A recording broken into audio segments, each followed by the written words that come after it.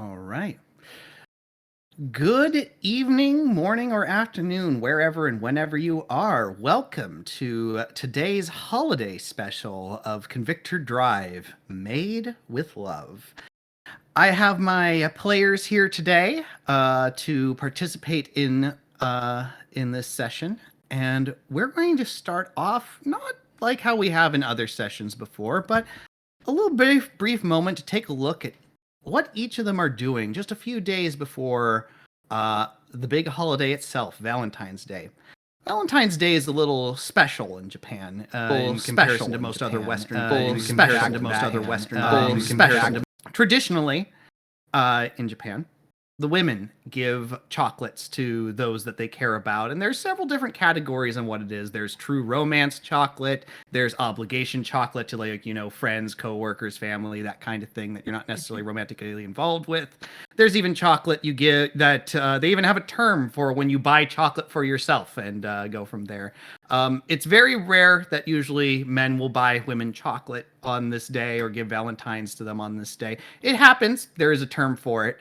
But really, that's usually saved for 1 month later on the 14th of March, when it is White Day, where men return the gifts given threefold over.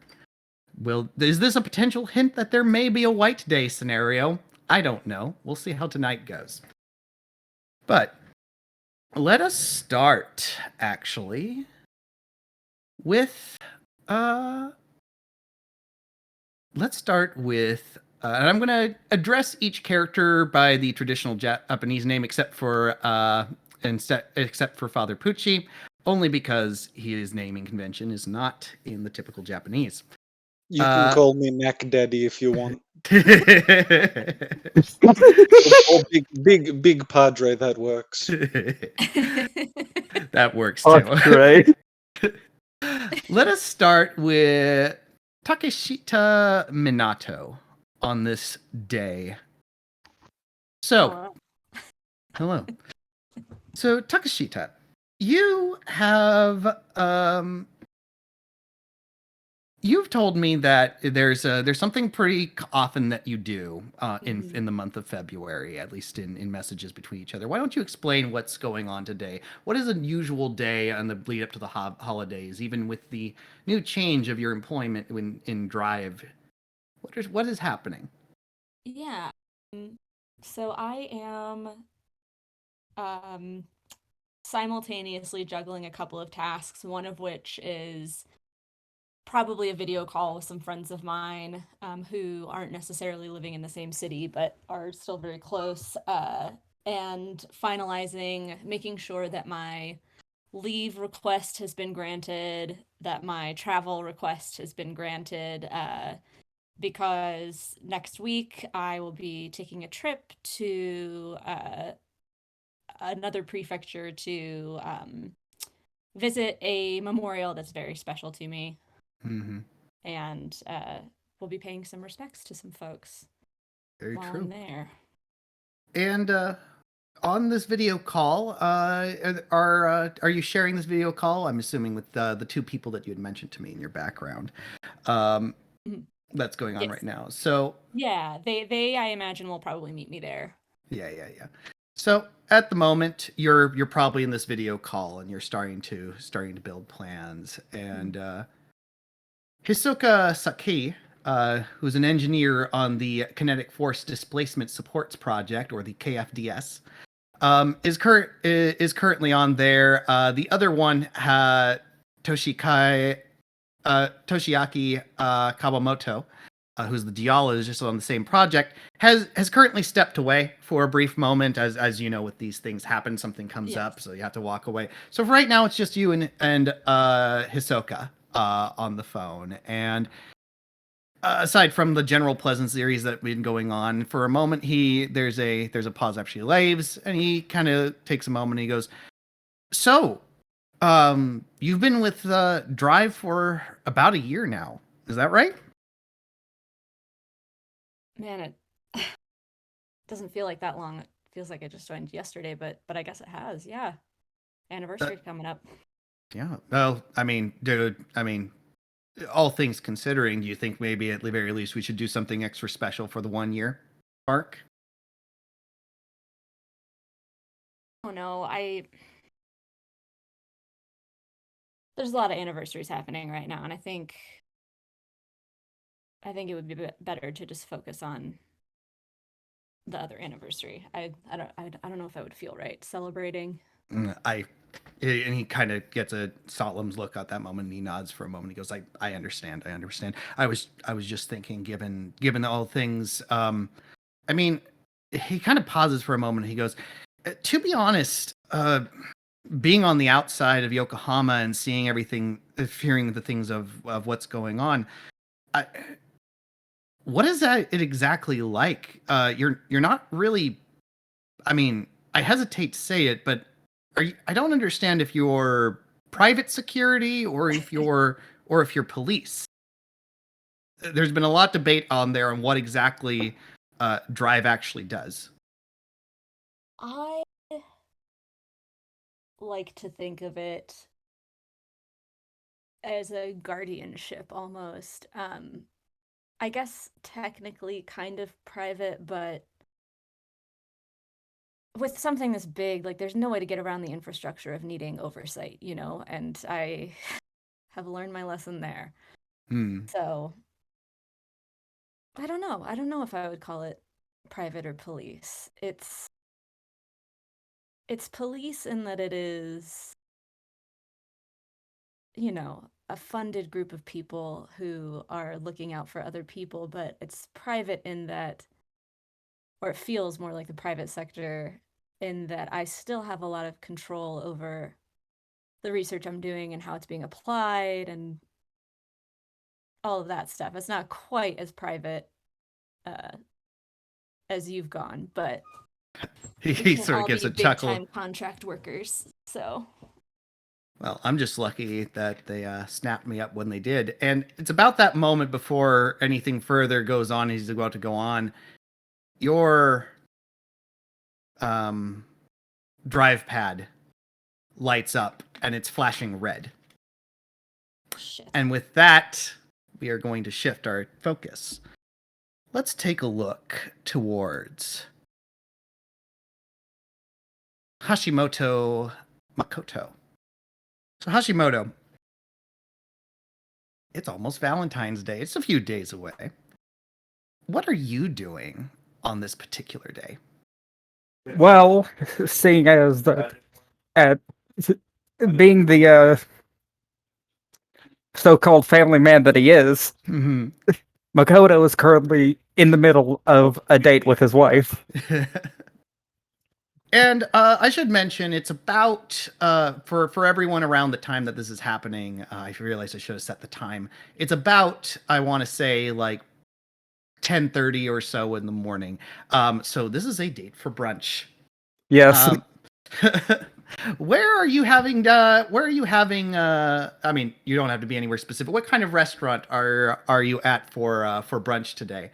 There's all sorts of different kind of things you could be having. There's the omurice sort of stuff. There's maybe it's the one of those places there. It's like, oh yes, it's quote unquote French cuisine, but with in Japan, so it's gonna have some interesting twists on it. How those kind of places go. What are you guys doing? I would say probably like a curry place is to get generally, because it's one of the few places that indulges is my wife's appetite. And Hannah is over the moon. She is very happy to be here. And of course you are also very used to the fact that everyone kind of looks at your wife, mainly specifically they look up at your wife given how tall she is in comparison to everyone else. This isn't unusual for most foreigners anyway. The average height for most Japanese is 5'6". But she is, even then, she's what did you say? She's like 6 foot something, I want to say. 6'7". 6'7". She is a giant in comparison to everyone else, and she is very happy. And as always, very lovely. She is very excited as the curry plates are being brought over, and She claps her hands together and Ikadakimasu. How was that pronunciation? I think I'm getting better at it. You're getting much better at it. Excellent, thank you. Oh, sorry. Arigato gozaimasu. As she is definitely improving. There's still definitely some things with the accent here or there, but hey, she has made some excellent strides, and especially living out here in the zone, it's only been giving her more and more practice. But she takes a spoon and starts to stir the rice with it, and as always with her, it's a big plate, but also on top of that, it's also incredibly spicy. Hers in particular. And she goes in, takes a bite out of it. I hope the reason we're having brunch today isn't because you're trying to skip out on the big day itself. No, it's mostly because I wanted to ask you something. Because of as we got married the day before Valentine's Day. And so I was thinking, to heck with the whole Valentine's Day and White Day thing. Instead, we just get whatever gifts we want to give to each other on Valentine's Day. It's kind of a fourth thing, but I think America's corrupted you a lot more than you're willing to admit. it's probably so. I did end up 1.5 years there. she laughs there and goes, "Very true." And she goes, "I think I have a wonderful idea of what I'm going to surprise you with for your gift this year." But before she goes forward, that's when you start getting the alert. And your D-pad opens, and you can see it's flashing red. And Hannah's face sees that red flash, and a very concerned look goes across her face. We're going to shift perspectives. Naoko Kato. Forgive me if I'm mispronouncing it, but Naoko. Or Kato Naoko. There we go. So, what are you doing at this time? Well, imagine a scene, if you will. A small apartment in Yokohama, 1 bedroom. And imagine just a camera panning through it. You know, from the balcony to the bedroom to everything else. It seems to be a lived-in apartment, but the interesting thing is that it doesn't really have any decorations, not really any sign of life. And as you go towards the kitchen is when you finally see Kaoto Naoko, and the counters are just covered with chocolate. As Phantom's Heart said before, there's this idea of obligation chocolate, or giri chako, in Japan, and Naoko appears to be trying to bake enough that she could potentially give a piece to every person in the Drive peacekeeping staff right now. She's just kind of merrily working her way through the chocolate. Her motion's mechanical. She's clearly practiced at this. But it's, again, just kind of one final thing, that camera panning over the kitchen, the full amount of chocolate created, is that you can see in the trash can is that there's actually a very large and specialized piece of chocolate that was created, as if it was created for someone specific, but then halfway through, it was thrown directly into the trash can and left alone for the chocolate she's making now. And it's that weird thing. I mean, obviously, the only half finished, half made, depending on temperature of things. Chocolate shouldn't necessarily melt without body temperature, but I think for just for narrative spite out of things with it, there are bits of the chocolate, because it's like, you know, half finished, that does have that sort of like melting sort of thing. Like parts of it are starting to slowly cave in onto itself before.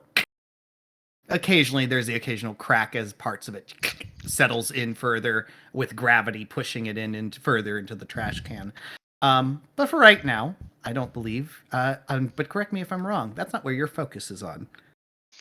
No, I mean, the chocolates almost looks like it was thrown in there with some of the cracks that were created. But no, Naoko is happily cooking away in the Mhm. kitchen. I mean, the chocolate she creates aren't anything fancy. To be honest, to Americans, the closest equivalent would probably be fudge with a little bit of Mhm. decoration on top.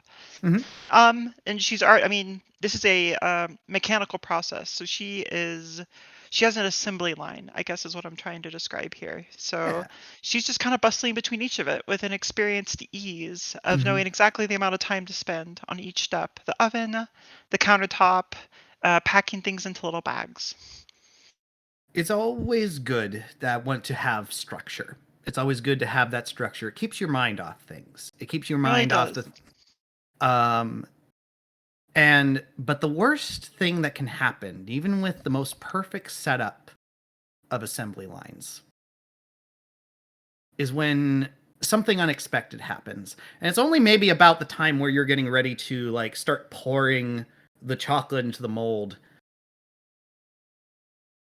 I don't know if you would have set it up on silent or what exactly, but given the nature of this, it doesn't matter if your D-pad was on silent because it flares up and you can hear the sound and you can see the red flashing on the screen. Emergency. And that is perfect assembly line, and everything already just so has just gone to waste. Mm. Now we shift our perspective to Enrico Pucci. Enrico, what is it that you are doing in these few days before Valentine's Day itself? The priest stands at the altar of his Mhm. his provenance, what he's presiding over. Mhm. A bunch of candles have lit the hall, as well as the natural lighting, as it were. Mhm. He's presiding over, and unfortunately, on this day, a large ceremony. Mhm. He takes steps up to the altar and he says, "Thank you all for coming here. Today is a very sad day.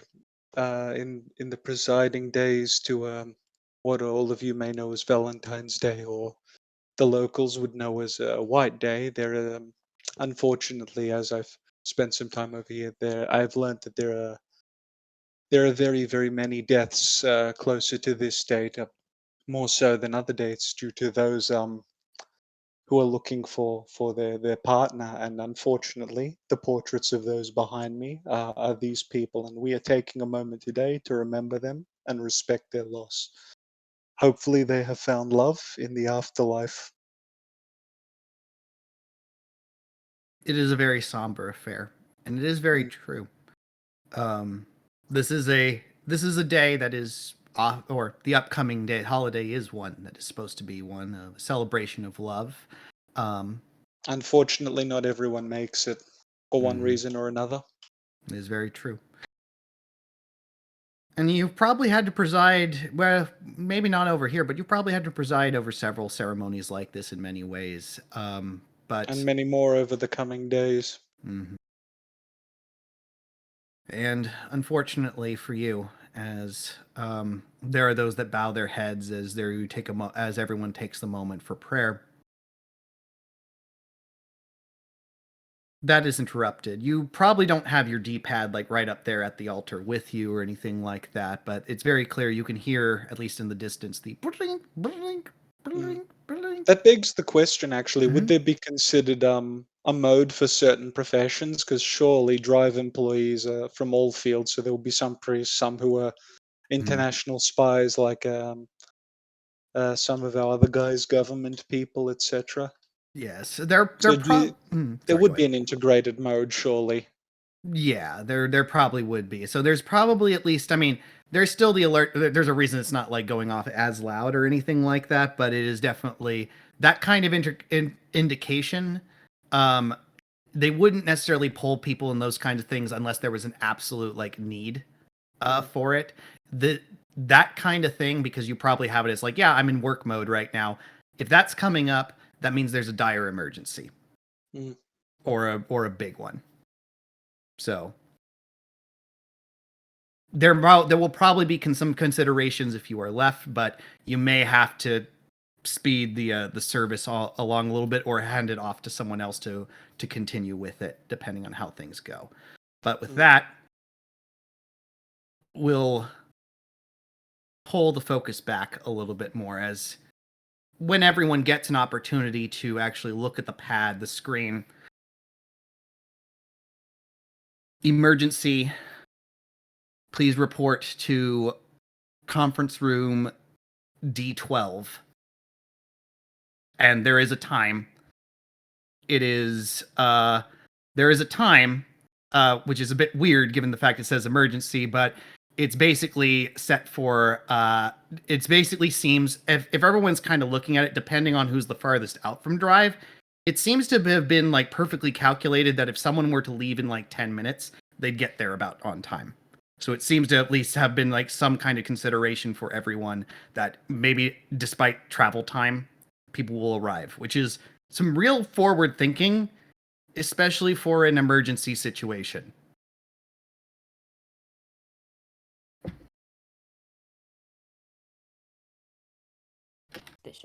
Just kidding. All right. So with that,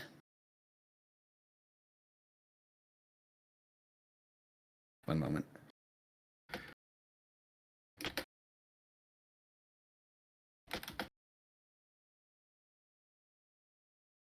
Okay. All right. So with that, I want to ask, given the nature of things, who's the first to arrive and how are you dressed? I think this is the...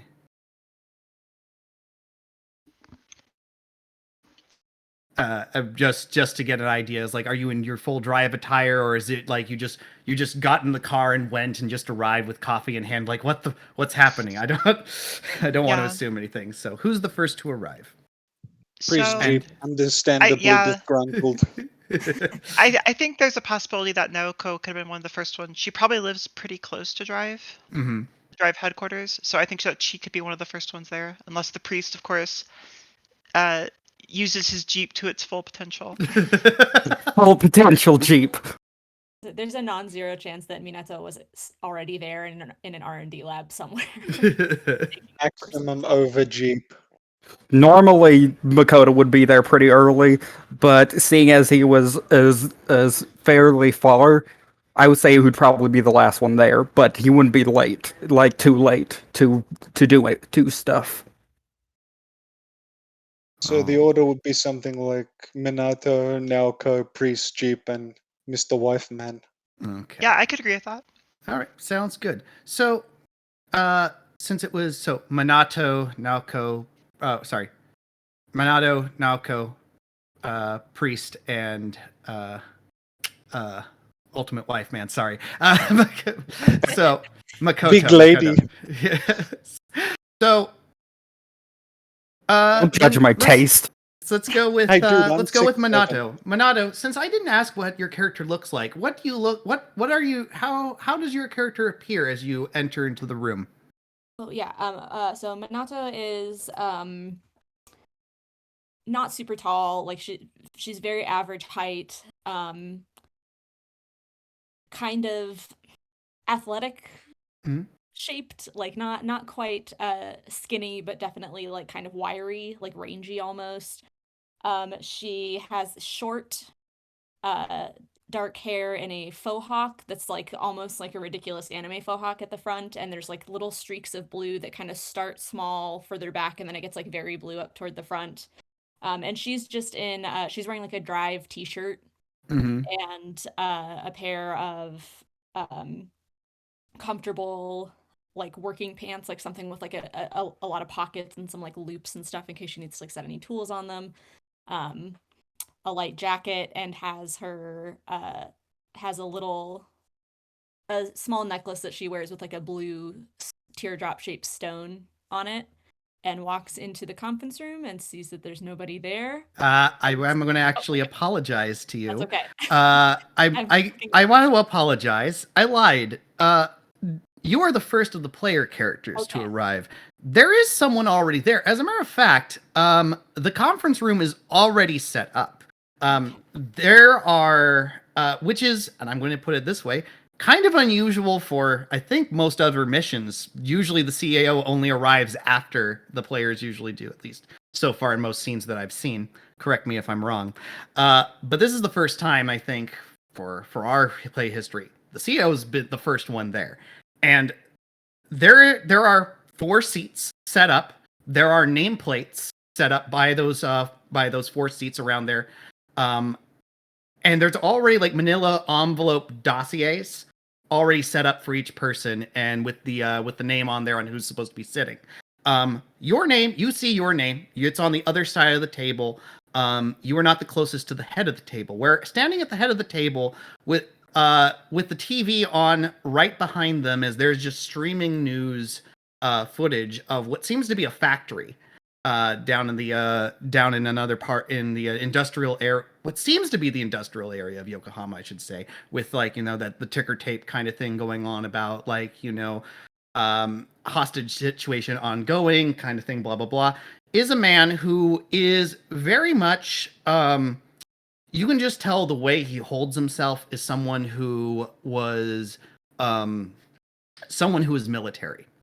Just the way he holds himself and his posture and everything like that just indicates that this is a man of like seemingly no nonsense, straight to the point, that kind of thing. His hair is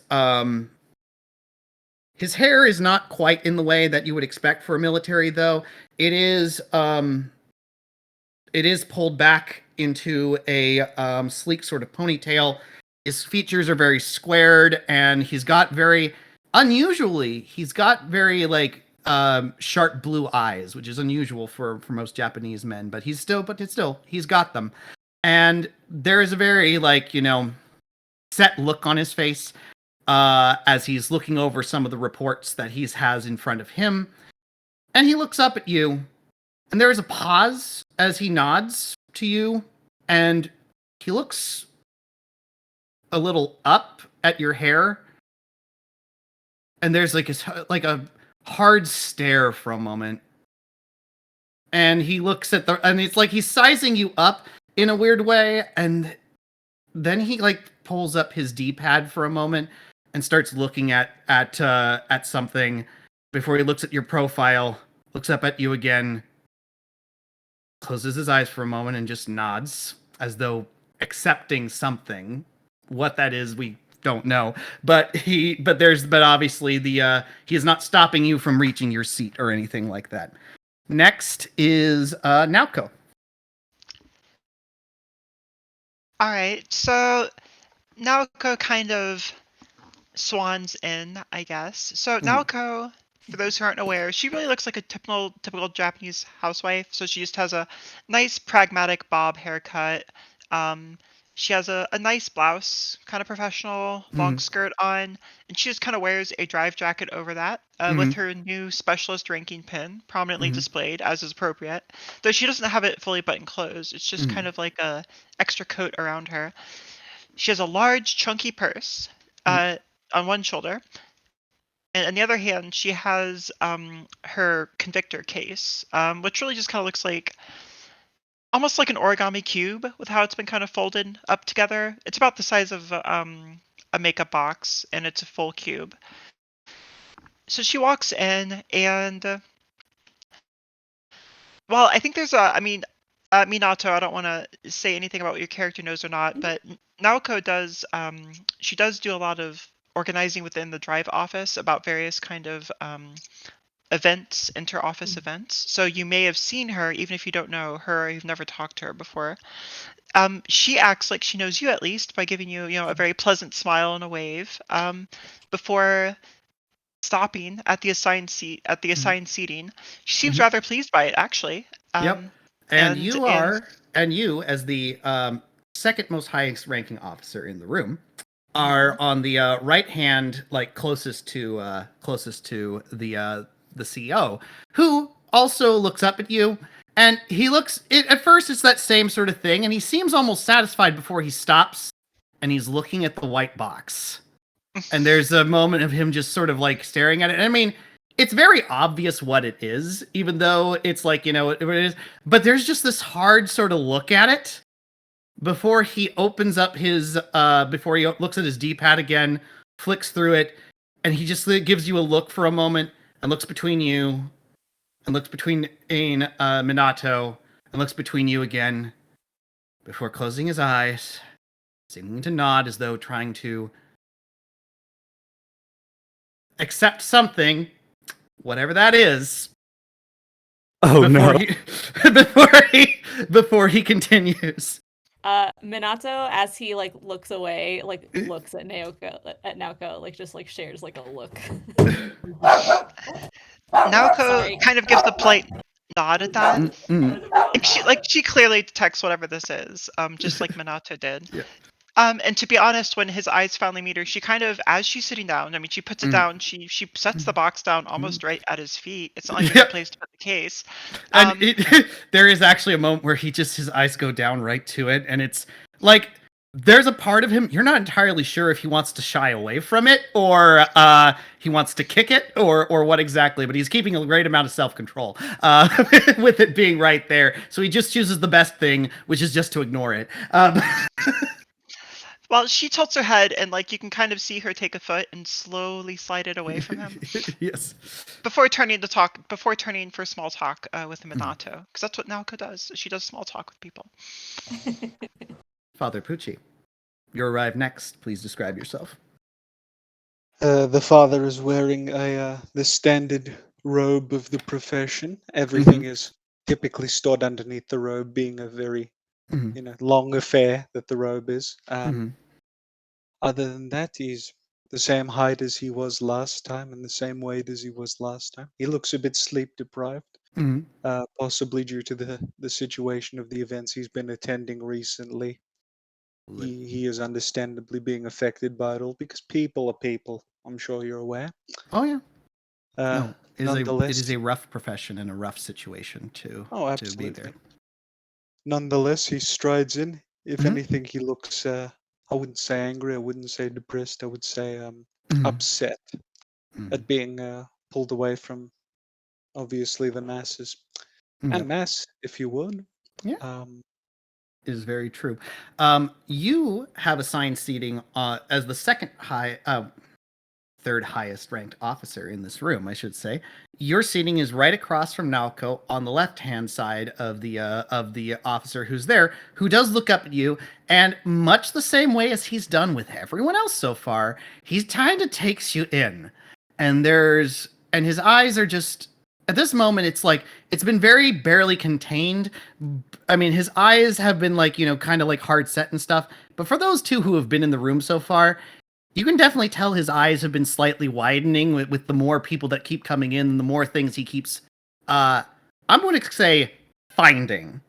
And that's the best way I can put it, because whatever it is he's finding is rather inscrutable.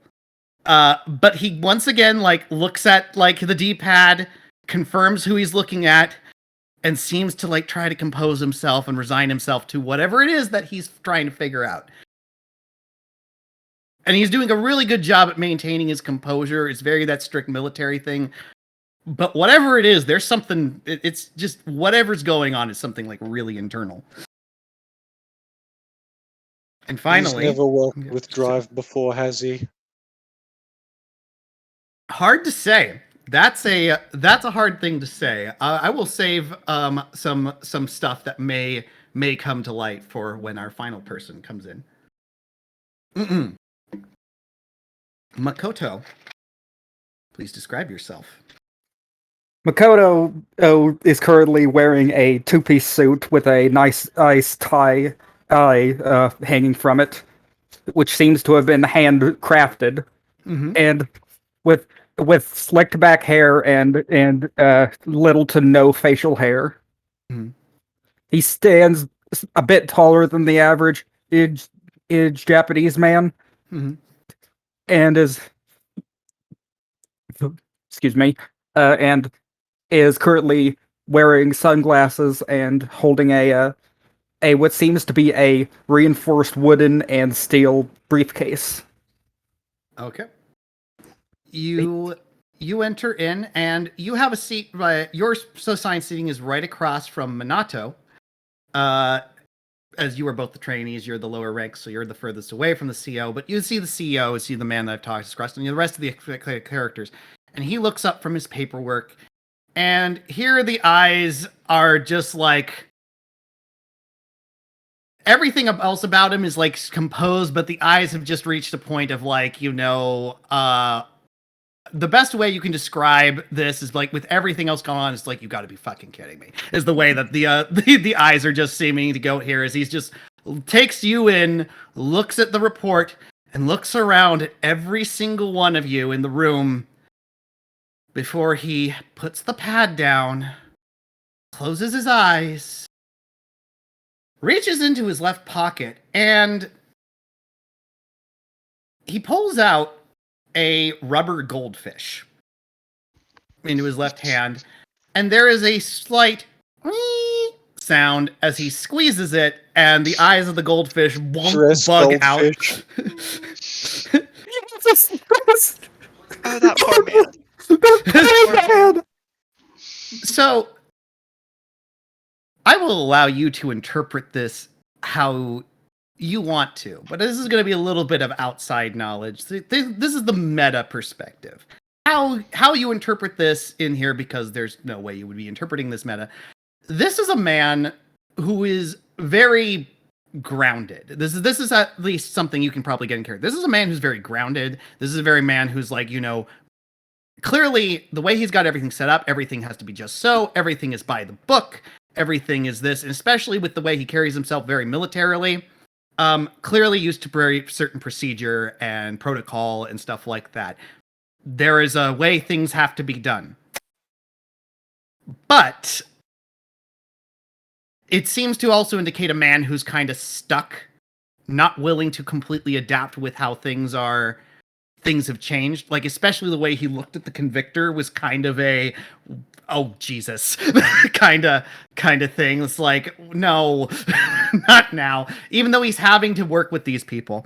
For the meta side of things, this is a man who is very much like, okay, I know how the world works. The world works here, and has just realized that he's in a room full of anime protagonists.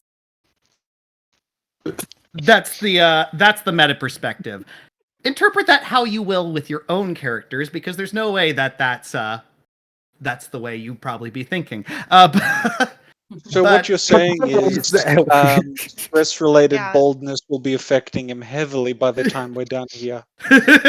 Our job, right? He's not gonna have a great day. He is not gonna have a great day. Honestly, honestly, Drive is probably not the best profession for him, but here he is. Okay, so he doesn't have a Drive uniform then. He's not coming in from outside. All right. He does have a Drive uniform. I should have been clear on that. He is wearing he's wearing a Drive uniform. He's got lieutenant rank pins on him. And his name plank in front of him is Natsu Junpei. The constant sound of the stress fish goes on for like maybe a good solid 30 seconds as he squeezes it, closes his eyes closed, though trying to reach some kind of state of equilibrium before finally he puts the fish back and gives the appropriate bow to all of you seated at the table, which is not a deep bow, but the fact that he is the ranking officer, at least he's giving a bow. Thank you for arriving on short notice. I am Natsu Junpei, Lieutenant and of Drive Dispatch, he says as he folds his arms behind his back. I wish to apologize to each and every one of you on the rashness of the matter, but as he indicates to the dossiers and to that in front of you and the TV channel behind him, he goes, the situation requires a matter of delicacy and is not one that I'm willing to risk failure on. You have all been chosen because you excel within the ranks you are, and you are also not currently on any missions. He kind of gives a frown, as though maybe there were some other options that he probably could have gotten, but he didn't.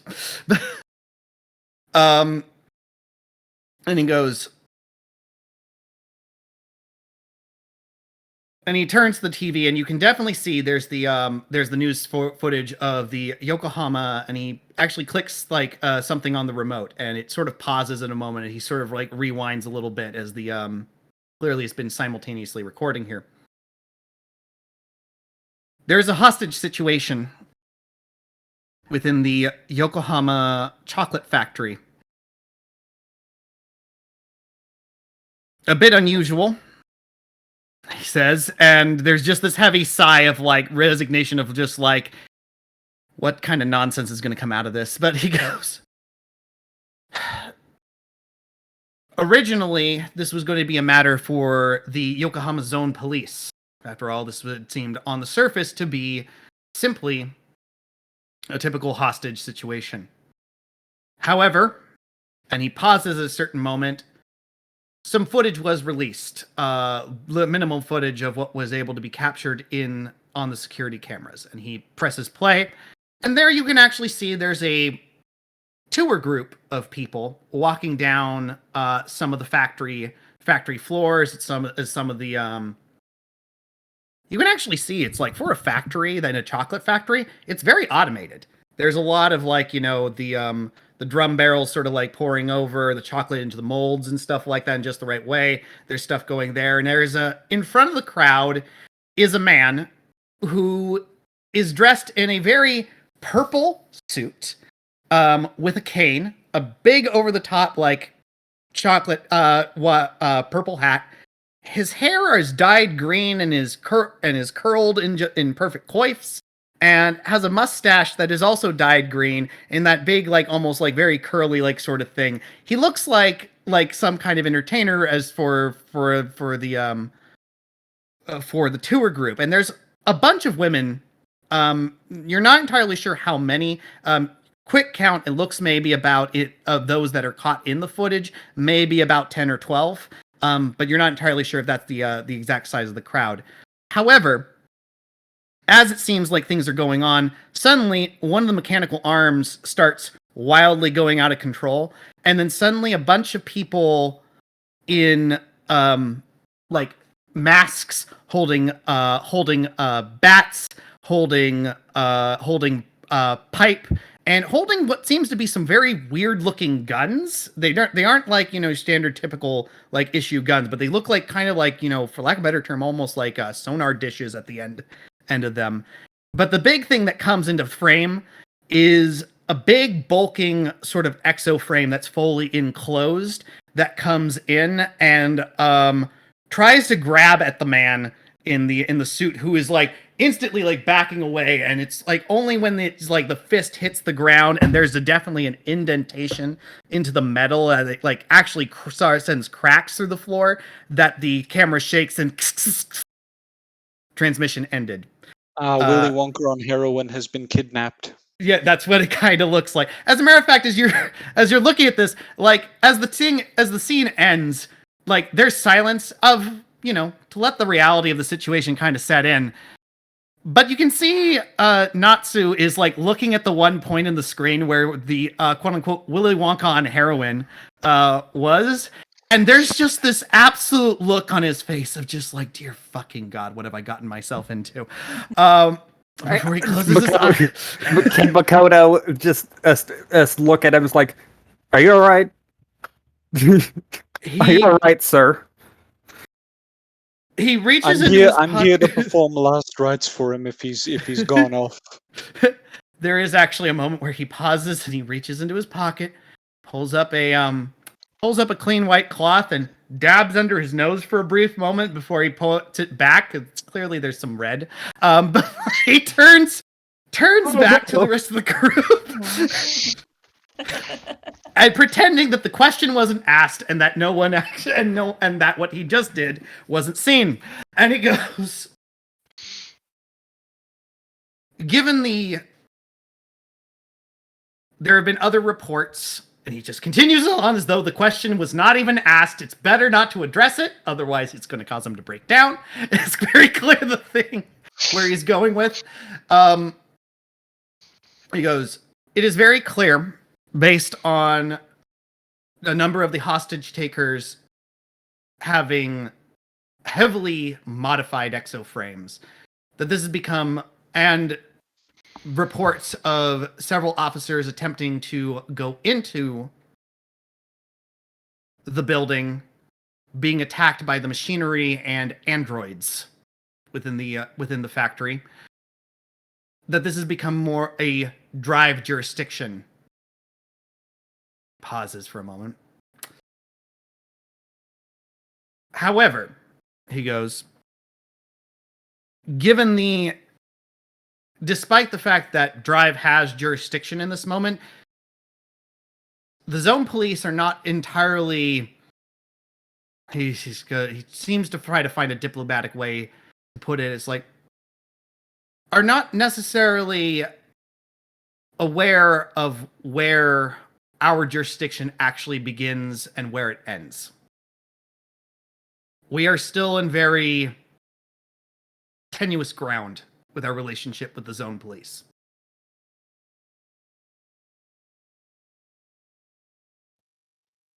You have been selected because of your skills for negotiation, as he looks between Naoko and the father. Your knowledge of infiltration and tactics, he says, looking at Makoto. And your knowledge of mechatronics itself, he says, nodding at Minato. Based on my calculations and your expertise, I will not accept failure.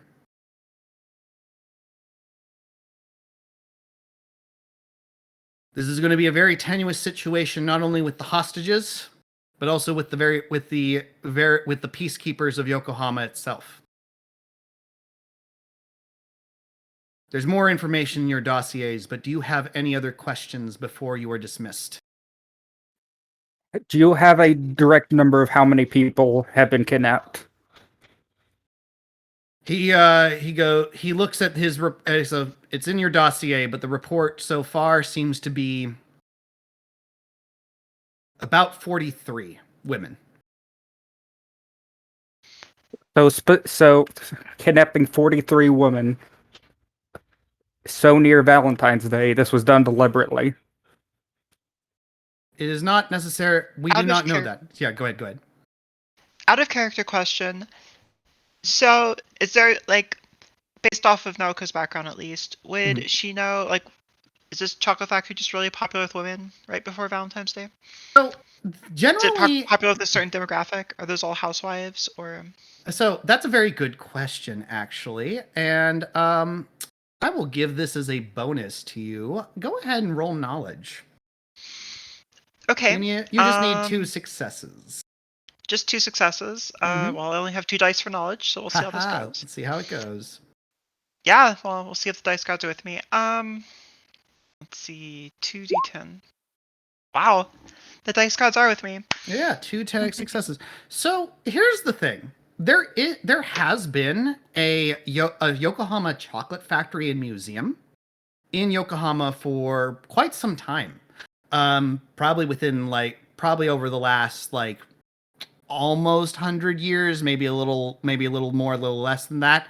But it was a very small affair, more like a cafe, and there was like a museum and stuff like that. But you very much know that things have you had read something recently that it kind of went under like a big massive change with the zone and everything about a year or 2 ago, and it became this big giant factory, to the point that you actually heard that there was almost like a theme park part inside of it that had been being worked on recently. Part of the reason why you know for a fact that there might be so many women there is because, especially during this time of the year, chocolate making classes are a big popular thing to go on to learn how to bake and stuff like that. So it's not just housewives. Amateurs. Amateurs.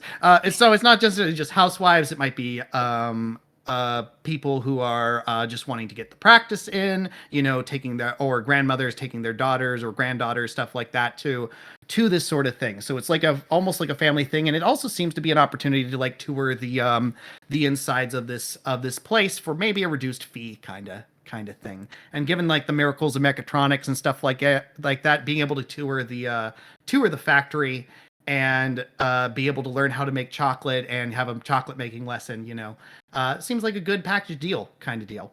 So. Okay, well, yeah, Sunoco is kind of like, oh my, I heard about this chocolate factory before from one of my magazines. I'd been really interested in one of these tours. There really must be a lot of potential hostages there. But as she's saying this, she's kind of looking at the hand where Lieutenant Junpei kind of last had his kerchief. And she kind of takes a packet of tissue paper of tissues out of her purse and like slowly edges it towards him just in case. Yeah, he kind of nods, whether it's in acknowledgement of you putting the note tapers, but knowledge of like you actually giving the information. He nods there, and it's just like, it's exactly why we're not entirely sure if the hostage situation was planned or not. The Yokohama Zone Police probably have a little bit more information than we do. And because of the current discussion of jurisdiction, we don't know the exact number. We don't know whether or not it seems that this was an intentional plan or not. The father raises his hand to speak. Yes, Father. Do we know anything about this group? Usually deviators have a mark on them or something, and that is clearly a deviator. Some of this equipment must be identifiable in some way or form. Do we know what group is responsible? It is not a deviator. He almost like cuts you off when you say as soon as you're like he's like is like letting you finish, but he wanted to at least make it. It is not a deviator. And once again, there's like almost the tear of blood, and he's like takes a deep breath and he goes in. Then how would you describe this? That, he said, and he's being very calm as he brings up the footage and stares at a moment at the like brief last moment of the man of the Willy Wonka character before like there's just this long glare at him as though he wish he could just pick him up and just squish him. But there's another point. He kind of looks over at the thing. That he looks at it. The lab techs do not indicate that it is not a deviator. Takashita-san. What would you describe this as, given your knowledge in mechatronics? This is going to be giving you a chance to make your own roll. You are going to roll however many dice you have in mechatronics. Okay. And anything 5 or higher are successes. Okay. You need 2. Is 2. Yep, success. There is 2. It is, in fact, not a deviator. The closest you could say as you're looking at it is like it looks very clearly like modified. You would at first say, and this would probably be your knee gut reaction, just from the look at it and from the way the footage is moving. It would look like something from a heavy combat exoframe, something that soldiers would be using and stuff like that.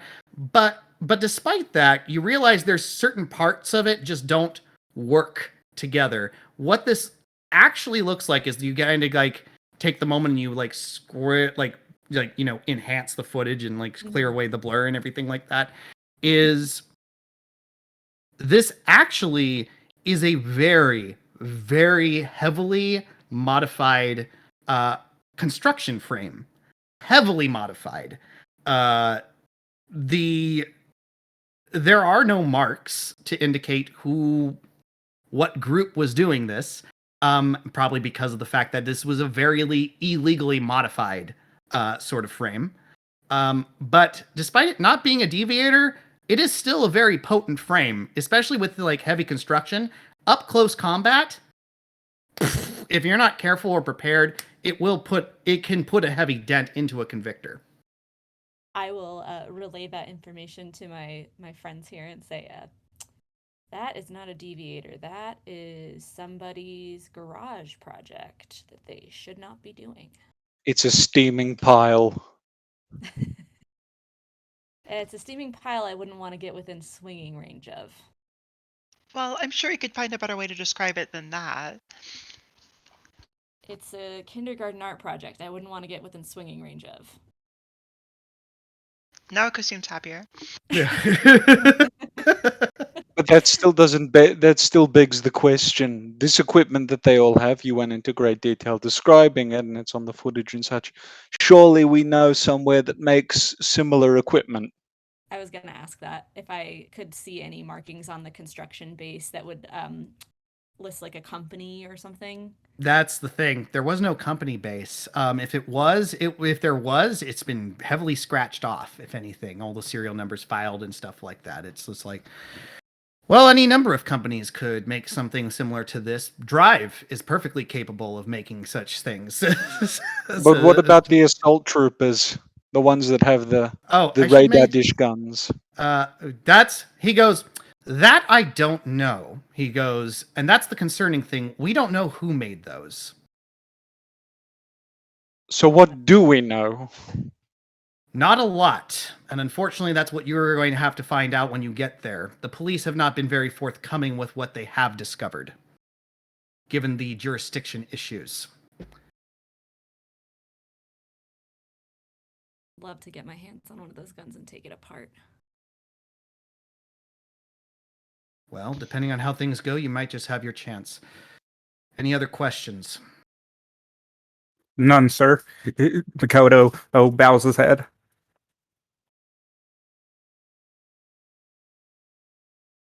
All right. If there are no questions, you will want to report to Chief Inspector Jacques Clouseau? Fujimura Satoru, but that's a good guess. Fujimura Satoru. He is the acting officer on site for the Yokohama Zone Police, where you will be formally taking charge of the investigation and getting a front rundown of the situation. Remember, not only there are two factors to keep in mind here. The most important is making sure those hostages come out safe and as unharmed and alive. The second is that this is an opportunity for us to build bridges between us and the Yokohama Zone Police that have been very hard to build up till now. You represent Drive in all aspects of this. I will be on comms. I will be monitoring. Dismissed. Makoto Yes, sir. immediately gets up, bows, and heads out. Not a So Oh. Jeep or mom van? I know Jeep what the priest is going Jeep in. has less Jeep has less space now due to changes that were made. Oh, that's exciting. I'm looking forward to those. I'll hop in the mom Yeah. van. I'll take the Hey, mom. you're looking forward to those. You like hitting on nine? Do you like hitting on nines and tens? Do you, Mr. CO?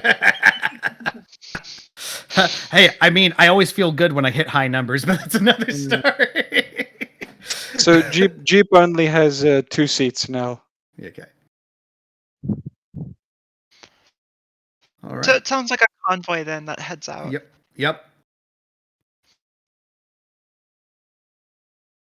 So with that, we are going to transition the scene. And you're going to have to tell me whether or not that worked. Is everyone seeing the inside of a mobile command center? No. No. All right. This is Still me no conference learning. room. This is me learning. How about now? Yes. No. Yes. Yeah. Okay. But now, Yep. yes, it's loaded. Excellent. See, this is me learning how things work. So, How did you get a photo of my bedroom? Where did you get a photo of my, We've been my school? compromised. that's for me to know and you to never find out. So- Oh, so you're the one who sent the weather balloon. Oh, there it I is. tell you, I've been keeping it to myself on on how bad that 113-degree temperature has been on me. Do I look as good in the shower as I think I do? That's all I need to know. Absolutely. There it is. Remember, I'm single, everyone. Again, this So- is Just remember saying. he's running this for his parole. Everyone. His parole. No, that's not me. That's the other guy. Anyway, so you guys take your convoy out to the zone and out to the factory. It's not quite the factory zone. It is close to the industrial zone, clearly because of the way the factory has been made. I am actually going to give a brief look before we go into the command center on what the factory kind of looks like from the outside. Do you see that? Oh wow, Is Yeah. that Literally Willy Wonka's factory. that is a brutalist structure right there. Yeah. Is So- that the one from Tim Burton's? Yeah, it is Tim Burton's version. Yeah. So I'm shocked. Yeah. There may be some things you'll discover along the way, which is the reason why it's causing your current CO to have aneurysms. Anyway. Slave labor and a tunnel of nightmares. Well, one of those Tuesday. things Give me is 1 true. Robots are really good at singing in the factory. Clearly, So- we need to hook them up. Mm.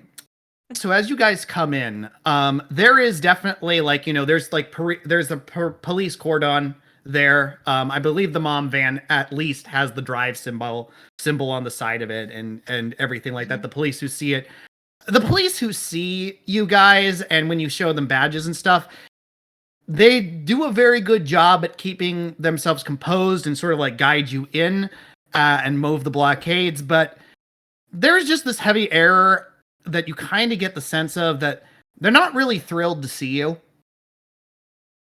I thought it was bad working for the PSIA. The crowd there is a crowd of people there. There are civilians who seem to have come here. Some of them are trying to ask police questions, and you can kind of overhear them like going, it's like my mother's in there, or my girlfriend or my wife, kind of things. There's some of them kind of going in there, or my daughter and stuff like that is in that facility. My Why aren't you favorite doing cool anything? girl is in there. You got that. But There's always one. there is one voice that kind of like shouts out from the crowd as that is the only voice that you hear that seems to be very happy to see you. And it's just like,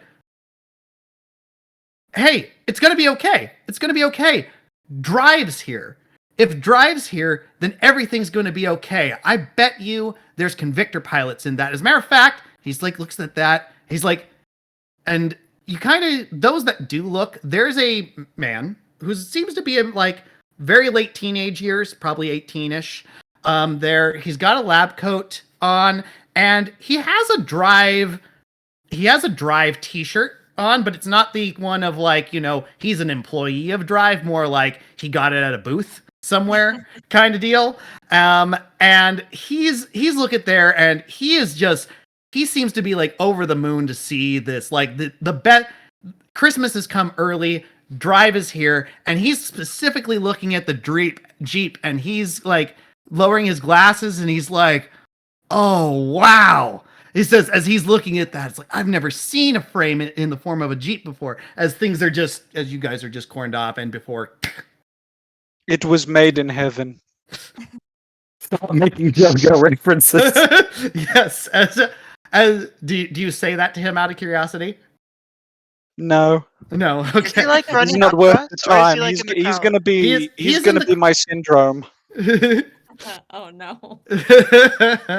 Incredible, isn't it? You sly dog, you got me monologuing. Anyway, no, he's not chasing after you. He is in the crowd, but he's watching you guys as you guys go through there. The police are definitely making sure people don't go through, so he doesn't seem to be able to like quite follow you, but in you guys go. As you guys are brought there, there is a mobile command center that has been set up. There are a few tents and stuff, and there does seem to be a few officers. There's also like several fire department vehicles. There's also a few ambulances, and as you guys are getting out, you actually see that there's one person, an officer who is being who has his arm in a sling, and he's like being checked for like some scratches and stuff that have been done. And there is one person who you see is being wheeled away under a white cloth into the van.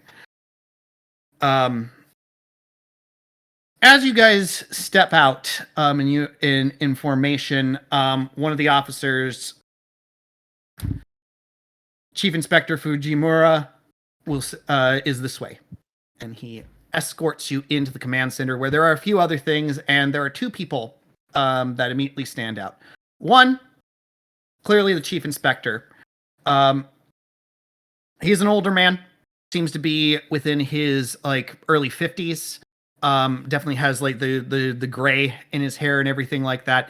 And I wouldn't say heavy set is the way, but it's very clear his job has required him to be behind the desk mostly, rather than being active in a lot of other things.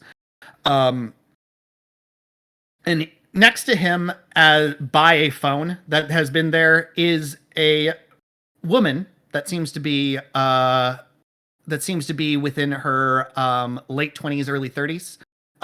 Long black hair, very sharp, seems very on point, and very like notices everything that goes on. As soon as you guys walk in, the Chief Inspector looks up at you, closes his eyes for a moment, and whispers something to the younger woman, who you see has Inspector marks on her thing, and she nods before he nods in your direction, a very curt sort of nod, before turning his back and walking to another part of the mobile command that seems to close off before she approaches you, and she... Welcome. You are all with Drive then, yes? Yes, that's correct. Which one of us has Question seniority Nico. again? Me, Lord help us all. She smiles, and she exudes a sort of very friendly, calm sort of atmosphere. She bows and goes, "I am Inspector Sugiyama Imiko."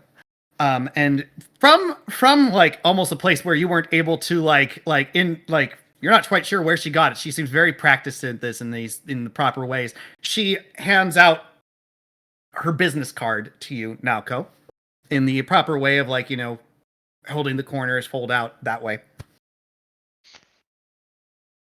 Oh my! Well, Naoko accepts the business card. She bows back perfectly. Yep. Clearly experienced in at least the proper degrees of bows, but the business card thing does cause her to pause for a second. But she eventually does take it and manages to fumble one out from her purse as well and offer it back. Thank you very much. She says as she accepts it. Please forgive Chief Inspector Fujimura. Their situation has cost the life of one of his officers, and he will be needing to make a phone call to the family. Oh no. We'd not heard that when we got in our briefing. Yeah. When we got our briefing prior. We're sorry to hear of the force's loss. It is unfortunate, she says, very, very practiced in a way.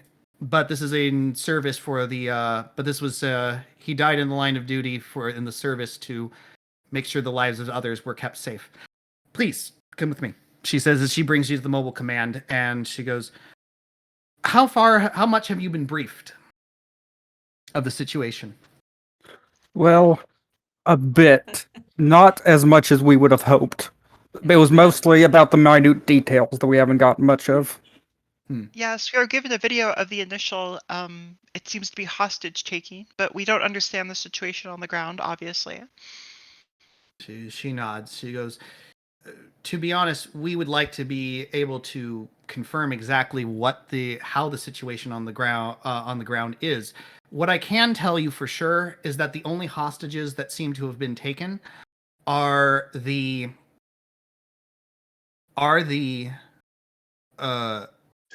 tourists. Yeah, the tour group.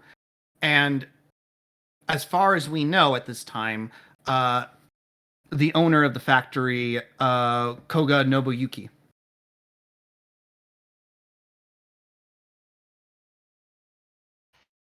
Are there prior hostages taken that were released, or is this simply those who are in the factory at the time it was attacked by these people?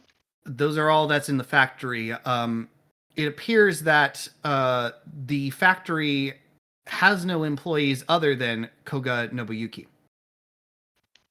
Oh, Oh, It's Does he- all. Okay. it's automated. Do you have any specs on the automation system? She kind of gives a sigh. It's like, please forgive me. She says as she kind of bows in a very apologetic way. We were on our way to getting the blueprints of the factory and the potentially some of the specs of what kind of equipment was in there. We were actually in the process before it came to the decision that this was under Drive's jurisdiction. So you don't even have the layout of the factory then? I can feel oh dear. I can feel Junpei sweating from here because he knows he done screwed up. I'm gonna Father's gonna walk to the side and hop on the phone real quick to Junpei to start chewing him out. Okay. Well, Yeah. Naoko. Oh, sorry. Were you gonna do the father part first? I apologize. Go ahead. I will get to the father in just a moment. Go ahead, Naoko, with your question. Well, Naoko just, apologize. You know, Naoko is like, very sorry that this jurisdictional issue is causing problems for us to achieve the goal, which is, of course, to rescue the hostages. That's why we were hoping to talk to the chief inspector to be able to fix this problem as soon as possible. Well, as of this moment, as I said, the chief inspector has left me in command for the moment while he takes care of the affairs of the of our fallen officer. She said, so for the moment, I will give you what details we do know. And perhaps, given the fact that Drive is here now and on site, maybe that might be able to speed things along with the blueprint process. In the meantime, the father is busy starting to type the phone in over your comms before you finish dialing. It's like, Father, I have been monitoring the comms. You wish to talk to me? Junpei, you fool! We had jurisdiction this entire time. How have you not produced anything useful so far? We have not had jurisdiction this whole time, I'm Father, he says, and he seems to be keeping a very calm and measured pace here. The problem at this moment is we have had jurisdiction for the last hour and a half. In an hour and a half, you have produced nothing for us. Are you aware of the Fukushima disaster, Father? Yes, but I fail to see what that has got to do with anything. Bureaucracy, Father. There is confusion on whether or not Drive actually has the jurisdiction over the matters of the blueprints, or whether the Yokohama police force has it. Given the fact that you are now have feet on the ground, you have more sway in being able to move these matters forward faster. The police have been trying to get those blueprints for the last 2 hours before we stepped in. We have specialists for this at HQ. You are the specialists on the ground. I selected you for this purpose. And we have no one at HQ that can do the information gathering. There's a very heavy sort of like intake of breath for a moment, and he goes, they have been in meetings for the last hour and a half. Every single person capable of using one of the devices to search our archives has been in a meeting. It's not a matter of us. It's not our archives, he says. It's the archives of the businesses that have this, and we don't have access to them. They didn't get their mechatronics through Drive security. And why haven't we sent people over in the last hour and a half? Because we were having a meeting on who we needed to send out. And there's like this very heavy tone of just like, he's very well aware of how fucking dumb that sounds.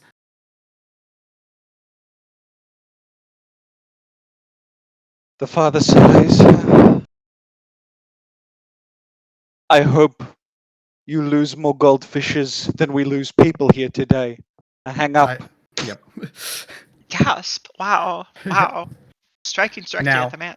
Just Makoto lifts up his sunglasses at the last statement. I am very happy you were upset with the Japanese bureaucracy system. I really wanted to showcase that. The father has seen too much death over the past few days. He is not Yes. going to have any more blood because of stupidity. Absolutely. No, I completely agree. There will be reports! There will be reports, and I look forward to those reports. So Makoto will help you with those reports. He is almost as pissed off as you are. Minato is already focusing on like trying to see anything that looks like a speck or like even close to like trying to figure out what she can from the outside. yeah. So, Go ahead. sorry, I was just saying that Naoko probably. I mean, I think everyone heard that conversation through the comms. Drive Yes. comms seem to be pretty Pretty liberal. sure they heard with the their sharing. conversation in the other hemisphere. Yeah, well, also that. Yeah, actually, how did did Inspector Sugiyama respond to that at all? If she was, I mean, you guys were on comms. She didn't hear your side of the conversation. She kind of paused, and she's kind of like looking at the father as like, kind of like the situation of just like, but it's that very sort of like Japanese politeness of kind of ignoring the outburst kind of thing. Yeah, I mean, Naoko's doing the exact same thing right now. Yeah. So is for the most part, Makoto has been doing the game to the last part, which he feels was a bit too much. Yeah. So Naoko asks the inspector, well, now that we're here, it sounds like we have everyone here that's necessary, so it's up to us to figure out what to do. So, Inspector Sugiyama, it sounds like we need the factory blueprints. Is there anything else you require? And Naoko just kind of takes a little notepad out of her chunky purse and a little pen and just starts writing stuff down. So this is where I'm going to put up our first investigation cards. Woo! And that is a 2. So the first one. Can everyone see investigation card 1? No. It's not popped up. Saying it's supposed to be show to players, but it's not doing it. Let me see if I edit this. I guess we're just not here then. Oh no. Am I invisible to you? There we go. Let me see. Nope, that's a deck.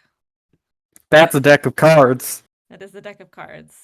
Let I me saw see. something appear and then it loaded and I was like, oh, there it is. There we go. There it is. Okay, cool. Investigation card 1. I just had to make sure everyone was able to see it now. So investigation card 1. Establish contact. The Yokohama Zone Police are here to assist in your establishing contact with the hostage takers and getting the blueprints you need to get a layout of the factory. However, negotiations with desperate people are often tense and bureaucracy is its own challenge, as you guys are hearing so far. Objective is to establish contact with the hostage takers and figure out what it is they want, as well as cutting through the bureaucratic red tape that is not only inherent in the system, but may be being blocked internally. Is there a second investigation card? There is a second investigation card, and now Oh, that I yay. know that people need to go there, because each of these require a minimum of 2 participants. And the second investigation card, find a point of entry. Given the dangerous and creative use of the factory's equipment, in order to establish a clear way through to the hostages and give them an escape, these dangers must be dealt with. The first thing to do is to survey and find a way inside. And the objective is find a way into the factory without detection. So each of these require a minimum of 2 PCs. Depending on which one you kind of go in, and I'm going to have to put it's kind of a branching investigation at this point. Once you go into this investigation card, you're kind of locked into the pathway that this investigation card goes through. The stuff that I've put on there is primarily the kind of skills tests that will kind of go on going forward.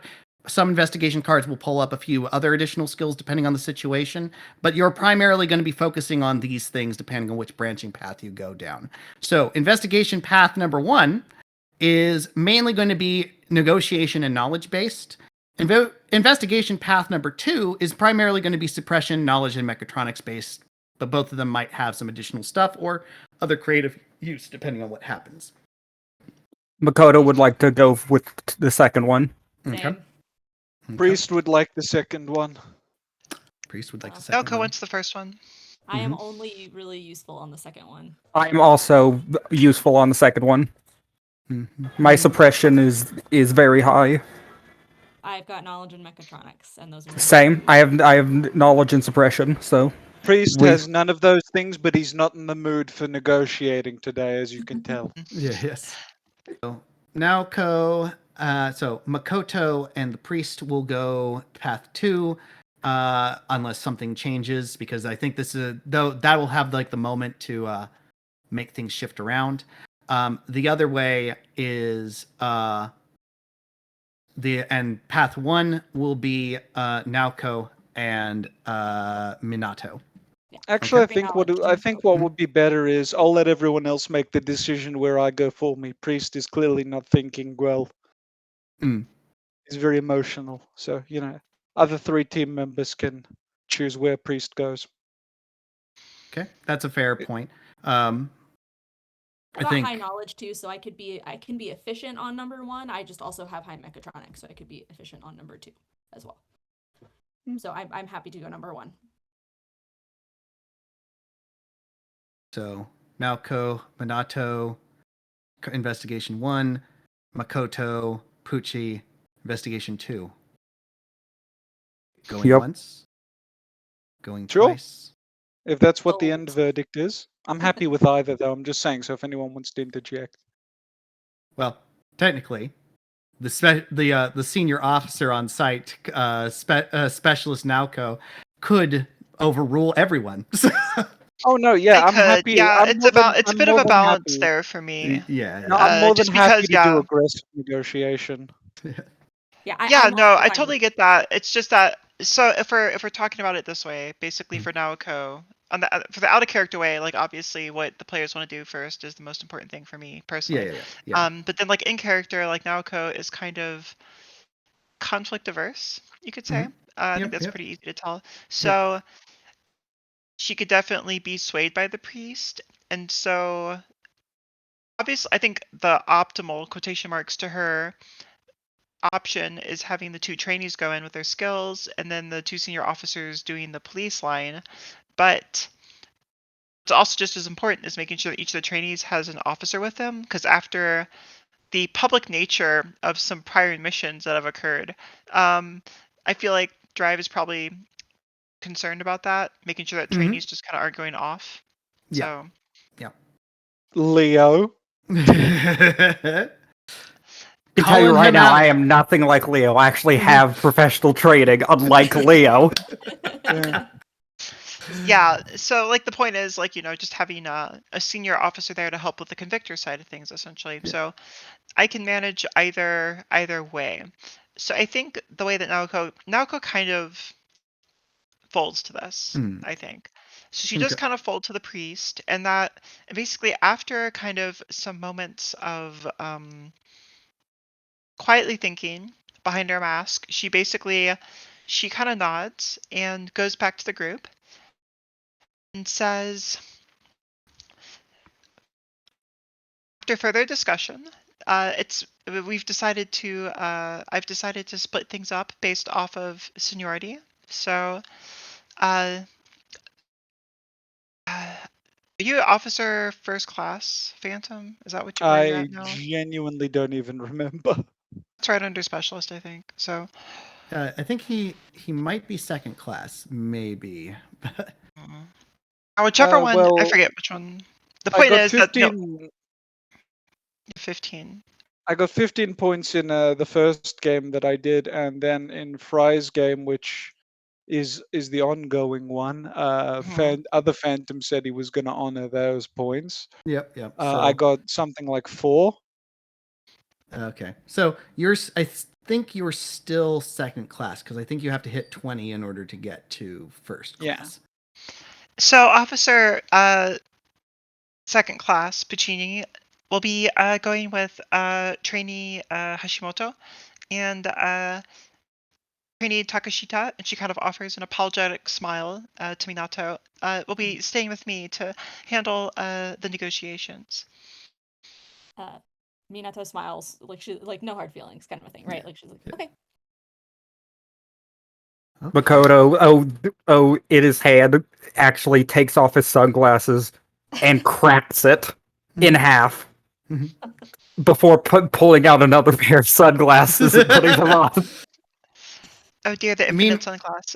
Meanwhile, as this is action, like some weird spider sense, CO Natsu Junpei suddenly like has an eye twitch starting to go on of a trope that is happening, but manages to find relief over his third stress goldfish. The corpse is the prior to goldfish lie at his feet. Yes. Limp and unmoving. Nah, he wouldn't leave them on the ground like that. He's too proper. No, he never recycled them. Yeah. So with He that, knows and which like, recycling bin they have to go into. He's that proper. So he puts his he just recycle. moved it into the proper position next to him. That's all. Yes, yes. Mm. So Alright. with that, Naoko with some kind of quick admonishments to Father Puccini about making sure that things are quiet as ordered by the Puccini. officer, kind of divides everyone off. Okay. So the question then is, which one do we want to focus on first? Investigation card 1 or investigation card 2? Go with one. They deserve the limelight. I've been hogging it. Okay. Fair. All right. So, Sounds good. investigation 1. Let's get into it. So, investigation 1. As I said, here to assist you, but there might be some bureaucratic stuff. So, as you get in there, the situation has split off. The survey team, as I will call them, has gone off, while the negotiation team has come back into the command center, and Inspector Sugiyama Amiko is still there. Chief Inspector Fujimura is still not, has not exited from where he's at. And she's been kind of like looking at the phone for a moment before, like, and going over some things before you get in. She stands up and smooths out her uniform before taking a polite stance. It's like, I trust it was a fruitful discussion. Yes, we've finally we've managed to divide our assets accordingly. Mhm. So myself and trainee Takashita will be staying And here to serve as liaisons, Okay. while first officer Father will be closer to the hostage line, negotiation line, Mhm. the line. Very good. She nods at this as though very satisfied with the situation. Whether she actually is or not, she hides it very well. So she goes, then I suppose you will have to decide amongst yourselves on who will be the primary negotiator with the hostage takers. She sort of gestures to the phone. That's there. She goes, we were about to initiate negotiations before we were informed that Drive would be taking jurisdiction. So TDT, are you okay with Naoko doing that, or would you like to take a crack at that? I think my knowledge is more academic based than emotional based. So It's fine. So Naoko, that's fair. That's totally fair. So Naoko, she says, well, I suppose I have the most experience in that field, so I'd be happy to help. Mhm. Very good. Do understand. She goes. She kind of looks at you and she goes, "How much crisis negotiation training do you have?" Forgive me for being so forward, but I have to know whether or not you know the basics. So do Drive officers learn the basics of crisis negotiation? They do know the basics, and especially with here, I actually wrote down a few. Wrote down a few things so I could remember some stuff. Oh, one moment. So a lot of it is trying to engage with the target, active listening skills, like a lot of things that I think Naoko is very good in. But especially when it comes to hostage situations, there are 4 things you can't do. You cannot give them weapons. You cannot give them transportation. You can't give them drugs or alcohol or anything along those lines. And there's no sort of hostage exchange allowed. It's not like you see in the movies where you can't like offer to that it's like, if you let some people out, we'll do this for you, or you know what, you can take me instead of some of the and you let one person go. No, nobody should go in. People should only come out in a negotiation like this. I see. Okay. So Naoko nods and says, well, every drive officer has a minimum standard of crisis negotiation. After all, we are expected to deal with a flexible amount of situations. She nods at this and goes, okay. I will be here to assist in case things go wrong. She goes as she and she takes a seat next to you. And is like, you know, puts on her headset so that she can listen to the conversation if it goes on. And she goes, perhaps you can request that Takashita attempt to cut through the bureaucratic red tape so that we can get those blueprints. Certainly. However, could I request that trainee Takashita get access to a terminal here? We do need a link, after all, to be able to make sure that she has the proper access. And it'd be better to have a secured police one than the standard. Of course. And she offers up her own terminal to Takashita. Cool. About 5 seconds later, a message pings in Takashita's D-pad, saying, politely suggesting that perhaps it would be valuable for everyone involved if Takashita managed to stumble into the factory's network. Minato cracks her knuckles and says, so much better than working for a government agency. You know, that wasn't a direction I was expecting to go, but this could actually work. This could get you the blueprints without having to go through the bureaucratic loopholes. So, take that, Japan. That's Frick you, Japan, and your bureaucrat. Sorry, yeah, how dare they, right? Yeah. No, it's just that Naoko's suggestion is also, especially with the cameras for the so that way if there's any cameras that could be found that are maybe looking upon the hostage takers as this call happens, so she could get a better sense of their body positions as well. Though of course Takashita is welcome to do whatever she wants to that access as well. Yes. So we're going to have 2 separate missions. Each one requires a minimum of 1 person. Hey, that works out. Useful. And this also gives the opportunity that the other person in the crisis situation can give you a support role if need be, depending on how things go. So, mission 1, establish initial contact with the hostage takers. Mission 2, get the blueprints. Since you mentioned, obviously, the mission 1 is going to be negotiation, but there's going to be some role play aspects. We might not need to roll depending on how things go. But if there's a moment where we call for a roll, we will go for it. With the other one, forget the blueprints. There was a few ways. It was primarily going to be a negotiation because I was thinking of having to cut through the bureaucratic red tape. But you're going right for the systems and stuff like that. So under the bureaucratic red you're tape. going under the bureaucratic red tape. So we'll make this a limbo. It's going to be a little more difficult given some stuff that I'm aware of and you're not. It is going to require 3 successes rather than the 2 successes that it was going to be for the blueprints. So I think because there's going to be some intense role play on the one side with the negotiation.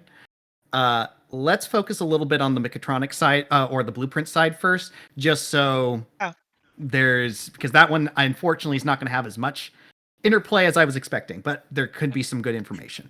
So Minato Takashita, you may go ahead and make a mechatronics roll. You want 5s and higher. You need 3 successes. If you have any convictor parts in your standby mode that you feel would aid in this particular thing, and depending on how you sell it to me, you can get an additional +2 to your dice. If you go ahead. No. Oh. Remind me what standby mode versus like what I can access in standby mode. So standby mode, basically you can equip up to 1 to 2 parts. If you're a runner, I think narratively they say 3. But basically you can equip parts from your convictor suit, and they're not at like your full active power. You're not in full henshin mode.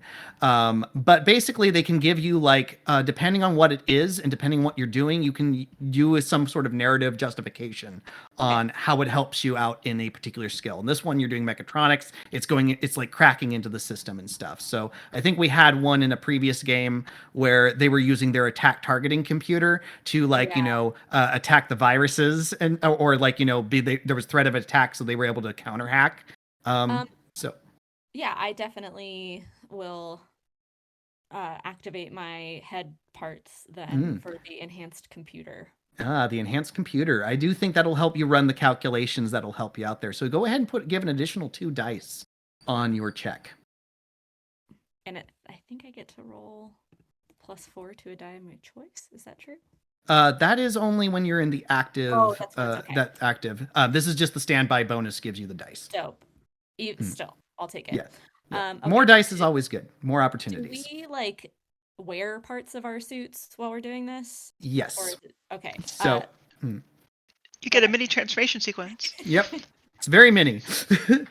Yeah. So I guess I am sort of picturing it I wasn't really picturing it like separate pieces that would be put on, but for this, I'll say that Minato's convictor case is like a backpack, and she reaches in and pulls out it almost looks like a headband for a second, but when she puts it on, it's like little you know how like some people draw like mermaids with like little ear fins kind of a thing, like some little fins pop out to the side, and then like the like a visor essentially goes across her face that's blue and starts rolling different statistics and information for her. And then I will roll. Ooh. And 10s count as 2. So that is 1, Holy 2, mother of 5, 6 God. successes. yeah. Oh, wow. Yeah. So this is like fucking easy, like piece of cake. Who needs this bureaucratic shit when you So Who needs bureaucrats when you have computers? So I'm going to give you some information here. Okay. So you get the blueprints, you get the full layout of the place, and going through this thing, you definitely see, I mean, all things considering, just based on the blueprints of the design of this place, this is a really ambitious project. This was a really ambitious project to the point where there's I won't say they're definitely not using necessarily drive security. Mechatronics are completely suffused throughout this whole entire building. Everything's automated. There are no employees other than the owner. It's androids that they've got in here, and they've got them like strategic places, to tour people through if the owner's not there. Everything is just a fully automated machine. You actually see there's an R&D department within this building. There's a laboratory on site that seems to be focusing on things that you're not entirely sure whether or not it's just candy. It's blueprints only give you a design of it, but based on just the layout, it seems like some of the stuff that's there seems like it's more than just candy that's being made, which is a bit odd. But there's other stuff going on there where you actually see there is a theme park, and you're actually seeing there's parts in here where you actually are connecting into certain stuff where you're just like there are certain systems, and this is where I'll get into some extra detail here. But you won't be able to fix it from this point, unfortunately. That might be something for the infiltration team. The thing is that you actually see that there's like, temperature control, power control, stuff like that, and you actually see that there's an actual functioning chocolate river in a theme park area that has been designated there is a Willy Wonka theme park area within this.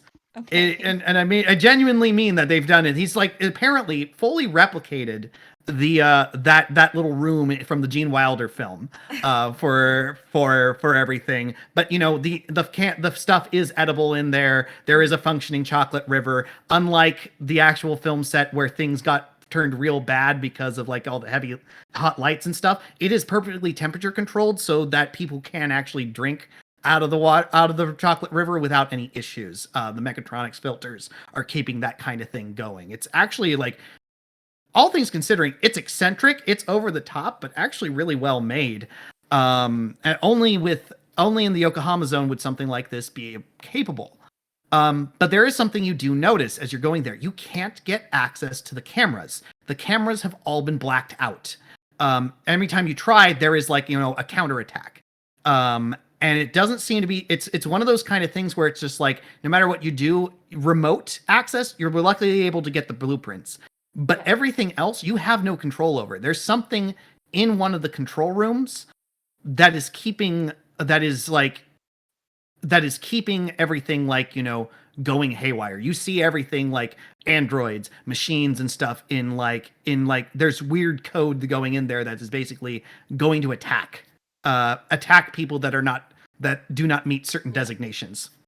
Is there any way for me to tell which control room that is happening in? You do have an idea, and you have an idea of which one would actually be the one. It's the main control room. You know the area. You can point that out.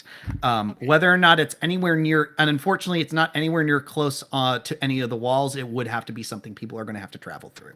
And and then just to remind myself, we believe that the modified construction suit is being driven by a person. Yes. Okay.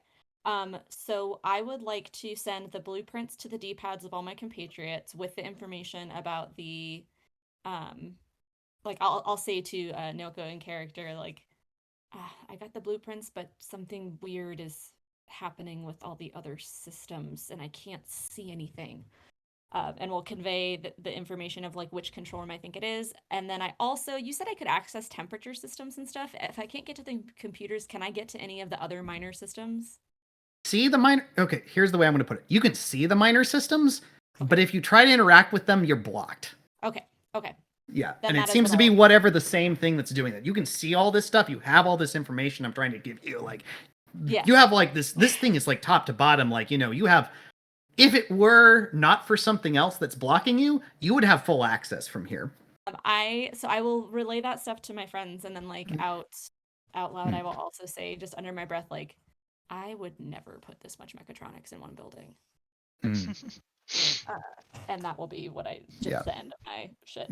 Some of the officers, as you're like going, I'm in kind of thing, and they're kind of like looking at this, and they're just kind of like, there's just like wide eyes as they're sort of looking at each other, and just like, Meanwhile, Junpei is in a meeting for like the 5th time as there's a back and forth video call about whether or not who actually has the jurisdiction over this thing. Well, the request was made by the Yokohama police, but it's just the back and forth. It's like, well, let's schedule another meeting and move it here to discuss who has actual jurisdiction.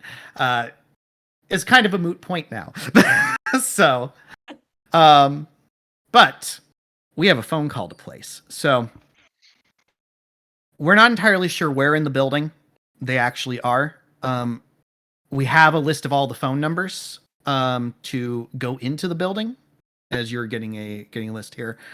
If you just press this button, you'll call all of them simultaneously, and we can only hope that someone will pick up and we can go forward with the negotiation.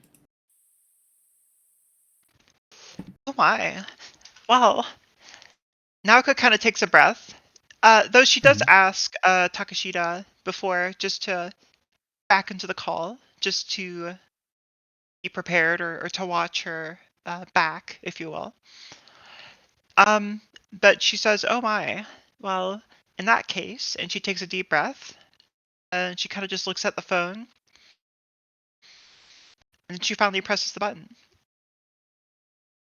It rings and it rings. And eventually, after just about when you're worried that like the fourth ring, no one will pick up, a phone is picked up. Hello? There is a very like calm level voice, and actually kind of like almost surprisingly very, to a degree, somewhat polite. It definitely is the voice of an older man. Let's see. It's probably just past noon now. Good afternoon. I am Specialist Ato Naoko from Drive Peacekeeping. There's a pause. Drive is here? Yes, that is correct. We were aware of some of the compatriots that you have in the factory.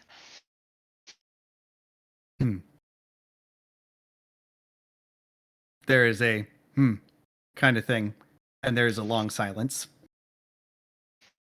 You have I'm calling to ask if you have any statements that you want to make right now. There are After all, statements. you have the attention of the town. There are statements that we would like to make. However, we do not trust that that you or the Yokohama Police Force will carry them uncensored. Well, that's definitely a very. He talks over Sorry. at you at this point. My apologies. He That's talks fine. over you as you start to go, and he goes like, "What we want is direct access to all TV stations. We want a news crew in here. We wish to make our statement heard. Can you make that happen?" If that's the case, well, I'd be really curious. This statement sounds very important to y'all, to you. It is very important. What drives you to do such an act in order to broadcast this statement? That's not important. What's important is that I have hostages, and I want that connection to get that message heard. Can you make it happen or not? Well, I certainly think it's possible. Though I am curious, would it be possible for you to give us guarantees that the hostages are okay? I mean, after all, your act of threatening them seems to be the reason why you think you'll be able to get this access. Here's a pause. And you hear there's some muffled sounds as there's some words being said, and there's the sound of a woman, and she's crying as she hello. So I quickly look at Inspector Tsujiyama and kind of mouth if she have like a hostage list on hand. Is there any sort of Yes, like, she has it. There appears to be like a guest list.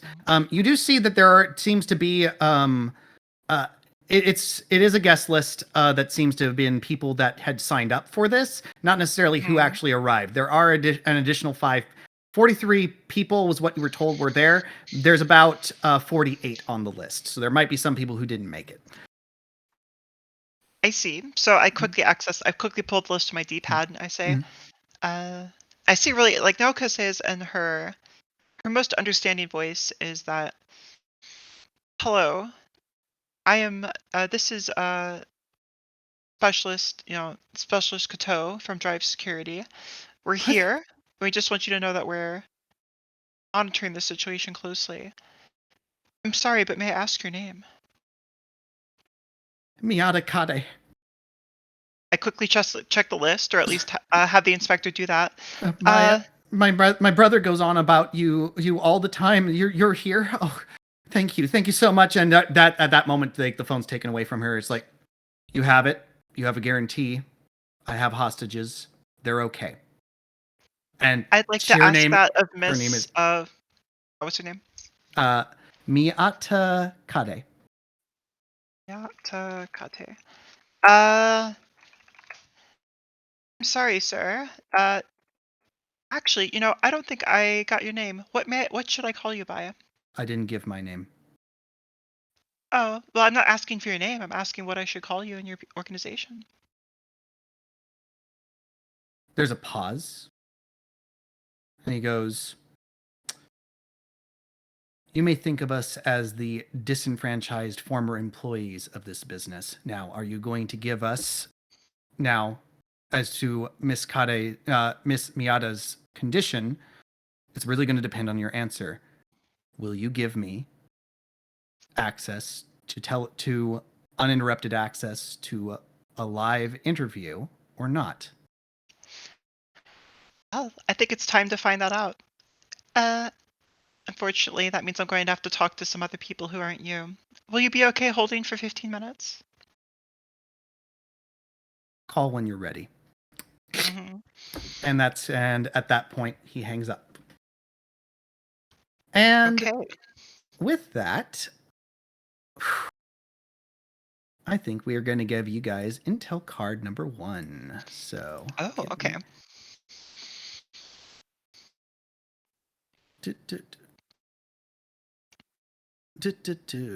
Sorry, getting all the names here. I didn't set this up correctly, but we're going to make it work. Yeah, the card system's always hard. I feel like this is going swimmingly so far. So far, so good. So This far, could have so gone. So far, this could have gone really, really bad. All right, can you guys see intel card number 1? Yeah. Mm-hmm, that's correct. All right. Yes. Blueprints and misunderstandings. After some bureaucratic finagling, which, by bureaucratic, I mean you completely went past that, the blueprints of the factory have been released, and it is far more intricate and wild than initially expected. This will be a great help to the infiltration team in navigating the area and for narrowing down where the hostages are. Initial contact with the hostage takers was tense, but it has become clear that these are the former employees of the Yokohama chocolate factory, and they want a connection to the media with their message uncensored. What that message is remains to be seen. Congratulations. But just to to clarify, these frames aren't on fire. These frames aren't on fire, no. Okay. Yeah, this is not a... Which Why? is a Was great this, relief to the hostages, I'm sure. So... it's just because Church had something similar for the first game. The only other game that I've played, it was Frames on Fire.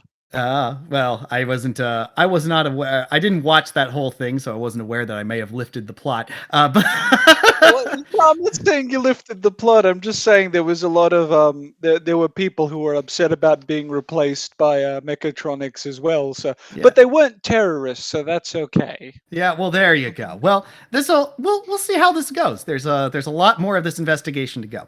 So, I feel like there's a lot of debate over labor rights in Yokohama Zone, just in general. Just like What? that happens pretty often. No, can't be.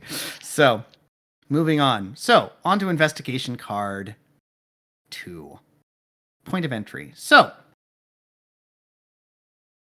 Father and Makoto. We're going to shift actually perspective here real fast as well to the outside of the factory. So, you guys are getting yourselves a bit of a survey of the surrounding area. It is a big place. The walls are high. I will let you guys do your primary mission here is to find a method of entry into this place. Yes, you could just drive the Jeep through, or attempt to drive a Jeep through the wall, but that would require figuring out where the weakest point in the wall is, because even a Convictor frame only has so much strength, especially in standby mode. I'm assuming you've driven out in the Jeep. I don't want to assume anything, but... Sorry, I missed all of that. We have a storm coming, and I was just closing everything up. No worries. If you have to run, I understand. But no, that's the other ones. I'm the strength frame. Yes. Okay. If you need to endure through it, let us know. So basically, what I was saying was that basically you're going around the area. You're trying to find a point of entry. The walls are high. They appear to be very thick, and especially now that you got the blueprints here, this is actually going to be very helpful for you actually trying to find like your point of entry. So I'm going to give it either the big thing is like, yes, maybe you could just drive the Jeep through a weak point in the wall, but the problem is trying to find that weak point in the wall. And even though as powerful as the strength frame is even in standby mode, it might take some time and make some noise if you start making like, a big impact into. I had a Yes. question as Mhm, well. mhm. So when we're inside, our personal communication isn't compromised. Well, while you're out, so that's a So good we question. go into the factory, we have our decoms, we have our personal little communicators. Do Mm. they still work? That's a good question. You haven't gone inside yet, and actually, I'll bring that up. It's an interesting thing. It seems that they're based on the blueprints that you're looking at. And I'll give this based off Minato's role. There seems to be like certain areas within the factory that seem to have almost like a Faraday cage kind of situation where it's like there's not any communication going in. Not every area of it. There are certain areas that you will definitely have clear communication, but not every single one. So you're not going in. You're not going to be able to go in. You're not going to go in completely unable to contact. It's just a matter of where you're going to be at. And thankfully, since you have the map, you know where the what areas are actually under the Faraday cage and what areas aren't. So what I was wanting to know, the reason I was wanting to know this is so Minato and Naoko could follow on the map, like we could relay, oh, we're taking a left turn here, we're taking a right turn here. Yeah. And depending on where you need to go, like there's actually a clear point of where you need to go to the control room, which is not under the Faraday cage effect, but there are a few areas along the way that might have the Faraday cage effect that might interfere with the communicators. But that's not going to be every step along the way. You can have them follow you where you're going, but you haven't gone in yet. Right now, you're trying to find a way in. Makoto is currently sizing up the outside, looking at the structural integrity. Honestly, kind of impressed at the structural integrity. Mm-hmm. I have a hard time believing this is a factory. These walls.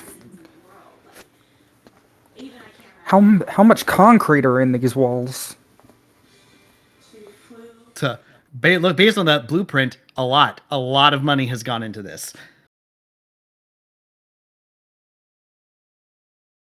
And given the fact that now we have the miracle mechatronics, it was built pretty dang quickly. Father turns to Makoto. I think we can assume that any major doorways or entry points or exit points, emergency or otherwise, are out of the question within your expertise. I would say so. I look at the I look at the blueprints.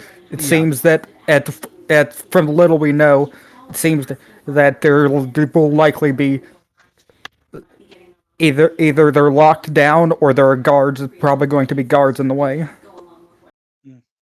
So I have a question. Where are you guys at? Are you inside the Jeep or are you guys outside the Jeep, like taking a quick surveillance? I just don't want to assume where you guys are before. I'd say a quick surveillance. Inside or outside the Jeep? I mean, I'm outside the Jeep. Okay. Oh yeah, no, outside the Jeep. It's kind of hard to ignore the holy roller. Yeah. Yes. All right, cool. So I just want to make sure, so when I introduce what's this coming up, it's not like, I'm knocking on the Jeep door when there is no one's in the Jeep kind of thing. It's also it just occurred to me. It's also not hard to assume that there would be a priest doing laps due to the amount of injuries so far. Mm-hmm. Having a priest on standby is a good idea. Stealth priest. Yeah, stealth priest. There you go. I mean, so far there's only been one death and one major injury. So far, but just in case. Just in case, I mean, things can happen.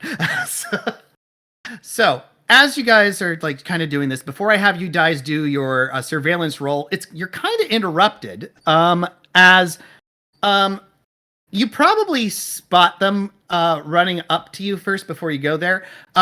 But you actually see like a lab coat, the Drive T-shirt there, and the young man who had pointed you guys out and was actually like very interested in your Jeep for a moment is running up to you for a moment before he goes, Father Pucci, Father Pucci! Oh! He pauses as he's got his hands on his knees. He seems a little bit winded, but very much over burning with excitement, and he is definitely behind the police line. Yeah, I had a feeling. Yeah. I just Makoto stares at him. You realize you shouldn't be here, kid. Oh, my apologies, he says as he's like looking at you. I'm sorry. I'm just a huge fan of Drive and more specifically Convictor pilots, and I just wanted to I didn't see any other opportunity here, but I just wanted, and he reaches into his I draw lab coat. my pistol. I Whoa, draw my whoa, whoa. pistol as he reaches into his lab coat. Oh shit! No, He says as he pulls out a pen and a notebook. I motioned to Father Pucci to calm. Whoa. I realize I should have probably. He's like, oh, I'm so sorry. I just wanted an autograph. That's all I wanted. Holster that pistol. Gotta be quick. Hey, you never know. This is a terrorist situation. That's all I'm saying. I do understand. My deep apologies. I should have led that. That's what I wanted with first. He finishes the statement. Makoto has already finished the autograph. Yeah. Oh, thank you. And he's looking at you. With a small toy car are also in the kid's hand. Well, you say kid. He's like 18, but that's still he's a kid to you. So the father addresses him. This is not the appropriate situation. Get back across the appropriate line. I apologize. He goes like that. It's very look. I admire Convictor pilots. I admire everything. And as soon as I saw you coming up here, I knew my sister was going to be okay. She's in that building. I know I can't go in there to help, but your Drive. I've been studying exoframes since I was 14. I know the ins and outs, and I just want to be able to help in whatever way I can. The father sighs and stretches out his hand for the notepad and the pen. He hands it over to you, and as you're signing, he actually pulls out like not a D-pad. He has his own like sort of like version of like an iPad or stuff. It's like so I'm assuming you guys saw the news. I would assume so. You saw the security footage, and he pops up to like the image of the heavily modified exoframe that's like punching into the ground. Yes. What about it? Well, he looks at it, is like, these are some pretty high-end parts, especially for an illegal mod. I don't want to. I don't know if you guys can tell me if you figured out like where they might have been funded from, but this isn't a crap job. They got some real high tech. They're being backed by something or someone. We could figure out that much, but the exact ins and outs. He sort of nods. Hashimoto, should you really be discussing this confidential information with someone who is not of Drive? Makoto looks at Father Pucci's like, I feel like everything that he has said is something he has already figured out. So I have yet to spill anything. Makoto shrugs. And he nods. He is like, oh, okay, I'll get to my point. Before her phone went dead, my sister sent a text. She said she saw 3 of these. 3? He nods. This might be a problem. Even more of one than we thought. See, that's also the other thing. He points out, that's the thing I know. That's why I started looking at them, because I wanted to see if there was a way, because I wasn't sure if Drive was going to be there. There was rumor that they were getting their mechatronic division in there, and I wanted to at least help the officers here, because this is a lot. This is a lot. He goes, but they're good, but I found a weakness. He zooms into a point and he exits, and it's still a little blurry on there. He goes like, you see the exhaust that's coming out from when it punched? Heat sinks. It's a heat sink issue.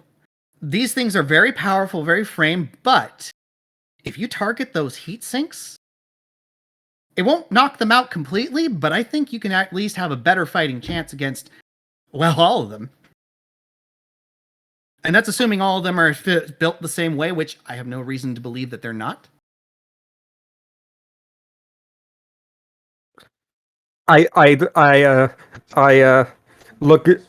I politely bow out, like as a just a courteous bow out to him as I thank him and ask him if he could uh, get himself back to the other side of the police line, and that he was that this was, and tell him this is this might be very useful. Thank you for this.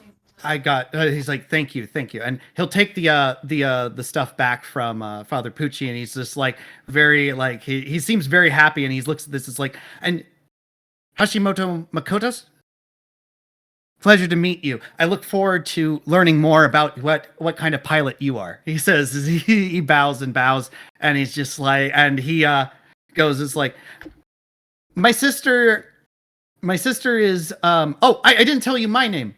He goes, I am sorry, I have his profile here for just a moment. Oh, did I go there? I'm Miyata Michi. My sister is Miyata Kade. She's one of the hostages there.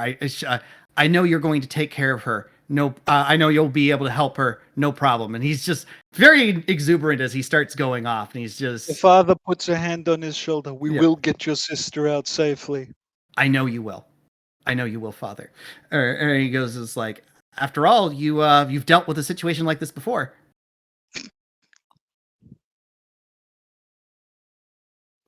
I whisper to Father Pucci, this kid knows a lot.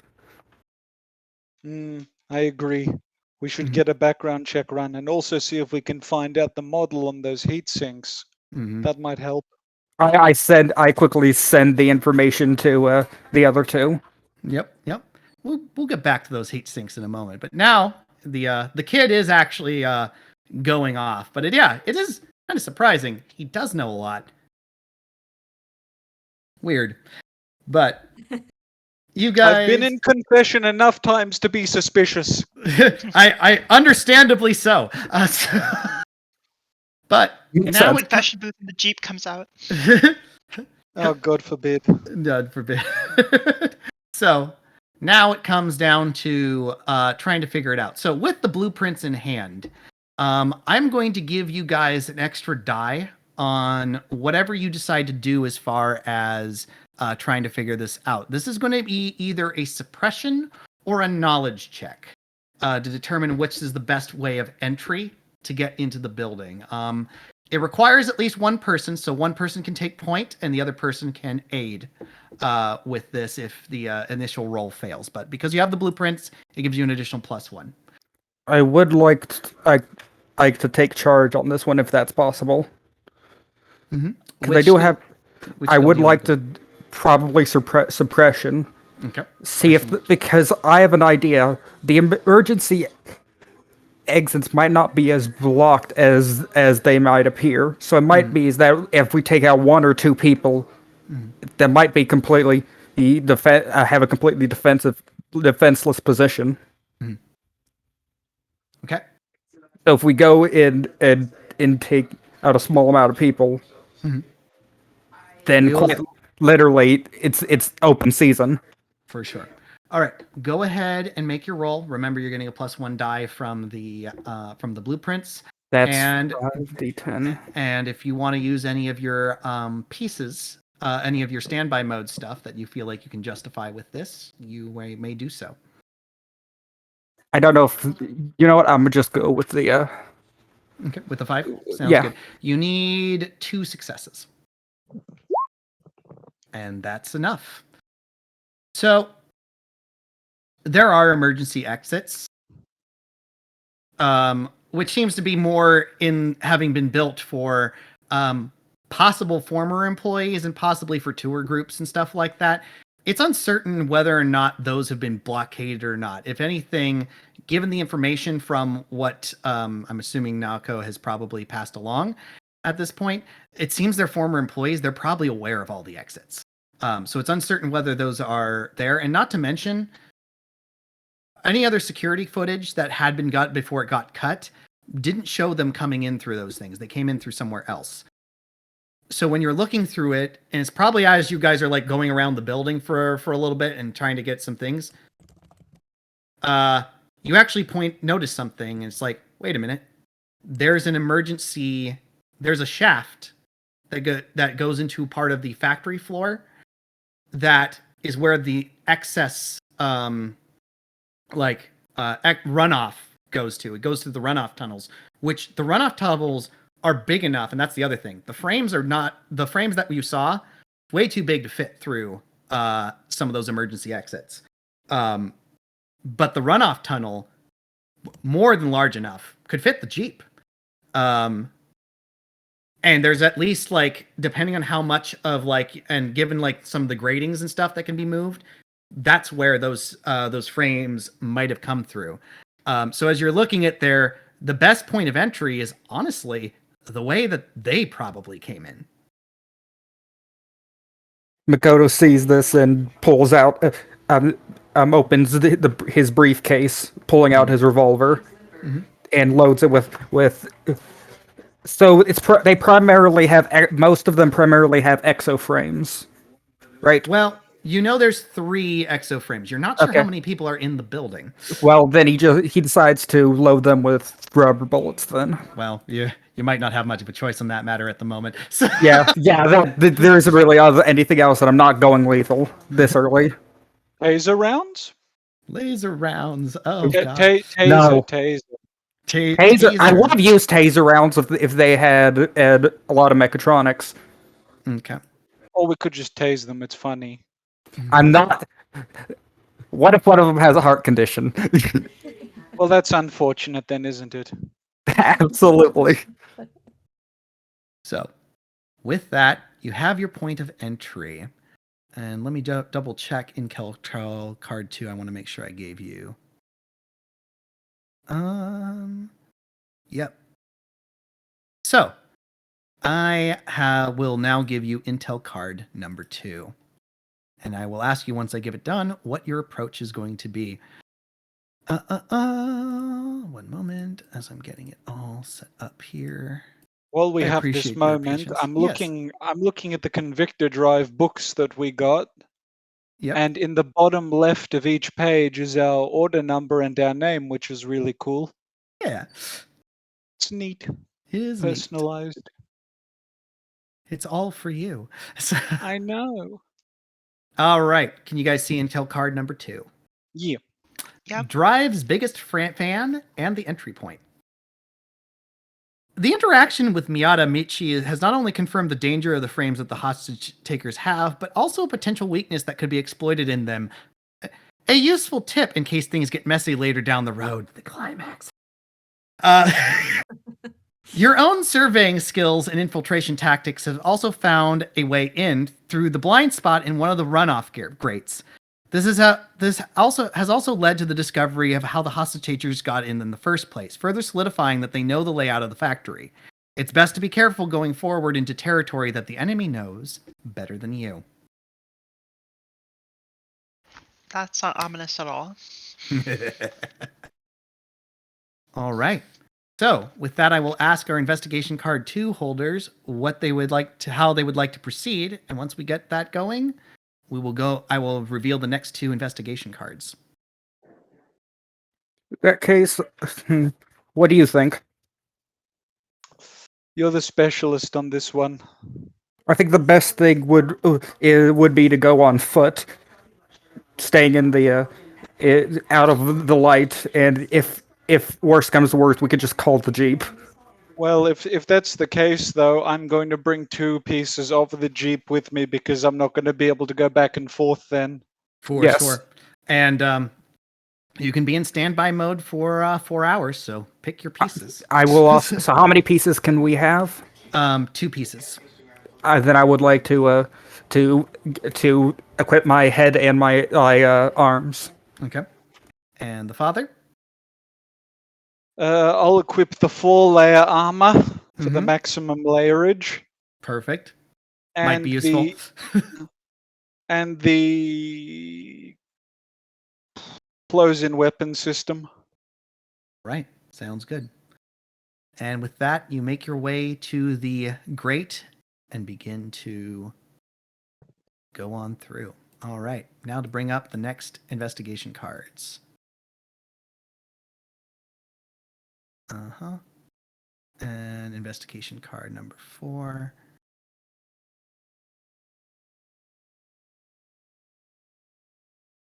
Can you guys see both investigation cards? We can see 3.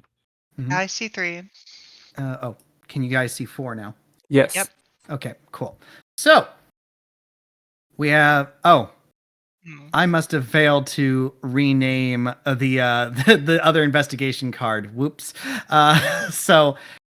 Jurisdiction dilemma number 3 versus jurisdiction dilemma number 4. So, investigation card 3, jurisdiction dilemma. What you're going to be dealing with. Chief Inspector Fujimura Sotaro is not convinced that Drive is needed for this endeavor and wishes to dismiss you from the negotiations. This could also be tricky when the lead hostage taker calls in the middle of the dispute. Your objective here will be to convince Chief Inspector Fujimura that Drive's presence here is integral to the rescue of the people inside the factory and continue to negotiate with the lead hostage taker. Versus the other one. Inside the factory, there are many dangers you will have to navigate through. Equipment, androids, and even some of the hostage takers themselves are taking an active interest in potential intruders. Your objective is navigate your way to one of the control rooms, avoiding danger and subduing any potential threats. Now, I know one of this kind of gives away a little bit of what's about to happen, but it'll be interesting to see how the role play goes. So, unless there's any arguments, we're going to go to number 3, or we can start with number 4. We could just carry that motion forward. Up to you guys. I would say let the other 2 get more role-playing opportunities. Okay. Better Before to we get it. alternate. Mm-hmm. Absolutely. Sounds good to me. All right. So, with that, also, I know it's this has been going on a little longer than I anticipated at this point. How are we all feeling at the moment? I'm still good on time. Okay. I'm still good as well. The sky has opened up, but I'm still good. All right. My cat is sitting on my power box, but that's about it. I'm willing to go as long as needed, and if I need to, I will speed things along as need be. But anyway, so meanwhile, back at the command center. This has been. So you said you were. So Naoko, I want to ask you. You said you were going to look into certain things and discuss things with the about potentially getting them contact. How true was that? Just out of curiosity. Oh god, that was a total lie. Of course it was. I didn't expect you to be giving them anything. So with that, you, Minato, and Inspector Sugiyama Emiko now have your heads together, I'm sure. What's the game plan at the moment before I put in the wrinkle? So, I guess for Naoko, she's going over the contents of the call with Inspector Sugiyama and getting the sense of her opinions on it first. Okay. I don't know what Takashida's doing. Takashida? I think I am just poking subtly at this thing that is like blocking me. Yes. Because I want to see it dance to see if I can figure out how it works. Bleep, bloop, bleep. Yeah. Yeah. It's pretty advanced. Yeah. It's usually, and it's probably about this time as they're about the end, you get the information about, like, you know, the heat sinks and stuff. And just to touch in bases with the other people, did you guys, I'm assuming you guys put a note on how you've got the heat sink information? Yes. Oh, yeah, absolutely. That's Mr. I'll run a Suspicious right there. background check on that kid. Okay, also. cool. This is optional. Go ahead and make a mechatronics roll. It will be a difficulty of 2. Okay, do I get to still roll with my standby bonus? Yeah, if you're still wearing it, go for it. Great. This is too many dice for this. It is not too many dice. There's always more. This is 4 4 successes, but also 1 failure, so I guess Well. technically 3. No, ones don't take away. So Oh, that's exciting. yeah. No, the game wants to is very much a you're going trying to go forward with success is basically what it's trying to do. Cool. So, so I will give you some information. You actually pull up like some profiles on him and stuff. You actually see his student ID, and like his student profile and stuff. He is preparing to take his university. It looks like he's on his way to preparing to take his university exam later this year. He has, since the age of 15, tried to apply to become a Convictor pilot. Like, there are records in Drive of him coming in and putting his application. And he has been turned down. How old is he? He is 18 right now. Oh, wow. All right. Any notes as to why he was turned down? There are notes. No required levels of trauma. Incompatibility with ring system. Okay. Is it bad? I can see where this is going. Oh shit. Cool. Okay. I will let everyone know that he's like fine. Yeah, he is, and yeah, he's going to school, but his grades are showing high marks, especially in terms of exoframes. Like, his ins and knowledge of exoframes is like stellar. He wants to join Drive. He wants to at least work for Drive. Like, Drive has actually put notes in the forum. Is like his brilliance has actually made them noted. He is definitely someone they want to actually put in their science division. However, this is where like certain regulations come into play.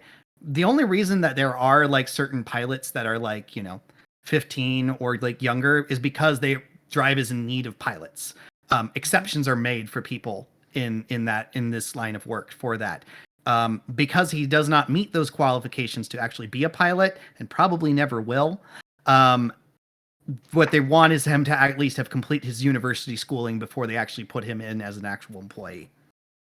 Yeah, so a message will pop up on everyone's D-pad with regards to him that just says, outside of some questionable profile pictures, he's fine. What, does he have a K on profile picture? We're talking about like anime profile pictures, are we? Yeah, just a long conversation about his profile pictures. There's actually like one profile picture of him with him at a certain Drive booth at a magic show that he was at, where he's just got a thumbs up, and there's like you see Faye like floating, and he's got like his picture there, and it's just like Drive security mechatronics, so cool, kind of thing. The references. Oh god. You think the biggest Drive fan wasn't going to go to a magic show because once he wasn't going to go to a magic show because he found out there was a Drive booth? You're sadly mistaken. I mean, who knows about those things? Clearly, I didn't organize that. So. If only there was some way to tie all the universes in together. I don't know. Let's go to church. Anyway. Which church? The church Phantom goes to, or the actual person named Church? I'll leave that to your discretion. Anyway, moving along here. There's some hosier in here. We're tying this all together.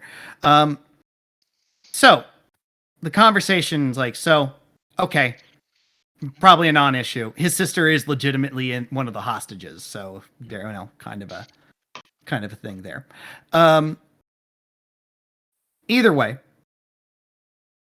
you're trying, so Naoko, you're trying to get Sugiyama's opinion.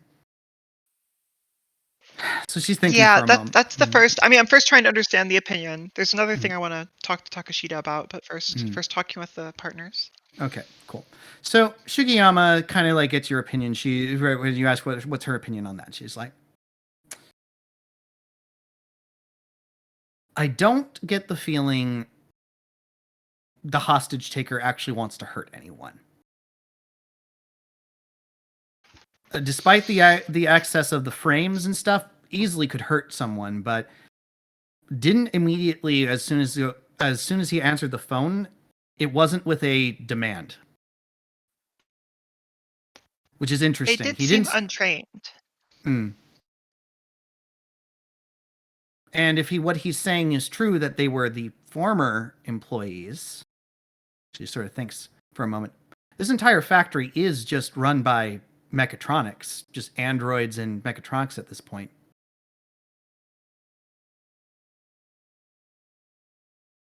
I'll start taking a look to see who the former employees may have been.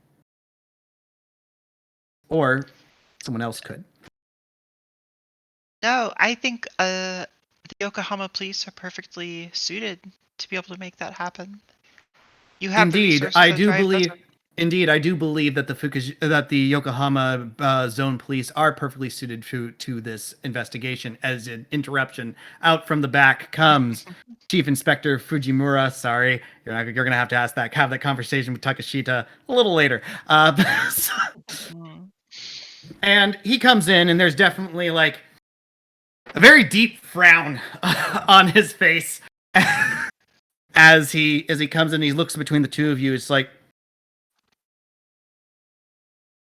as you've heard from Sugiyama herself, she has accurately assessed the situation, and from your own admission, the Yokohama zone police are perfectly capable of running the list on these things.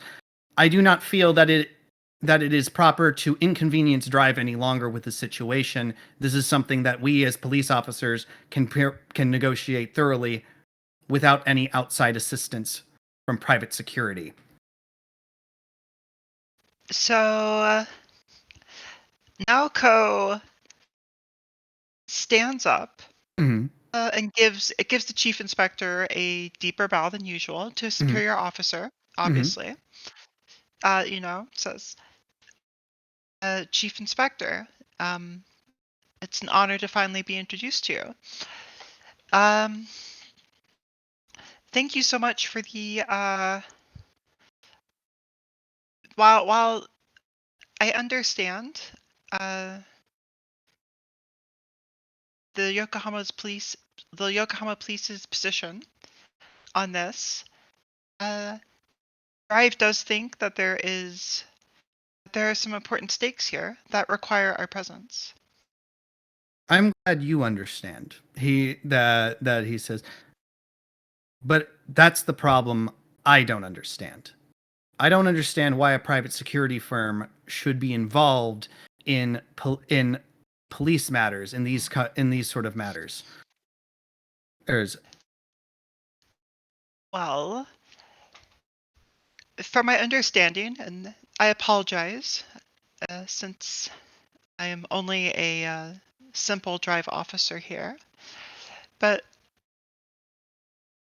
the jurisdiction here is a bit complicated because of the unique position of the Yokohama zone. Now, a hostage taking, of course, is a breaking of the regular laws in Japan, and of course would be handled by police anywhere. However, the presence of these, modified exoframes, and she kind of taps her D-pad where the image of the over-modified exoframe kind of punching the ground goes, Mm-hmm. necessitates the use of Drive. After all, it's mecha law that makes these illegal, not regular laws.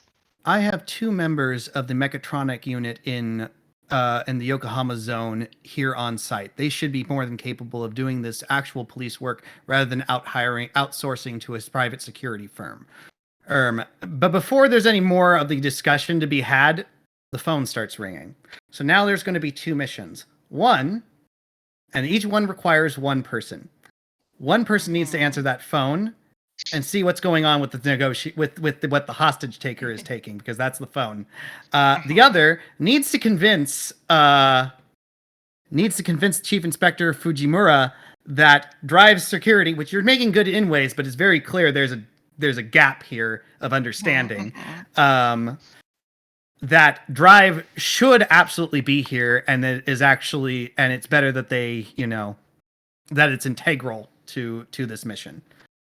So Naoko, your primary negotiator, and you're caught in a rock and a hard place. So where is Takashita going to tap in? Trying to talk to the police inspector or try to take over negotiation? I think I am up to the task of the police inspector. Okay. Okay. But I will look to specialist. How do you pronounce your last name? Kato. Kato. I will look to Yeah. specialist Kato for her instruction on which I should do. I mean, I could see it going either way. To be honest, that was part of the conversation I would have with Takashita, was about how to handle the negotiation going forward.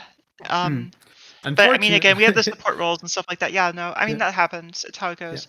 Yep. So yeah, no, And- if you want to go for the inspector, I'm happy to deal with the negotiation, but I think either one can work. So Do you have a strong preference either way? I will also put in this little thing. It's usually best practice to keep the same negotiator be the one talking on with the same hostages. call, yeah. Exactly. So, I mean, you guys are free to do what you want to do, but I just want to put that little thing in there, and especially with Kauto's seeming respect for protocol, I feel like that might be a thing to point out. Yeah, I mean, I have some more initial thoughts for how to handle the inspector, but that's out of character. But I'm good doing I think in character, you're right, that she would stick with the same task. So she kind of nods at Takashita, and then very subtly kind of looks over at the investigator as she moves towards the phone. Okay. So Takashita, slide right into place. Hi.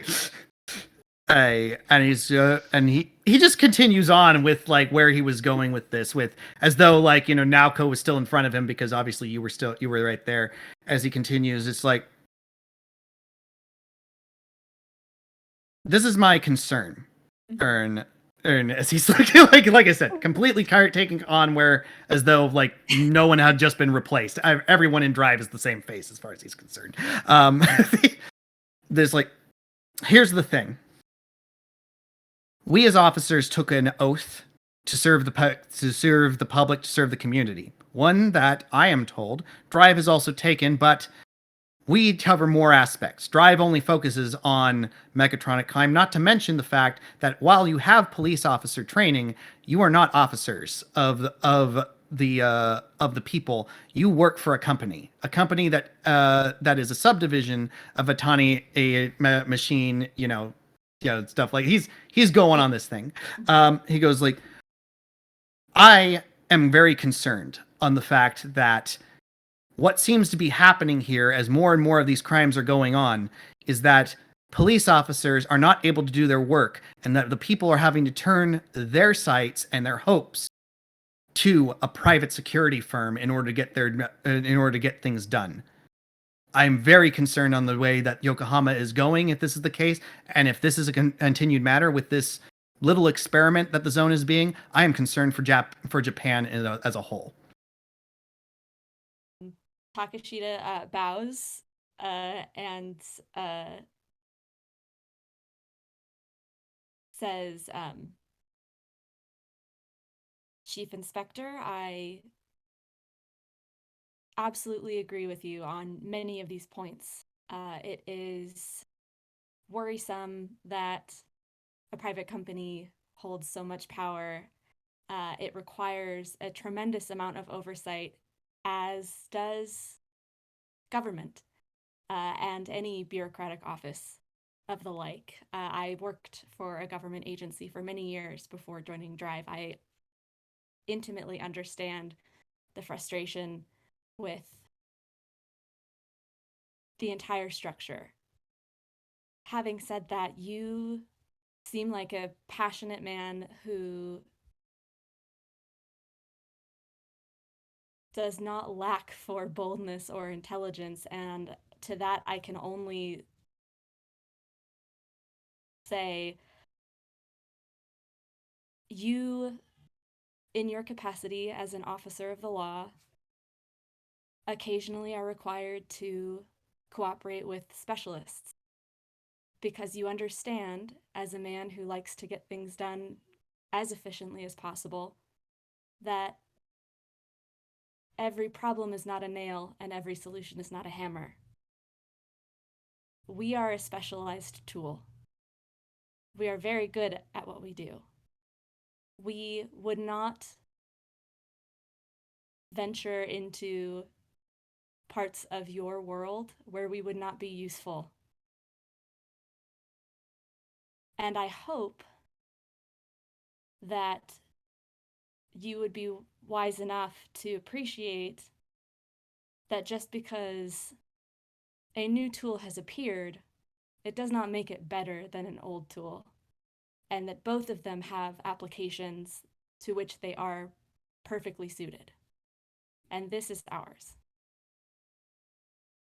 So, you are going to have to make a roll, but given some things that you have said, and you've played this very well, I appreciate that. That was a good speech. I will be reducing that difficulty. I will reveal what that is in just a moment, because we're going to shift to Naoko, because simultaneously as this is happening, Naoko is getting on the phone. Yes, I am. Yeah. You pick up the phone, and before you even get a chance to say like hello, you can already hear there is the sound of someone screaming in pain. But the voice on the phone is definitely the same voice you're talking to, but there's panic. As the voice on the phone goes, "Do you have medical supplies?"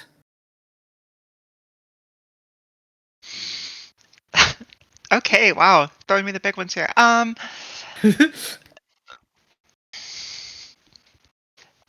Let's see. So Naoko's answer is calm. So she almost acts like there's nothing happening. She says, "Hello, this is Specialist Kato from Drive. I asked you a question. There is an injured hostage here. Do you have medical supplies or not?" What's the nature of the injuries? Did She you tried- cause them? She tried to escape. We didn't want to hurt her. She ran to one of the machines.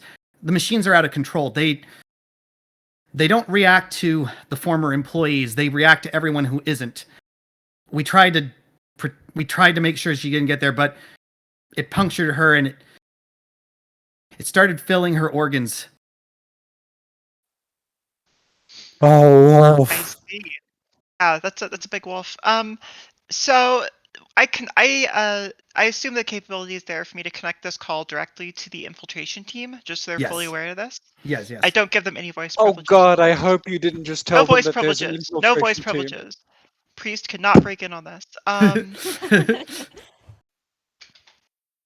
So I guess so. Obviously, the energy in the room is directed towards the speech that Takeshita is making right now. Yeah.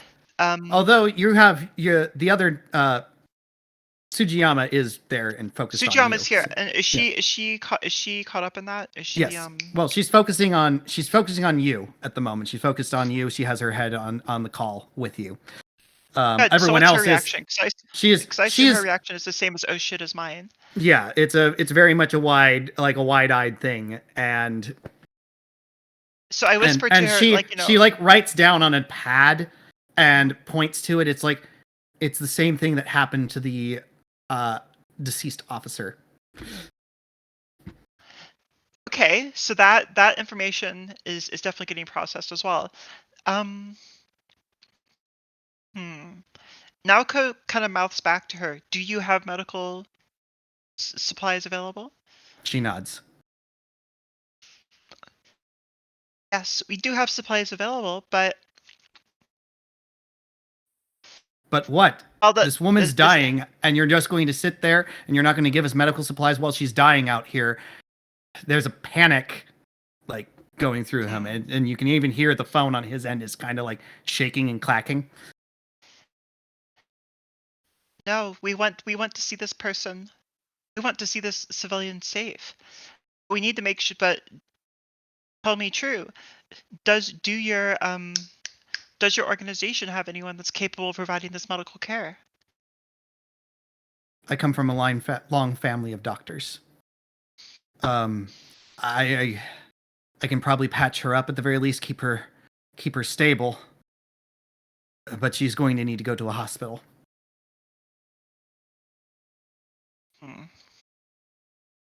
So by this point, I'm basically kind of like,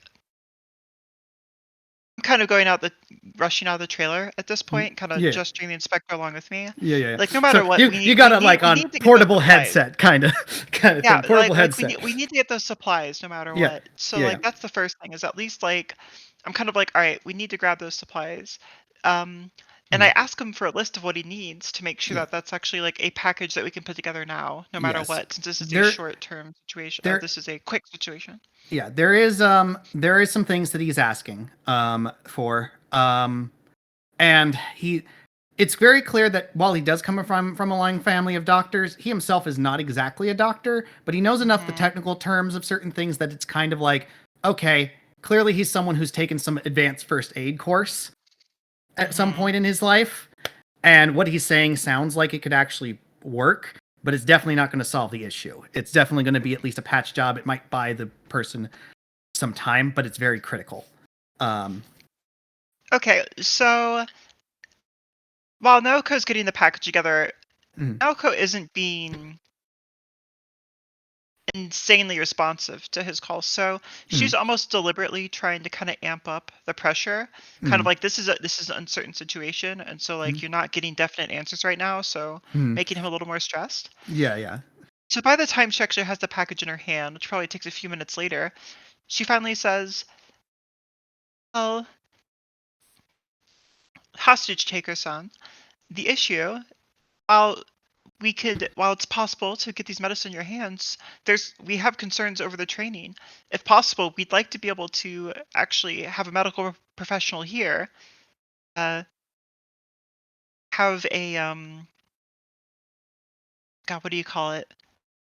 Like a telehealth presence there to basically watch what you do to ensure that she gets the right treatment necessary to stabilize her and get her out of that situation." There's a pause. And then he says, "No." No. So you'll kill a woman, but you won't. No is my family name. I am No Fumio. I did that on good. purpose to really freak No out. way. Wow. Move. You beautiful man. All right. So no Fumio. Okay, cool. Well, No-san. Will you let one of our, and I don't, is there like a medic nearby? I just used the name off that medic's person. Like they don't even have to be like a mad medic. I'm just kind of bullshitting right now. Will you let I don't know, Yamatori-san here look over your shoulder while you're applying these medications?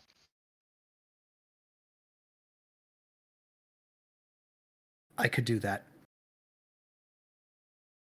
Okay. I'm going to be putting this together soon. I just need to know where you need it deposited. Don't approach within 20 feet of the front doors. Just toss it at the doors as close as you can. One of us will bring it in. All right. Also, and Naoko kind of says this as like almost an afterthought. Who's the hostage that's been injured? I don't know her name. It wasn't the one you talked to earlier. Okay, so with that, I mean, yeah, basically, with that, like, I focus on getting the package together. Is Takashita free from the conversation yet? All right. So I think we're going to need to do. I think these are both like some good roles here. I think. Well, honestly, the conversation with the hostage taker is going fairly well. I don't think there's a need for a role there. But let's go with yours. Let's go with the issue with the police inspector. So originally, I was going to say you needed 2 successes on a negotiate. I'm bumping that down to only 1 success needed. Ooh. Okay. So how's your negotiate? Just out of curiosity. That's a great question. It's only 1. So you do have your. You can always go with a standby mode, and since you have one other person who's not in the mission, who's at least on decom close by to give you things, you do at least have the potential that someone could aid you in a roll. But we'll see how this goes first. Is there any standby equipment you want to use for this? Because I know you have that enhanced computer, which could help with mechatronics. Maybe you could be using that to, pick the right words to say to this individual. It's like, that kind of thing where it's just like it's composing a document and just like, it would be better if you compile your sentence this way because it gives more sympathy to the. Yeah, I think that because Junpei warned us that that we were going to be cooperating with the police and they weren't happy that we were going to be there, right? Yes. So I think that as a background thing, I have been just looking up information on these two, on the chief inspector and the inspector that we're dealing with, to see if there's just anything that would be helpful. So I know a little bit about them to kind of guess the best approach. Would that work? I will give you that, because you've been getting because that could be used for that. So we'll use that as part of your standby skill. You're accessing that information. I stalked them while I was Facebook stalking Miyamada. Perfect. It's the Facebook stalking trifecta. So go ahead and do that with your standby bonus 2 extra dice. Oh, sweet Lord, please. Hey, oh my God. One success was all you needed. There you go. Meanwhile, Naoko, your own negotiation. I'm gonna have you roll. This is more of a bonus thing because depending on how well this goes, you may get what you want, where you get a camera looking over, or they might not. Shut that down. So go ahead and roll. It's a difficulty 2 with your negotiate, unless you wish to argue something else. No, I'm just trying to think if I could do some standby stuff or not. Sorry, was that the name, or you were saying no? I'm just kidding. Anyway. I can't really think of a standby thing that would work. They're not in front of me, so I can't just use my pistol to threaten them. It's very I mean, start clicking it against the microphone. It really sends the mess. Yeah, it's just not the same type of tone that I'm going for. Anyways. I mean, I think you do have a head thing for data stream too, but still, you still got 2 successes, so that's enough. Yeah, so I'll do it. It goes through, and there's the through one of the door cracks open slightly, and you see one of those what is it, those arm extending things with the grip.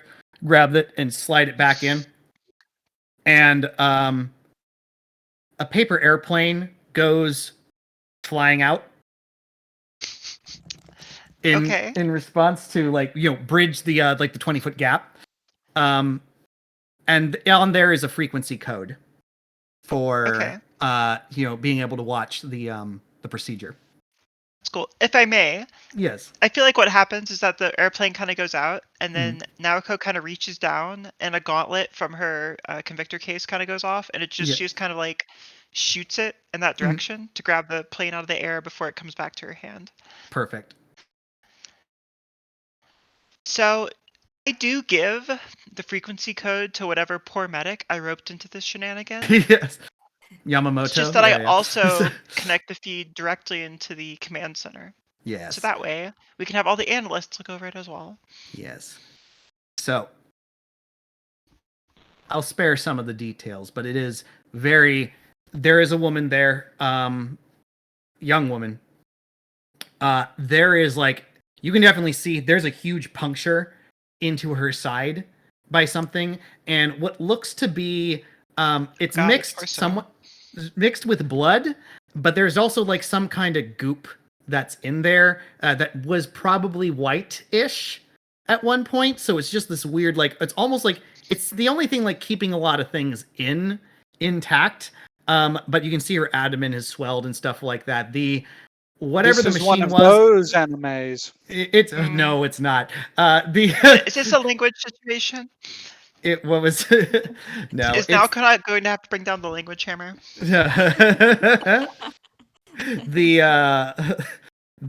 basically from the looks of it, and you get the confirmation, like it's one of those, like, how you, like, you have like the certain like chocolates and stuff, and there's like the stuff that like puts the filling inside of thinking. It's like banana cream filling inside like the stuff. That's what she got hit with. Yeah, yeah. I Yep. could guess that was the situation. This is Yeah, a fun factory. I wanted to put whimsy and horror. I'm glad to combine both together for you today. Over the phone, I mean, he's working over there, and you can hear them sort of talking amongst themselves, and it's just like, have we gone too far? It's like they need to know, and just like shh. There's like moments like they're keeping their conversation down to a minimum, so it's like to not like potentially like let any information leak. But the man who's daring there, you can see his hands. He's got gloves on, but he's very much being very careful and stuff. And he's clearly not a doctor, but he's taking the advice from here, and he's definitely seems at least good at like the advanced stuff. It's a very tense next 30 or 45 minutes. And with that, I am going to reveal intel card number 3. Can you see it? Yes.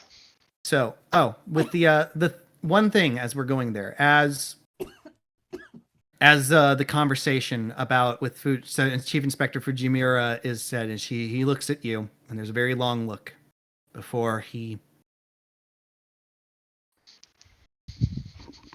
I see that you do understand. Then, not as Drive, but as a specialist, I'm grateful to be working with you today. And he bows. Please forgive me for my behavior. And with that, we will get to Intel Card 3. The old ways must give in. Complete Investigation 3. Chief Inspector Fujimura's concerns about Drive's boundaries have been addressed, and with a better understanding of the feelings of the Yokohama Zone police on site, this may help in being able to work together with them not only for the remainder of the mission, but perhaps in future as well. Only the rest of the mission will see to it. You have learned in your negotiations with No Fumio that one of the hostages tried to escape and is gravely injured. Despite the initial threats, it does not seem that Fumio or any of the people there actually want to hurt the innocent people, and the situation just went out of control. Despite the phone call ending without a resolution, you are one step closer to resolving this case. Now for the action side of things. Investigation card 4. So, you guys get there, and you can actually see like the ladder that was that leads up to the underneath the grate system and stuff where the runoff is coming from. And I'm not going to have you guys roll yet, but you guys, as you can probably see from the favored skills, suppression, mechatronics, agility, and brawl are the favored stuff. You guys are getting like a quick look, like probably a lift under the grate and stuff like that. I'm going to change the scenery actually real fast. I just realized to the factory floor. So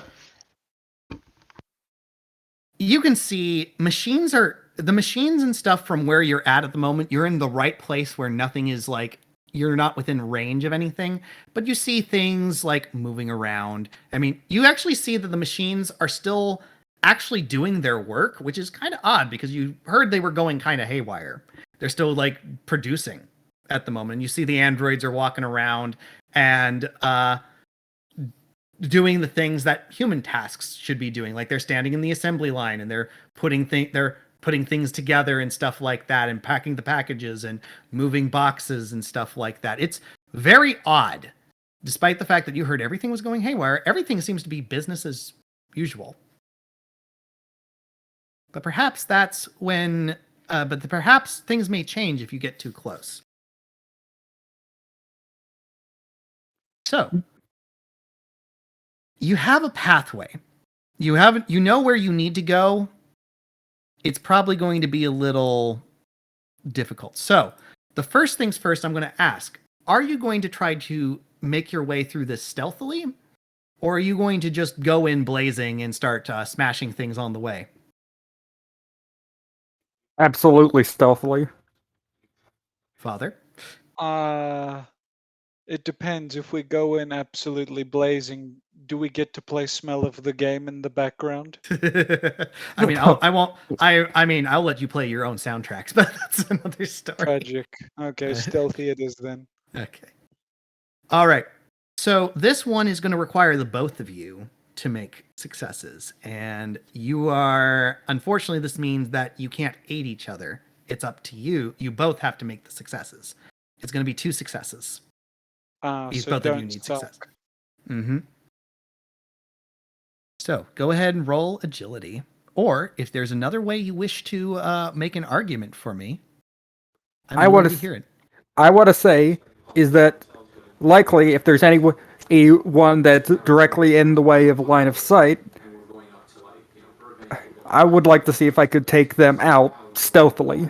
If they Better indeed question my is, way. before we even go through any of that, is what is the layout of the factory floor? Is there a way we can avoid this entirely? Okay. Sounds like you have 2 different approaches you want to go. One of you wants to go more of a suppression game tactics. The other kind of wants to use the knowledge that you've gotten from the blueprints of where, like, hey, what's the layout? Where do we want to go? So I could see an argument for suppression and or knowledge. I will leave that up to both of you on which one you want to do. And since you have the map, I'll give you a +1 bonus if you're wanting to use the map to try to figure out the layout.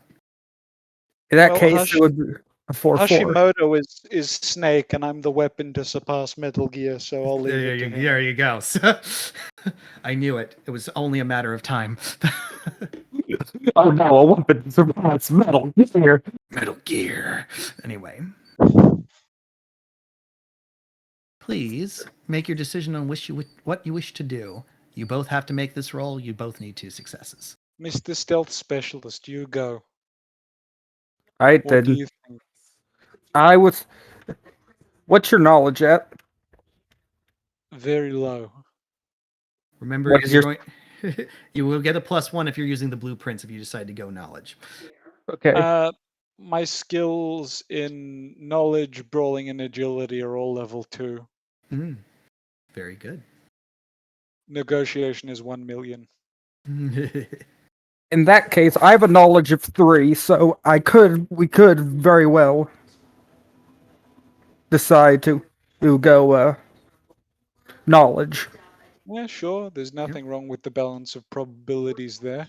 Yep. Yeah. I mean, you both have to make 2 successes each. You both don't have to do it the same method. You don't both have to use knowledge. One of you could use suppression. One of you could use knowledge, depending on how you argue your approaches. It's just It's just in order for not to alert to your presence or cause further issues. You both need to make this. In other words, you both need to make 2 successes on your own, or else I get delay tokens. So. Well, we don't really have much of an option here, so we'll have to go with the knowledge. Okay. So we can we choose different ones? You can. Okay. You don't have to go knowledge if you don't want to.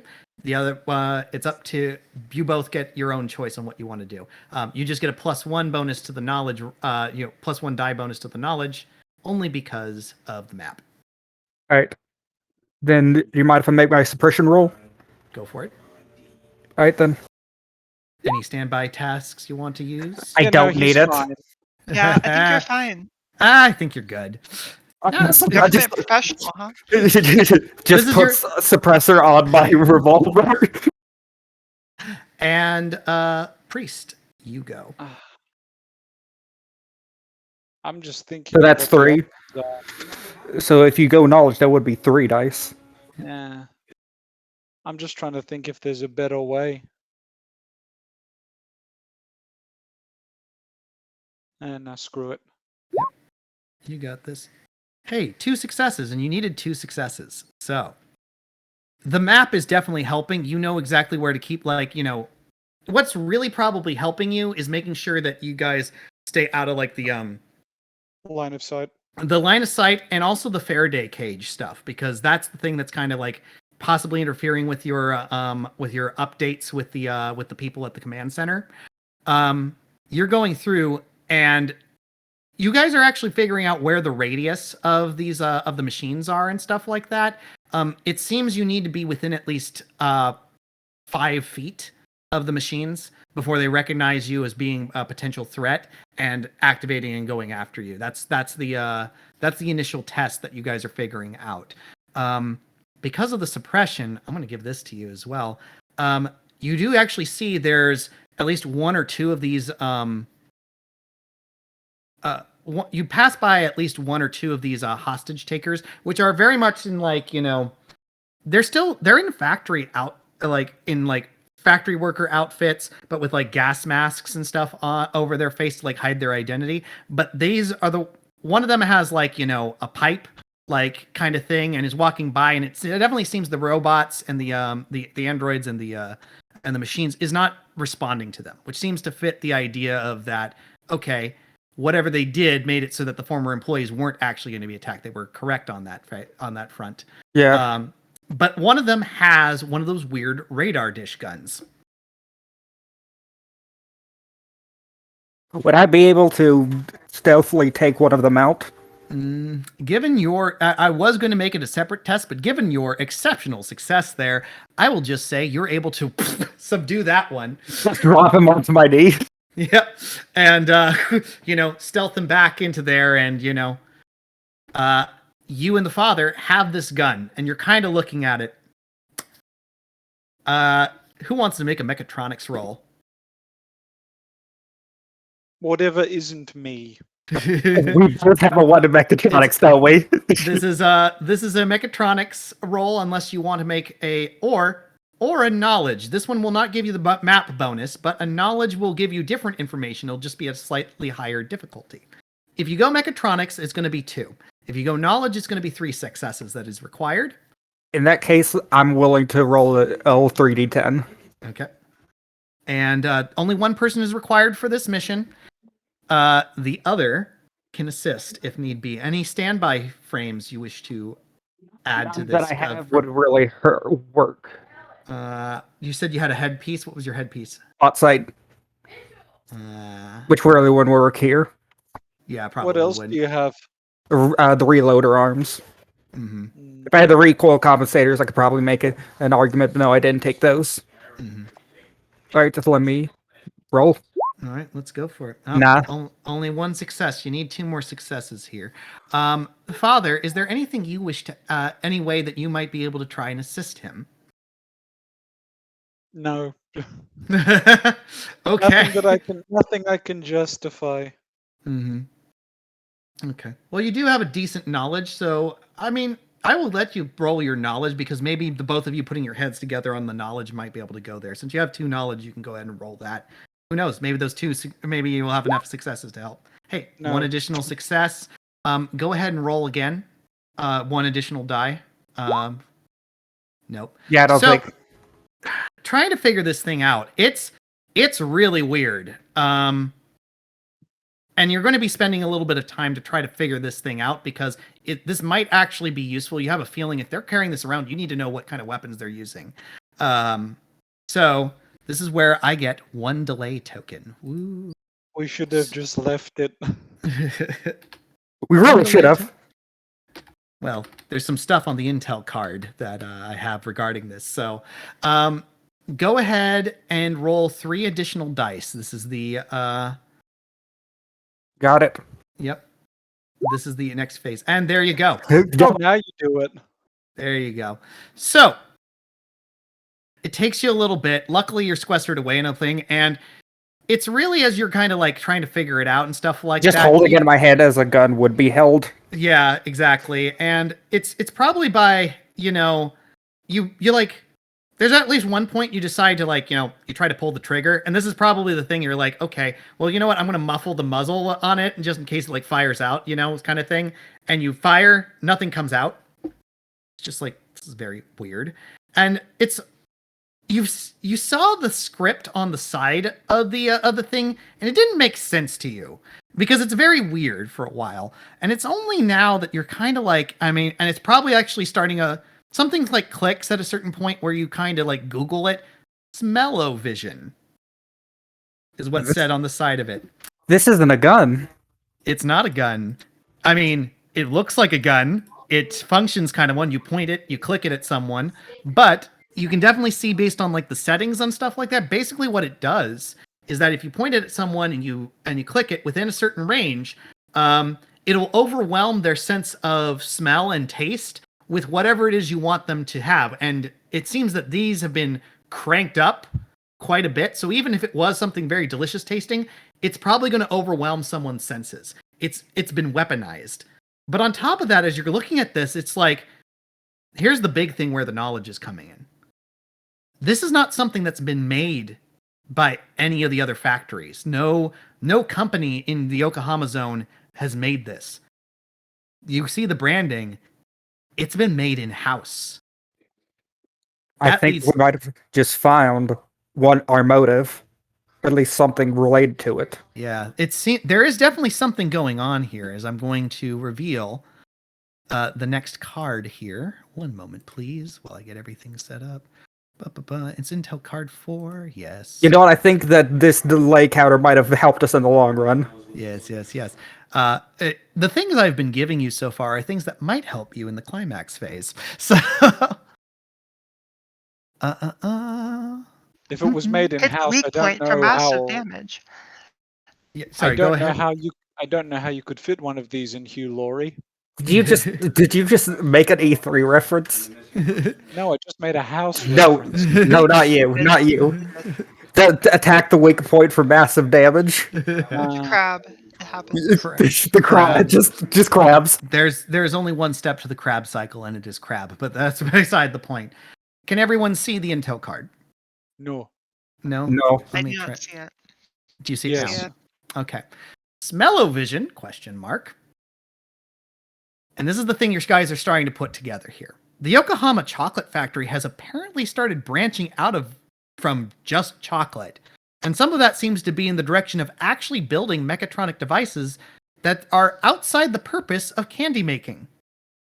This is the big thing that's starting to come up with your knowledge checks, this is a clear violation of current mechatronic law, and the owner, Koga Nobuyuki, is kind of looking towards their own arrest if this information comes out. The question remains if it is Drive's duty to make this arrest, or the Yokohama Zone Police, given the fine line between mechatronics crime and licensing violations. More importantly, you have an idea of what kind of tools the hostage takers have at their disposal. It may not cause damage to you or your frames, but it may cause other problems that make a confrontation tricky. And with that, you guys continue on your way to the control center. So, surely, if we're wearing like a full body frame, it would be insulated. Yeah, absolutely. All right. Yeah, but imagine if we were fighting amongst the hostages. Well, sucks for them. Oh no. That's not the attitude a drive officer should have. Those women are getting out of their safe. No one's getting out of this alive. Oh god, no. All right, so I'm going to pull up the last investigation cards here. Investigation card 5. And investigation card 6. Can we see both cards? Yes. Yep. Investigation card 5, Made with Love. That's the name of the session. It sure is, sir. Favorite skill, negotiation. Overview. With the commotion made from the other Drive members inside, No Fumio is calling one last time with his final ultimatum. Objective. Negotiate the release of the hostages and convince the Yokohama Zone Police that Drive security should take the lead into the factory. I don't think that's required at this point, given how well that speech is, but good role-playing stuff. And then finally, investigation card 6, seize the means of production. Favorite skill, favorite skills, mechatronics, and knowledge. Having found the control room, it's time to get in and shut down as much of the security measures as possible. It seems almost too easy. Objective, clear a path for yourselves, Drive, and the Yokohama Zone Police. So, let's go back to investigation card 5. back to command center. So it's very tense. This hostage negotiation has been going on for a bit.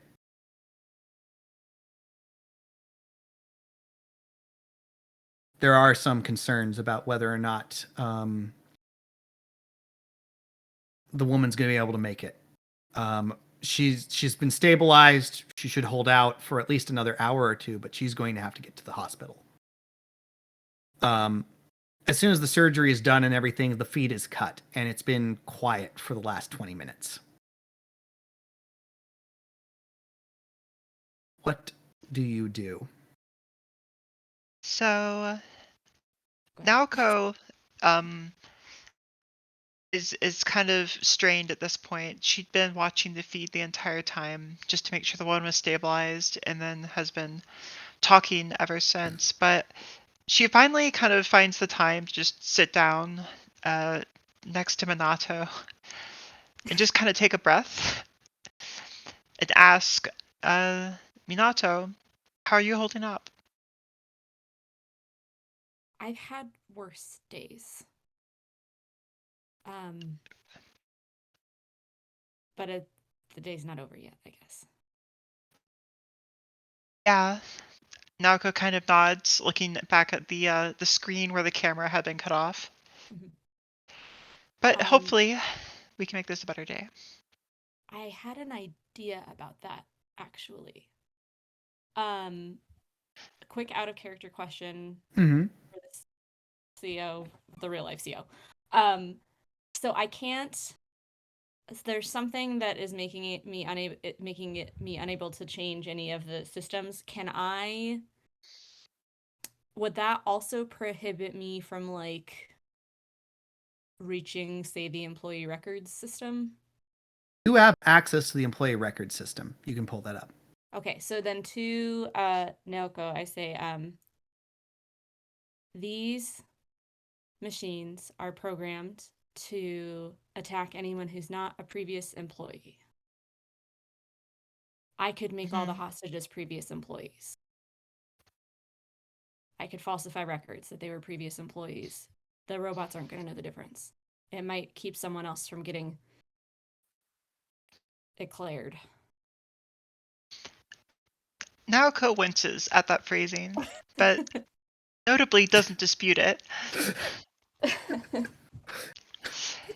As horrifying as it is this is the thing. This is the beauty of like horror and comedy. It's just sorry. Go ahead.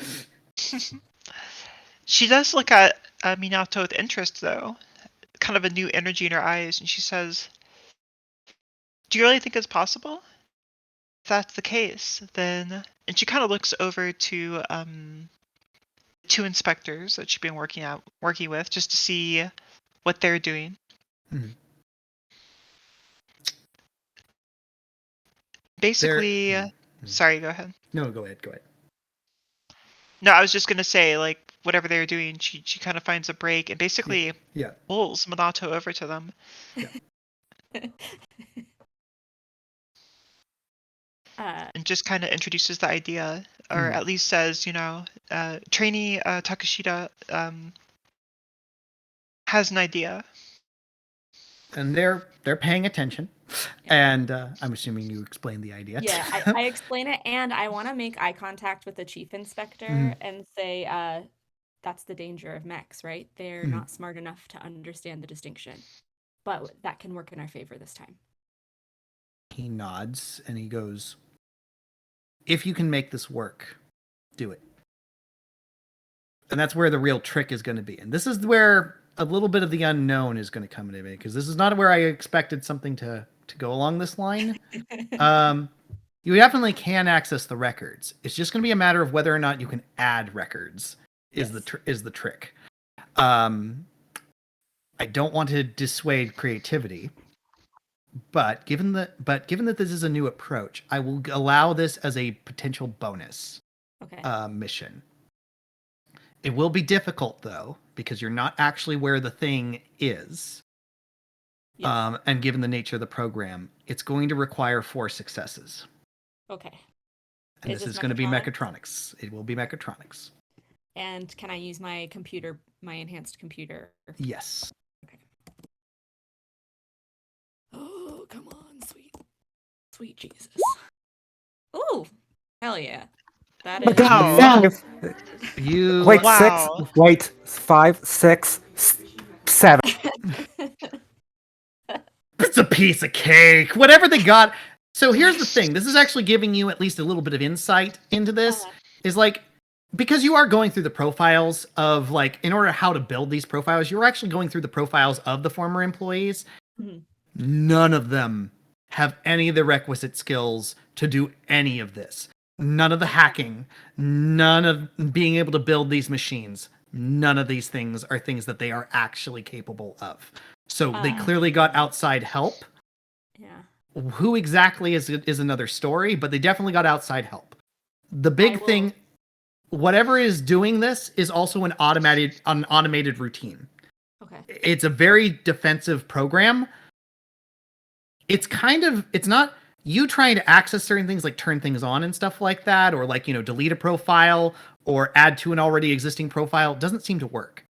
But adding new profiles seems to work just fine.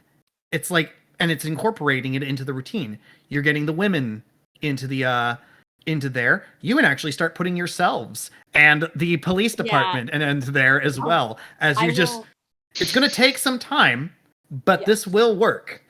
I will prioritize putting in my 2 compatriots who are in the building, and then the hostage who was already injured as, like, the first of the hostages, and then we'll roll through the hostages first, and then whoever else outside needs to be added. Beautiful. This is worked out better than I could have planned. So. And I do say to Specialist Kauto that it looked like there's no way these guys were smart enough to do this. Not that they're not smart enough, they don't have the training for it, which means they were bankrolled essentially with skills instead of money.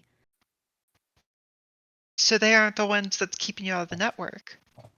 No, it's somebody else. I got report invited that to back something. to Lieutenant Junpei, actually. Yeah. That seems to be matching with the consistency of the fact of the frames, the 3 frames. He seems a little put out on the fact that apparently a child was able to point something out that they weren't able to.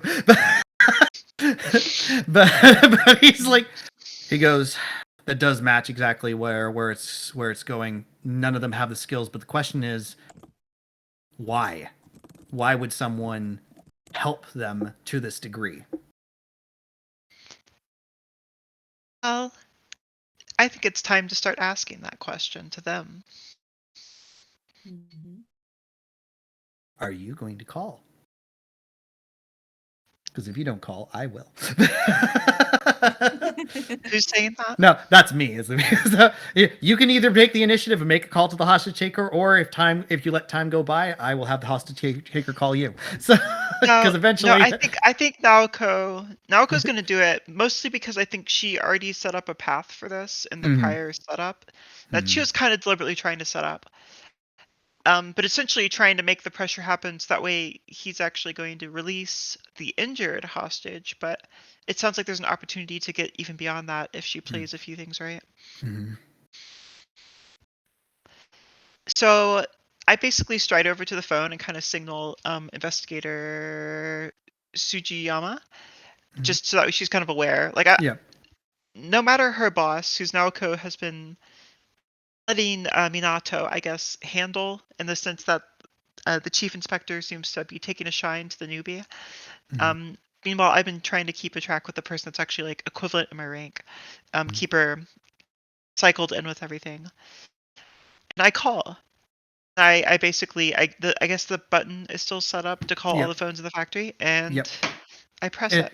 The other drive security is getting phones are starting to go off at different parts of the section floor and stuff like that. So it's probably a little disconcerting, but none of the machines seem to be reacting to you, which is better now. So everything's going fine.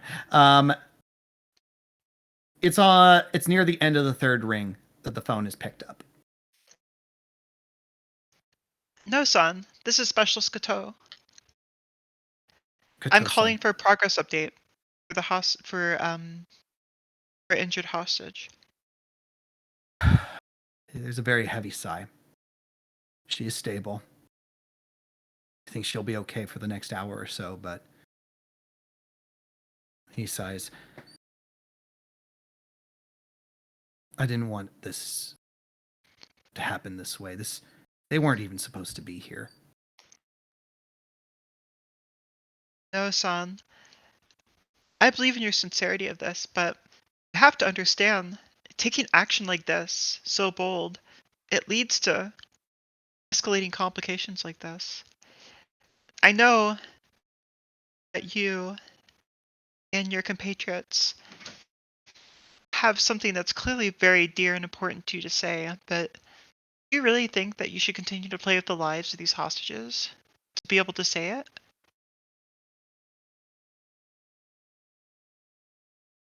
Is it all right if I ask you a question? Please, Kato-san. no-san.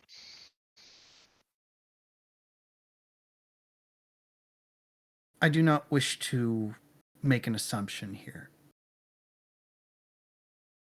But is there anything in your family that you are proud of in your historical line, something you've always done, something that has always been a part of yourself, that you feel that you put your soul into, not just yours, but those of your father, your mother, your grandparents, and so on and so forth down the line? Is there anything like that for you in your life?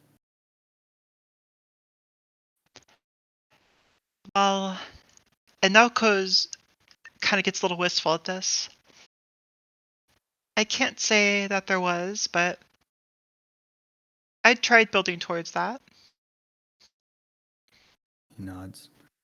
Well, he nods. You can't see that. But I'm just just Naoko's assume got he really nods. good hearing. Don't worry about it. I mean, people they bow to each other on the phone. You can hear each other bowing. So, you know. It's just a It's just Japanese thing. Japanese Yeah. college, yeah.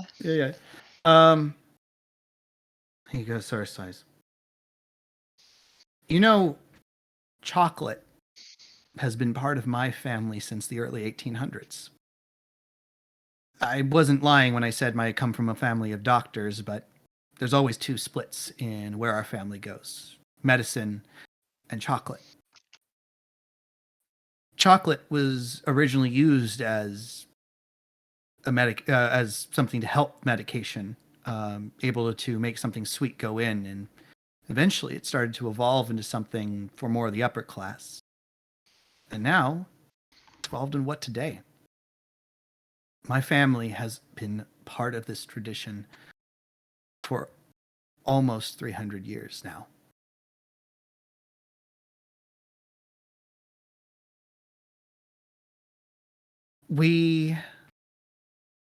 I was the owner of the Yokohama chocolate factory and museum a few years ago. I was very proud of it. I was proud to say that my daughter was going to take over, but she's in college now. And given the circumstances, she's not going to be taking it over now. With the change in the zone, once mechatronics started coming in, I noticed less and less people were coming to our chocolate. Have you ever made chocolate yourself? I have. It's finicky thing to work with. Finicky. It's very finicky, but when you make chocolate, you're pouring a part of yourself into it. You're giving something of yourself so that it's something for others to enjoy, something of you to give to others. And that's what my family has done. For years, we've put our soul, we've put our heart into these things. Say in a poetic way, we've made them with love. Not always. But we've done it in a very traditional way. We've done it in a way that many would say across Japan, it's the best chocolate. the mechatronics started coming around, and less and less people were coming to our shop. We were close to closing everything down, and then Koga Nobuyuki came, and he saw potential in us, and he said, we can keep this. We can keep this great, and we can expand. What you need is to expand more people. And, when he purchased the place and he built that factory, I saw so many more jobs. I saw people being able to fall in love with this tradition. And yes, maybe it was a little automated, but I thought the machines were fantastic. A new way to bring our culture, to preserve our culture and keep it moving forward. But soon more machines started coming in, and less people being needed. And one day I bit into one of the chocolates, and all I tasted was sugar, milk, 30% cocoa powder put into a mold. There was no soul in it. I had an argument with Koga. And the day after that, the androids and machines were in, and it replaced every single one of our jobs, and we were kicked out.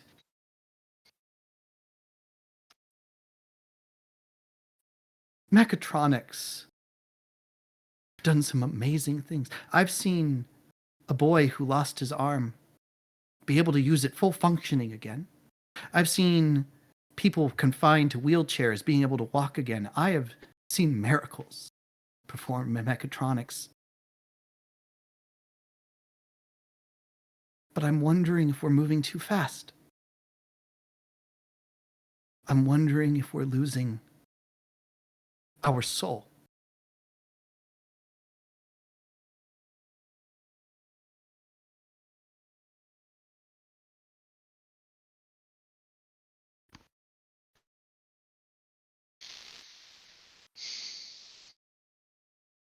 So, Naoko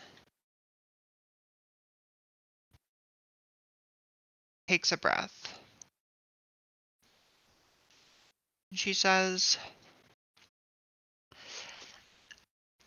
I can only respect the craft that you and your family have put into this for so long, Osan. There are times where even I, as a drive officer, wonder if the Yokohama zone is moving too fast. Things I've seen, especially since we only prosecute mecha law, these are new, exciting, and scary things. But I don't think it's the machines that make us lose our soul.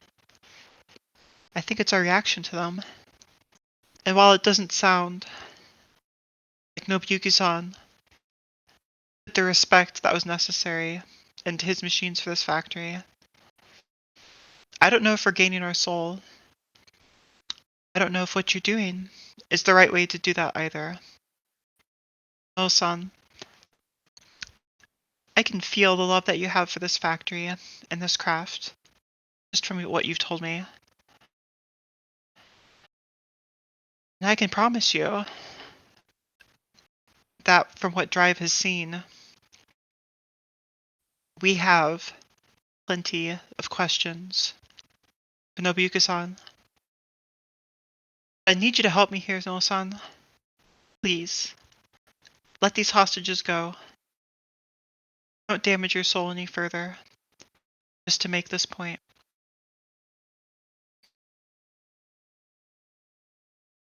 Thank you, Kato-san.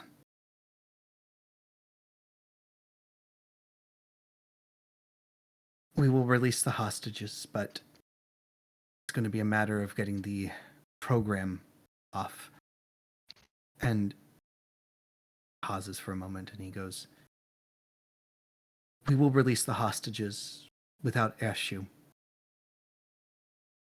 I have received word that one of our members has been taken off patrol. I'm assuming that there are other agents here."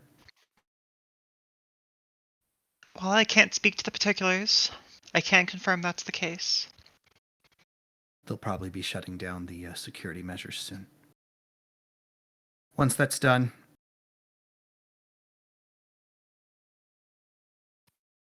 we're at the... He sort of gives almost a very dismissive, the Wonka chocolate room attraction. That's where we're at.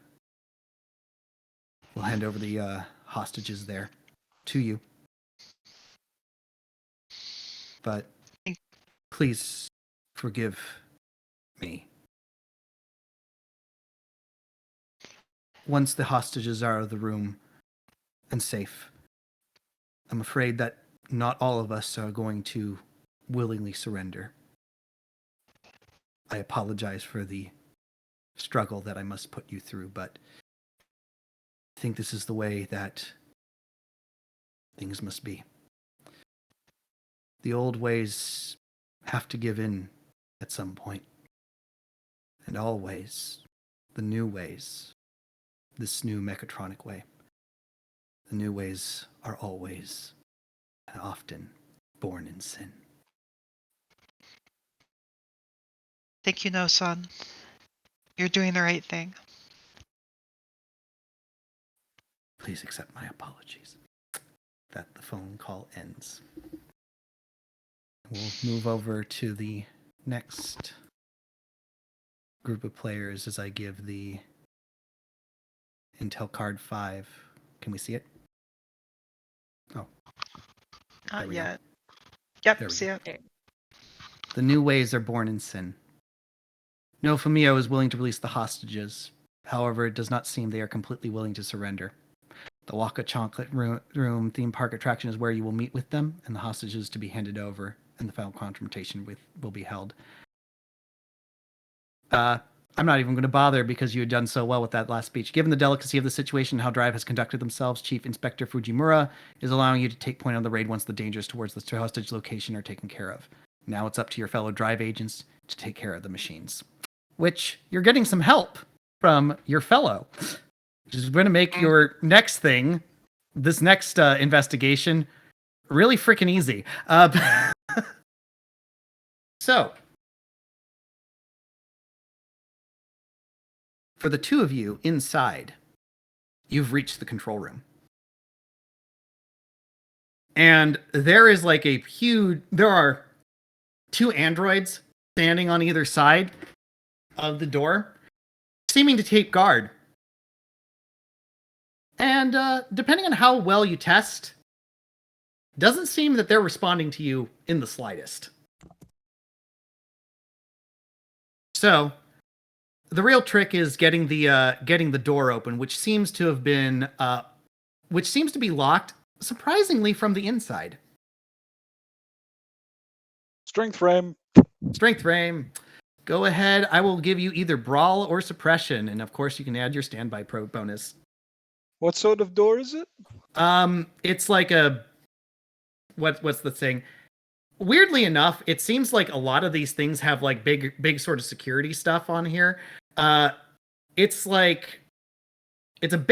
heavy metal door. Weirdly enough, there's key code locks and stuff like that to go in there, but that's not it. There's something on the other side that seems to be holding it there, which is reinforcing it more. So the strength frame is probably going to be very helpful, unless you have something you wish to argue to me.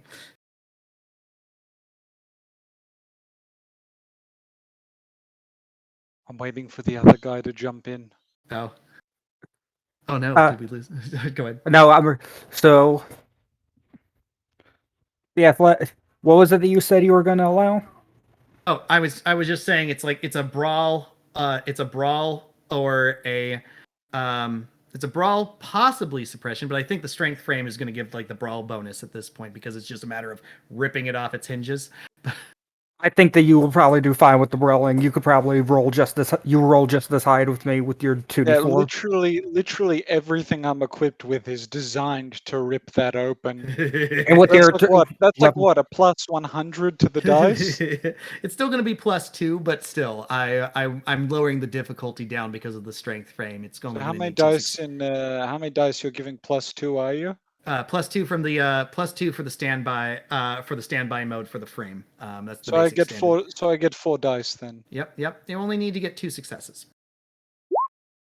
Wow. Cool. 1 success. Hey, your friend, do you want to aid him in any way? Actually, yes, I will. I will make using my spot sight. I will scan the doors, looking for any weak points in it. Sounds good. I think that would be a good use of suppression. So go ahead and roll suppression and your standby phase, and whatever successes you get, add to the dice of your strength frame friend.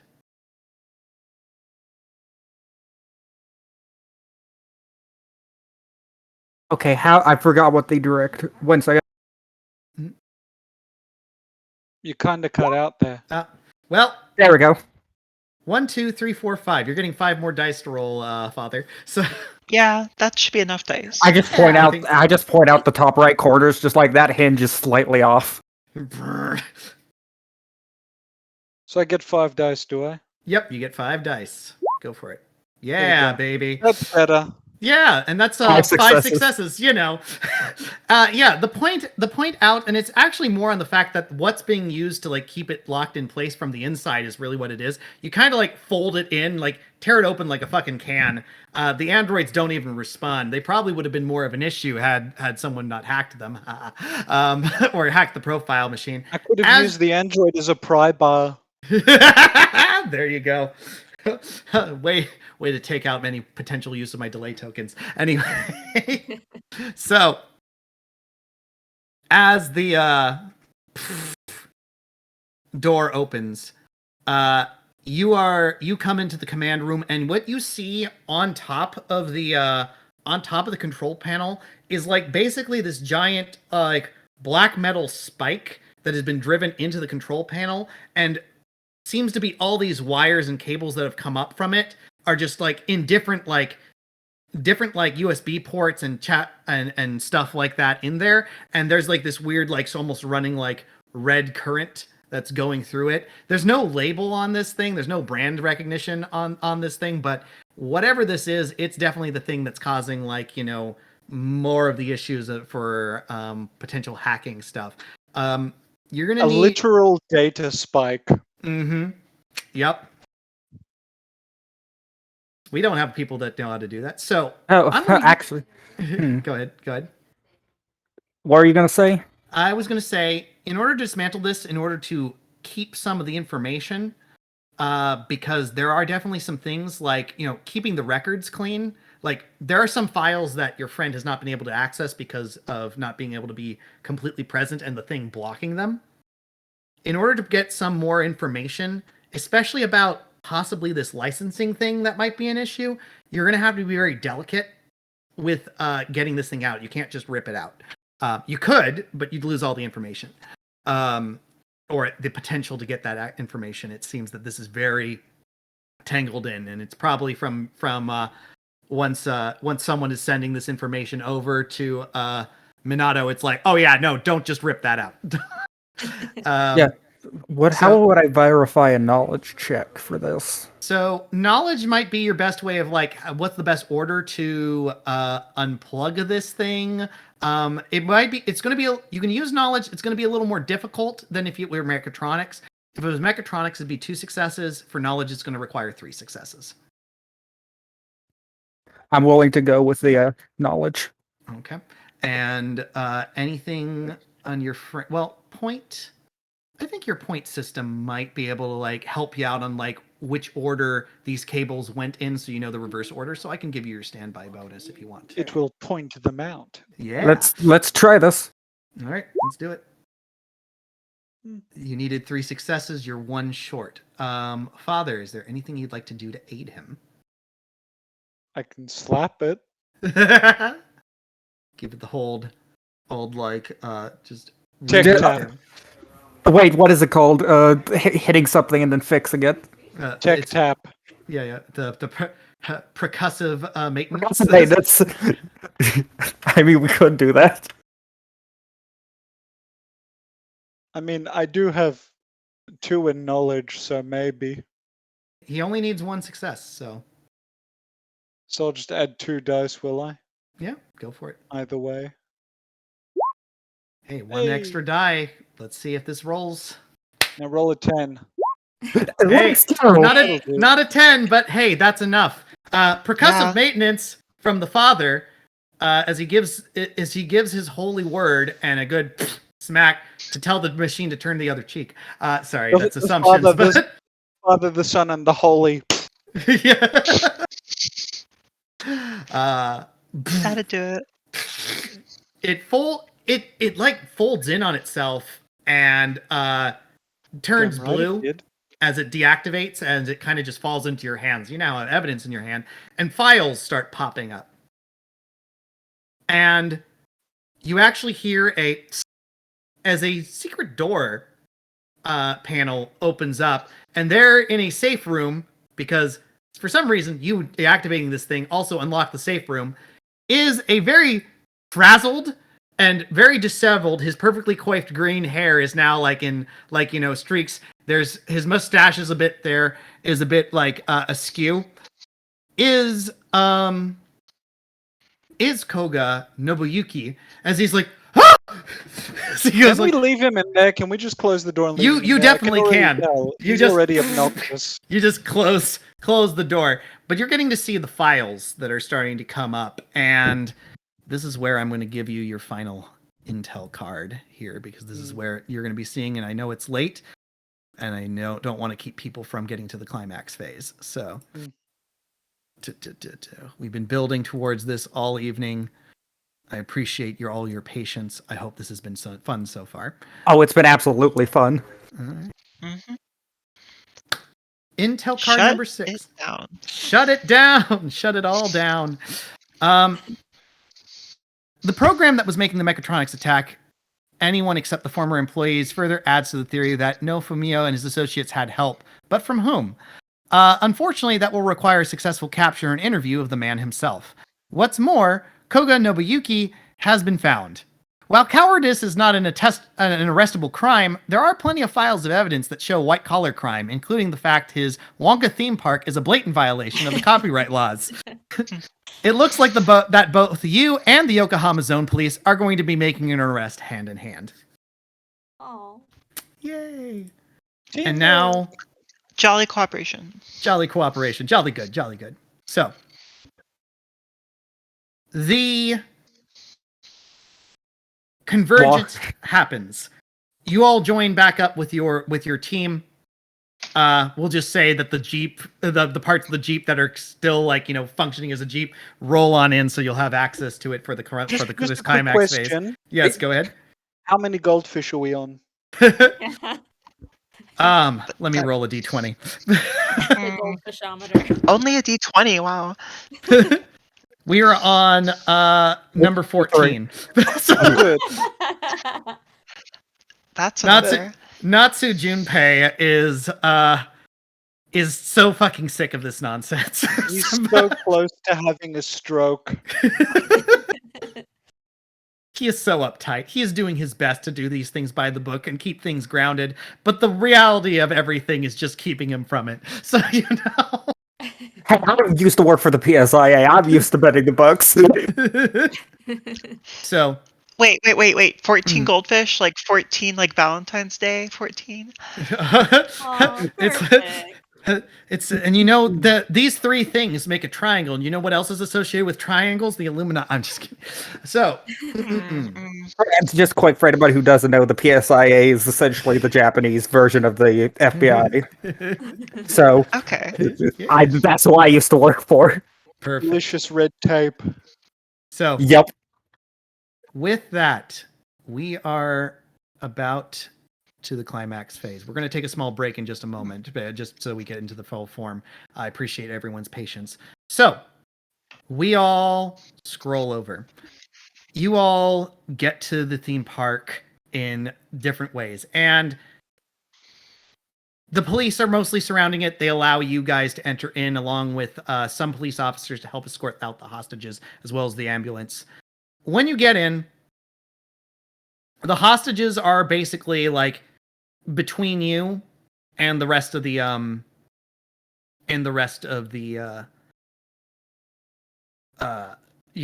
former employees.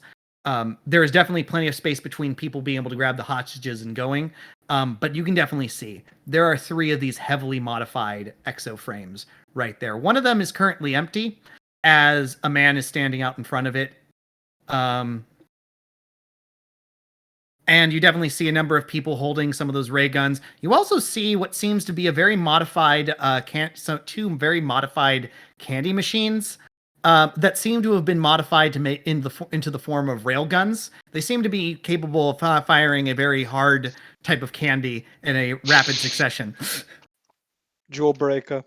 Jawbreakers, no. Are you blaspheming jawbreakers? Oh my god. So as the police are going there, the older man standing in front of the frame, in front of the empty frame, looks and Kato-san. I step out of the crowd. Yep. And he just kind of politely carrying I have my case on me, but I'm Yep. like holding it behind me, basically. Yep. And he gives a very deep bow towards you and goes, "Thank you. Thank you for reminding me of who I am. And thank you for making sure that these people will be taken care of and safe. I'm afraid not all I return it. As I said, some of us unfortunately will not go quietly. Please accept those that do." And from the crowd of about like a good number of these former employees, they drop some of their weapons, which the weapons mostly consist of like I said, bats and metal pipes and stuff like that. They're clearly not very well equipped despite the frames. They weren't really expecting to, none of them seem to have ironically firearm training, because that's not a thing that's usually for most citizens in Japan. So they, at least a good number of them, like about 15 of them, go and are willingly accept arrest. The 3 frame users, including No, and I have to put in at least one more person here because of the delay token. 1, 2, 3, 4, 5 other people, including not including the frames, remain with him and the 2 other frame users. And he looks between you and them, and he nods, and he goes, "All right. Once again, thank you. And my apologies once again." And with that, he steps backwards into the frame as it closes up around him. And on the other end of the... I have a question. Yeah, go ahead. Why don't we all just walk away? That way they could stand awkwardly in the frames on their own. Like, we'll just leave. We've done our job, we walk away.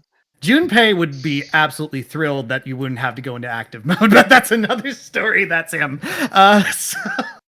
But like, what really is the incentive to fight here? There isn't any. They're happy, we're happy, that's it. We'll go. No fight necessary. Well, we're supposed to arrest them.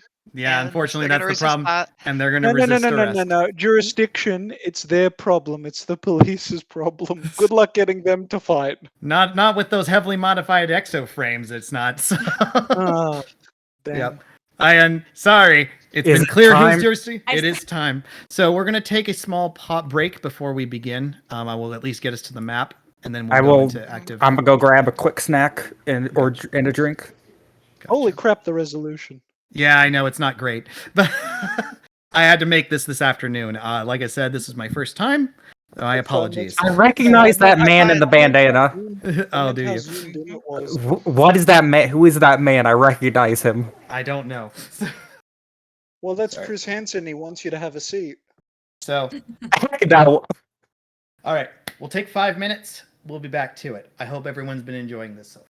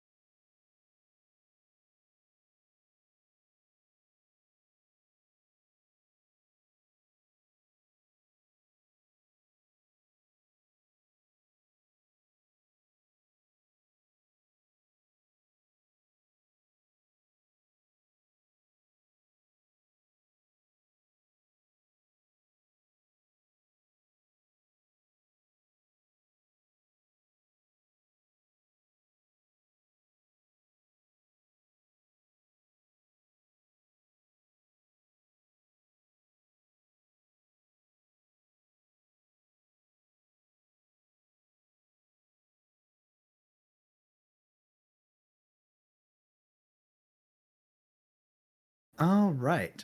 Welcome back. All right. So, with that, as Fumio steps into the frame and stuff, you hear a deep, heavy sigh on the other end of your comms, as though this was definitely not where he wanted to go with today. Like, everything could have worked out. We could have just negotiated and everyone would have stepped away. It would have been great. But no, this is where we have to go. He's like,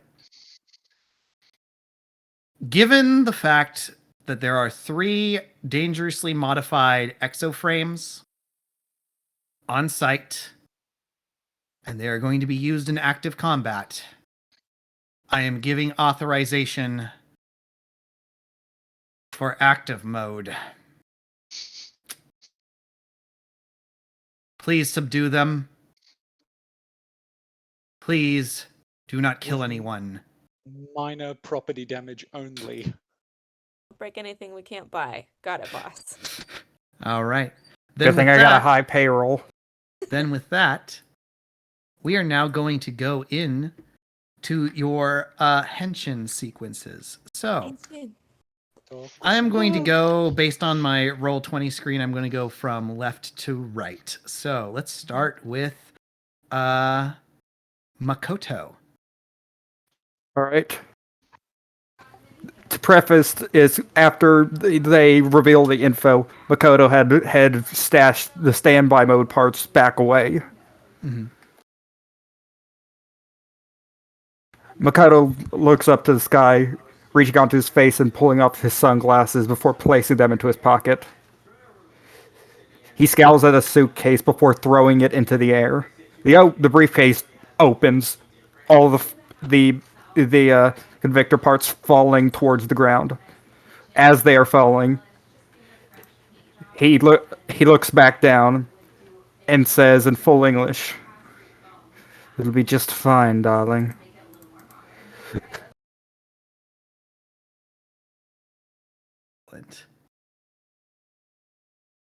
Oh, I think you muted out. Oh, it's sorry. The parts are fabric parts fly out of the convictor pieces and latch onto Makoto as he recoils as the suit latches in place at the same time. His purple visor are lighting up.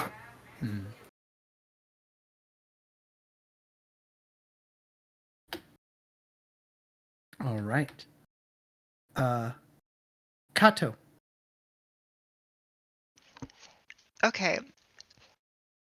So, well, first of all, Naoko basically bows back to No-san when he bows to her. Just completely not caring that there's 3 giant mecha frames so close to her. Mm. With that, she basically kind of perfunctorily asks for their arrest, even as the power suits are powering up, but I think everyone can tell what's going to happen. Yep. She places her Convictor Drive, her Convictor case on the ground. Again, it's a cube that kind of looks like origami that's folded together. Except for when Lieutenant Junpei calls for active mode, it suddenly pops up on its side. And from there, she basically, she kicks it. She kicks it violently and hard, and it starts to spin, and she starts to walk past it. As the cube spins, like you spin a d6 dice when you're bored, it starts to disintegrate. Each of the origami parts kind of folding off and flying into the air and starting to swirl around, kind of like a swarm of aerial piranha almost. Mm-hmm. And it finally swirls around her, and the parts begin to attach to her, piece by piece, slowly. At the beginning, it starts to look like almost a basic kimono. Kind of going up her legs, wrapping around her torso, the traditional shaft, the color of white, of purity, of marriage, and everything. And then comes the mask. This big, loud, bright, red, almost demonic mask that slams over her head and finishes the transformation, leaving her floating in the air as her entire suit glows white. Excellent. Did I miss the Playtime is flash? over. Yeah, Okay. no, and I was gonna finish. Yeah, Yeah. playtime is over. Comes from her heavily modulated voice. Excellent. I love it. All right. Then with that, it's Minato. Boy, okay. So I'm assuming that in these transformation sequences, there's some like, even if we're not near water, I can like have water appear. Well, there's a fully functioning chocolate river, so I mean, but yes, you can have water Okay. nearby. So. It's like energy shaped yes, like water. Yeah. brown water. Mm. Yeah. So Minato is still wearing like the visor with kind of the little fins on the side, and she very nervously, because she has never been in the field before and has never gone into active mode like out, she grabs the straps of the backpack that she's wearing and she just like holds on and says major tsunami warning, and water like bluish energy that's like water starts to like burble up at her feet, and it starts going like faster and faster and roaring, and as it kind of swirls up her body, a piece comes out of the backpack and like swings over her head, and it's like one of those old school dive helmets, like really big, brass, and like clicks into place just as the water fully submerges her, and when the wave rushes past, she is in this fully like partially bronze, partially turquoise, partially blue, with a couple more decorative fins in various places armor.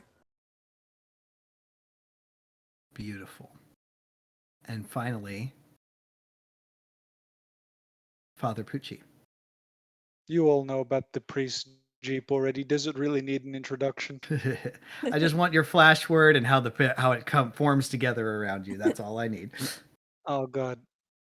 I forget how I said it last time, so I'm just going to make up a completely new one on the spot. Go for it. Flesh word lacrimosa. If you don't know what that means, you can Google it. That's okay. Yeah. Priest gets run over by Jeep, sees God, wakes up in Convictor suit. I'll keep it nice and short. Simple to the point. I love it. Simple, effective, divine, perfection and simplicity. Priest sees God becomes Jeep. Yeah, sees God becomes Jeep. Hail to the Jeep. Hail to the Jeep. So, I'm going to go over a few things. Since you guys have gathered some information, you know at least some things. So, these 3 frames, for those of you paying attention at home and looking at your rule books, these are illegally modified exoframes type A. They are full functioning in that's 3 of them. That's a pretty hefty thing. However, if given the advice given by Drive's biggest fan, if you wish to target the exhaust port, this will cause a 1 die penalty because you are aiming. However, if you hit, a few things will happen. You will automatically do an additional +2 damage to them, as though you had critted for that missing die. On top of that, you will permanently decrease their initiative count and decrease their attack dice pool and their total HP. And this will last for the entirety of the encounter. However, of course, that means you have to hit those points. The face mask hoodlums are equipped with smell-o-visions. Basically, if they hit you with their smell-o-vision ray, it won't hurt you. But what it will cause you is that the next action you have to take, including movement, costs an additional 2 reserves. Because you're having to fight through the overwhelming sense of what just happened. So, those are the things that your investigation has helped you out with. With that, I'm going to need everyone's reserve totals. Just the reserves. If you have batteries, let me know, but don't add your battery to your reserve total. Battery. 13. You got a 13. Okay. Can you remind me how to calculate that? Oh, so it's all I based. got this one. Okay, Add so up all you your get- parts. You add Okay. up all your parts. All your parts have There a they are. reserves Okay. value. Aha. Yeah. Okay. So you'll get your total. Oh, thank Just you. ignore batteries. Batteries do not count. Beautiful. So- I don't I think have adepts get 8. batteries, do they? I could have taken one as I had an option for one. Oh, okay. Adepts just but- get everything. Why did I even ask? Adepts Honestly. are the great all-rounder. So 12. 12 for Minato. 12. Okay. And I am 10. You are 10. Okay. 10 for Kato. And for our priest jeep, 8. 8. Okay. Well, Yeah, we definitely there's no runners this game, first time ever. Yeah. And I think our I'm- initiative scores show that. Yeah. All right. Now for the other thing, your starting placement. 7, 8, and 9 is the high sky area. Now you might be wondering, why is there a turret and why are there 2 people up in the high sky area? That's because they've got cables to the roof that's allowing them to stay up there. Otherwise, if you cut those cables, they'll probably go falling down, and that's going to cause some injuries. Same with the turret; it's couldn't attached be to on the roof. Yeah, Okay, yeah, there it is. yeah. Mhm. But in order to stay up in the high sky area, you need to have something that will keep you up there. You can jump up there, but then you'll fall in the next round. So 7, 8, 9, high sky area. 4, 5, 9, 6, mid area. 1, 2, 3, ground area. This is mainly for our new players. You can start in either space 1, 4, or 7 if you have flight capabilities. I So- will start in 1. Okay. Yeah, I'm in 7. I do not have flight capabilities, so I No fly, jump good. Okay. So you're. Am I the only one with flight capability? You are the only one with flight capabilities. Oh, Get- Lord, help us. All right. Then with that, let us begin. So, unless you have something that changes that, movement through squares is 2 reserve per square you move. And you will have to spend a number of reserve equal to whatever it is your attack pool is.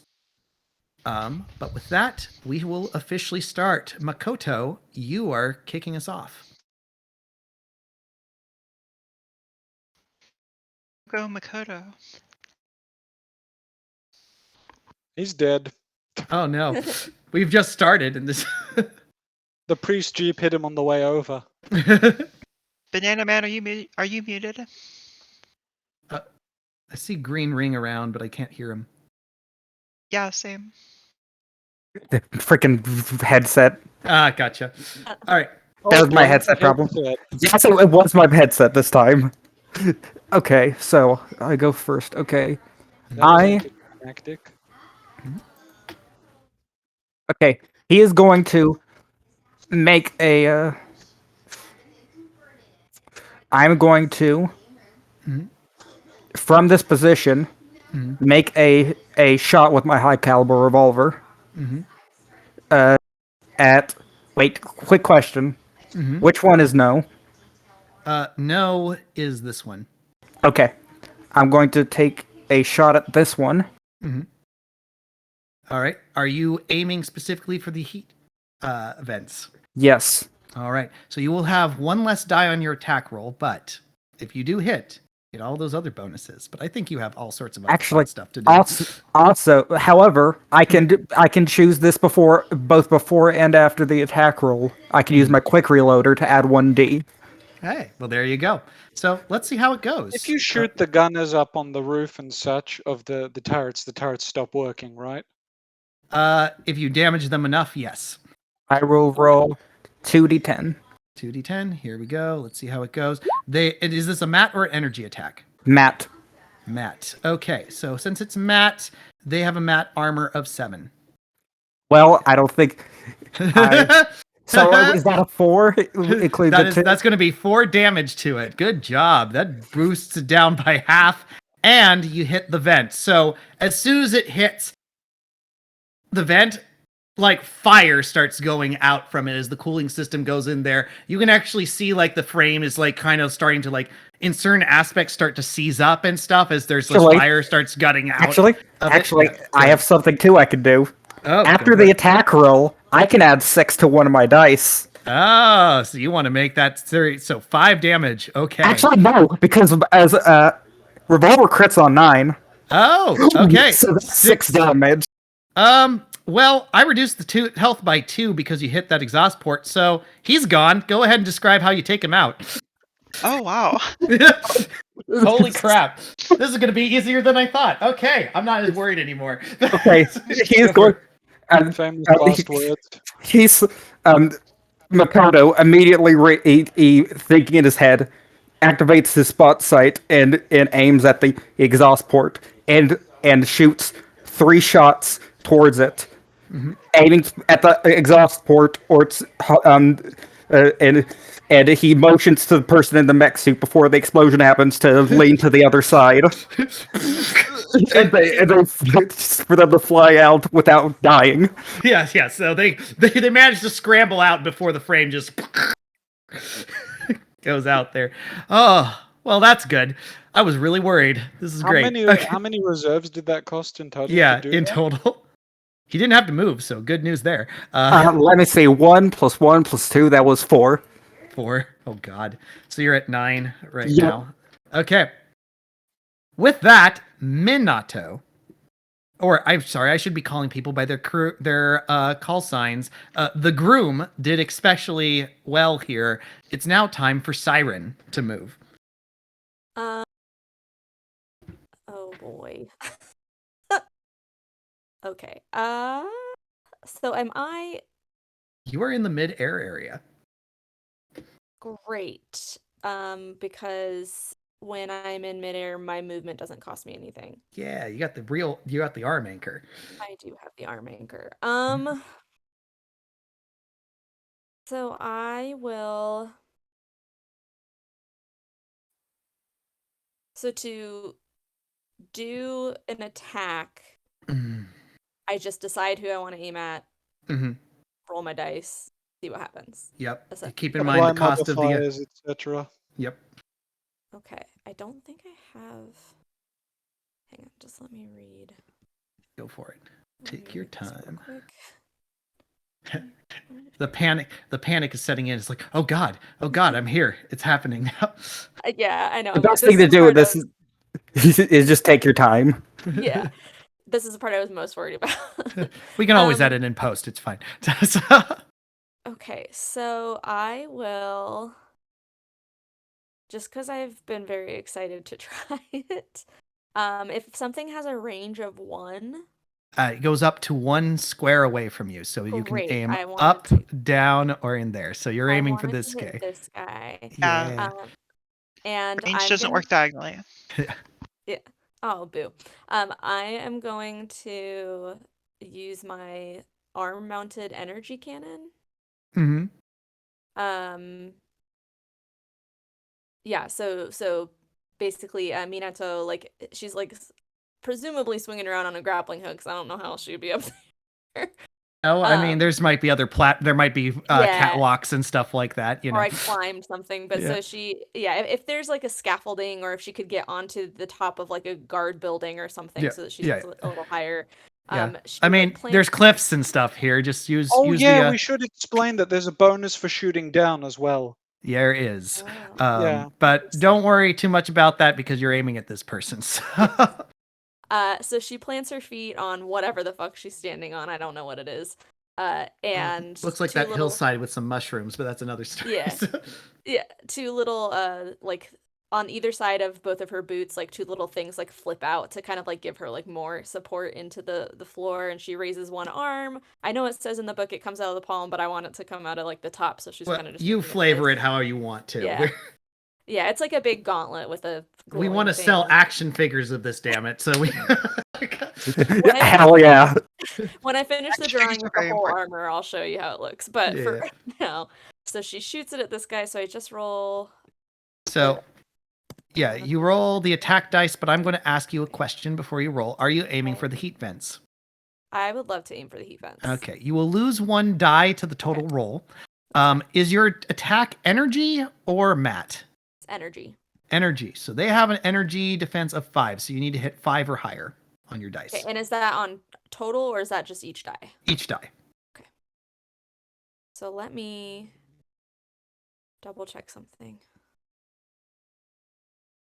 Yeah. Okay, 1 additional cost.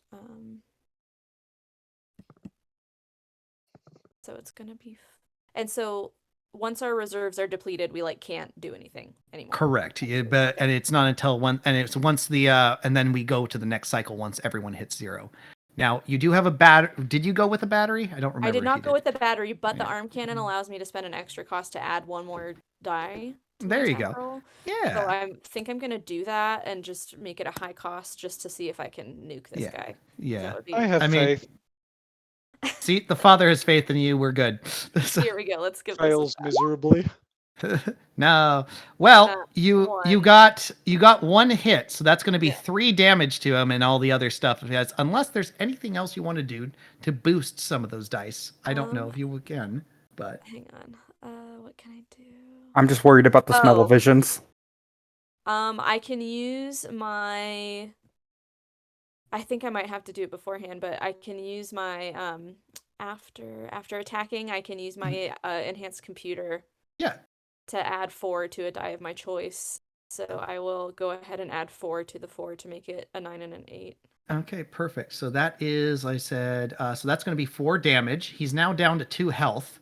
Okay. To put that bloody symbol on there if I can. No, I'm not going to worry about it. But yeah, he's down to 2 health now, thanks to all the all stuff, and he's not going for a while. So go ahead and describe this as you hit the weak point and what the blast looks like and how he's not doing too well, overheating. I think it kind of is like, so like the energy gathers in the like mouth of this little cannon, and when it shoots forward, it sends like a ripple out like around her hand. So like it's like a blue light that like, kind of ripples outward, and then it smacks into him and almost like splashes back a little bit.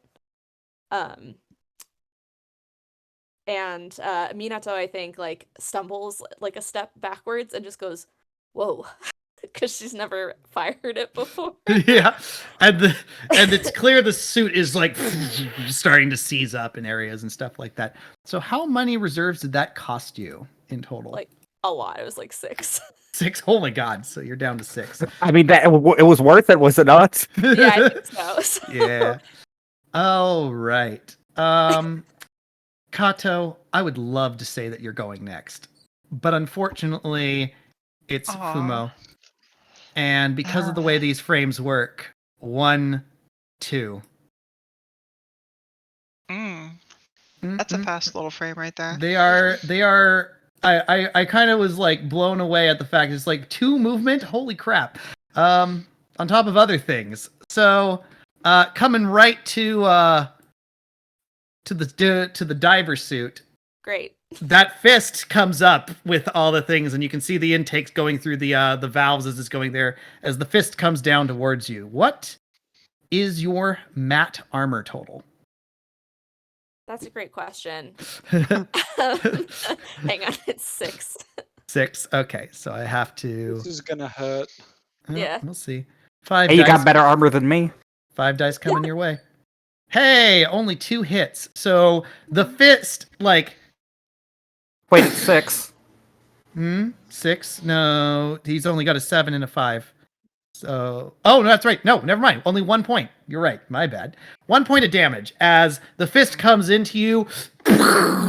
It's a heavy thing. It does these things. Convictors are built tough. So, and yours, especially given your own like modifications and stuff like that, is built to resist tsunamis. So, it's going to take a little more than that to knock you around. Now, Kato. That's the thing. The other ones would have gone. However, one of them's down, and the other one, because of the overheating system, won't go until 4. So. And I subtract just to make sure I subtract that 1 from my max HP, right? Correct. And I think you have the reinforced frame, don't you? I do have the reinforced. Yeah, baby. All right. It is now Kaoto's turn. Or I'm sorry, timeout. Thank you. You're welcome. Gotta preview my new Wow. call sign since I did Yeah. not have one last time. Correct.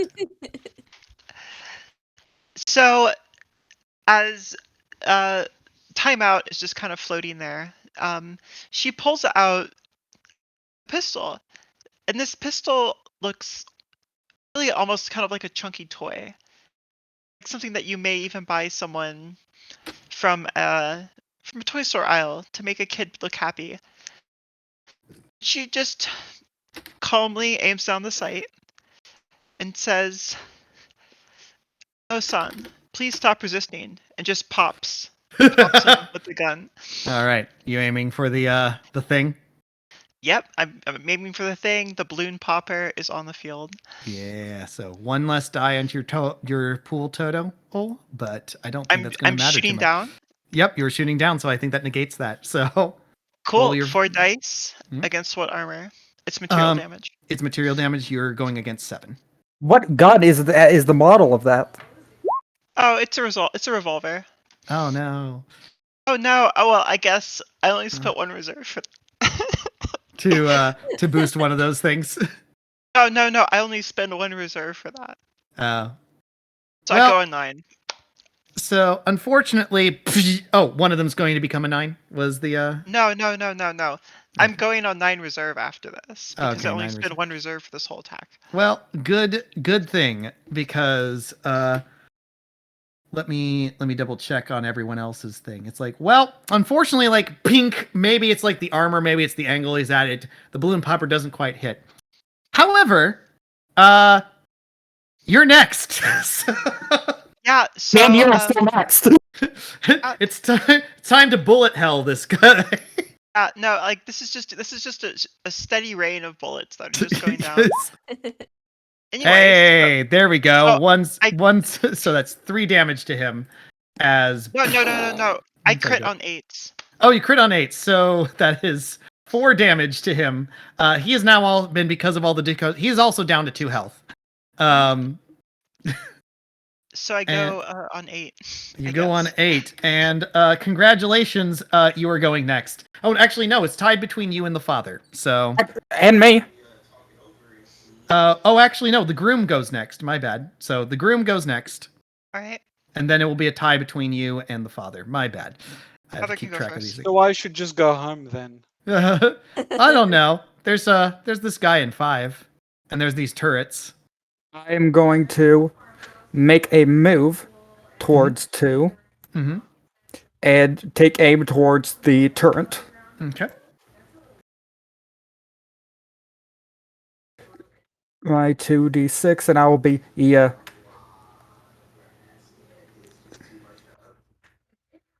adding the. Actually, I'm gonna have some fun. Okay. Go for it. You know what's life without taking? I will reach into my look at my Convictor's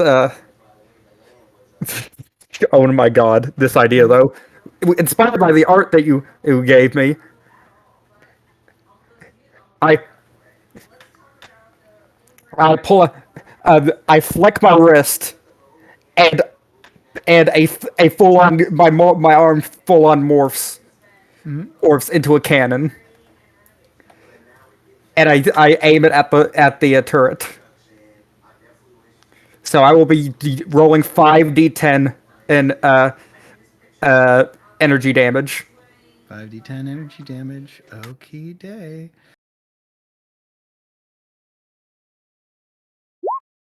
Oh my god. Ooh. Wow. What is their energy armor? Their energy Whoa. armor was 3. So you smoke this gun battery. Just like I put gun battery in heavy quotations, but you'll see why. Maybe. I have 2 reserves now. 2 reserves. Okay. Now it's a tie between the father and timeout. The father can go first.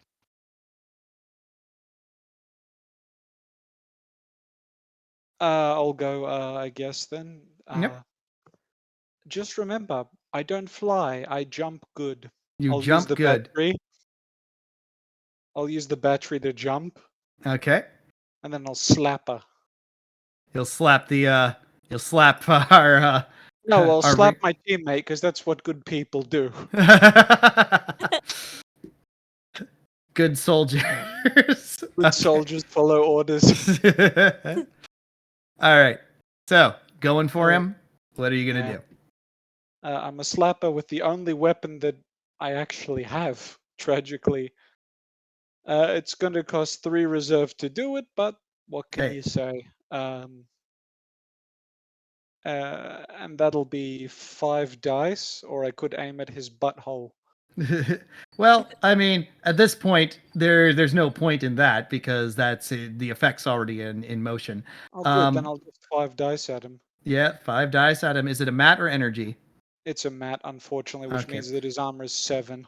Yeah, unfortunately, but hey, He's dead. hey, it doesn't really matter Ow. much when you Oh. when you have God on your side.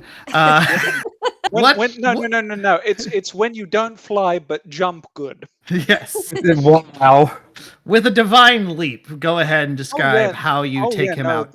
The sword, the hammer that I have actually has a name, which is nice. Yeah, nice. It's Nice. in Latin too. So there you go. Not that anyone cares. Oh. Go ahead and describe how you take down No Fumio. It's literally a jump and a smack with a mace. What more is there? I wanted to give you flair. I dunk that guy like Shaq. Okay? He goes crashing down into the chocolate river. Incendum aureum Father, divinitus afferventus. Beautiful. Now all I can imagine is the father playing basketball with the children at his church. Well, there is no rule that says a priest can't play basketball. So No, that rule does not exist. Priest All can right. ball. So Balling, but at what Oh yeah, cost? no. So I just jump at him. I guess my character would just jump at him, screaming "Incendum aureum divinitus afferventus." It's probably that confuses him more, which is where it gives you the opening to just Yeah, well, just for the record, in English, that means "Let the golden wind bring the divine fire." So there you yeah, go. excellent. Oh yeah. Golden win. Is he okay? Is he gonna be okay? He'll probably be fine. Okay, good. So, When Father. do I fall down again? Oh no, in mid-air area you don't fall. It's in the high sky area that you'd fall. Oh, good. So I'm just here then. Yeah, you're just here. Yeah, you're just here. Oh, You slept oh, up. oh, I see. You got the good solid footing. This is where quote unquote the rooftops are. In It's the arms of the angel. angels. What is your reserve at? Low. So you know how I had low already? It's even lower. Yes, That's how traction works. it is. If you were to numerically say how low you 5. are? 5. Okay. Thank you. I used Alright. all of mine. I'm at 2. Okay. Oh, that's okay. I got enough bonk to go around. Yeah. Time out. It's your turn.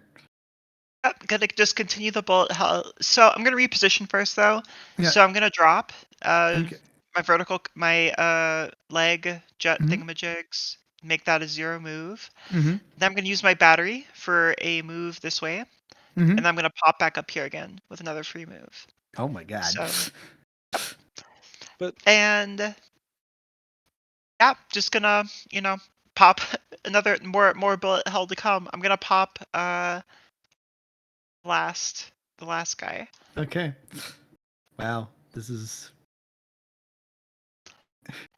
Uh, I didn't even get to the Smell-o-matic. gang- the smell of visions, but The we'll smell- see.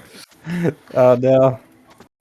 this is the bubble poppers really. I'm not even gonna try to aim for the weak point at all. Well, I mean, it wouldn't have helped anyway because it's like, hey, 1 damage unless you want to boost one of those to give it 2. I and that will crit knock him- on 8s. Oh, never mind. You delete this guy. So but does he fall to his death? that's up to her. Well, even now, Naoko is using her electric rounds, so she's Mm. more trying to disrupt the suits and the Mm. technology than trying to Mm. kill anyone. Meanwhile, Yep. the groom, it's raining men, hallelujah. Quite literally, I literally told him, get out. This is so I expected more of a challenge here. That's my bad. I put the weaknesses on those things. So, gun battery and everything aside, the rest after seeing like all three of these powerful frames go down against the Convictors, Collectively shit a brick. yeah, and they surrender. Well, that was quick. And this is why you do you- bring drive security and stuff. Are you sure we can't just slap a few more of them for good measure? I mean, you're welcome to. I'll let you do that. That's police abuse. That's police abuse. But We're not the anyway. police, we're private security. Haha. Anyway. Loopholes. So with that, Drive Security is victorious this day. Back at the meeting room, final reports are being made. Junpei's in hospital. Natsu, Lieutenant Natsu Junpei is in front of all of you as he's looking over the reports. And he has made sure to clean up any previous destroyed stress goldfish. So there's none of the display around as he. We get a grand total. Let's see, 14, 19 total. Tragic. Yep. Loss of life. So many stress goldfishes have sacrificed themselves for this for the good of mankind. As he's looking over the reports, and he goes, well, aside from the lead suspect, No Fumio, currently undergoing treatment for the amount of chocolate that had been pumped into his lungs when his frame was knocked into the chocolate river.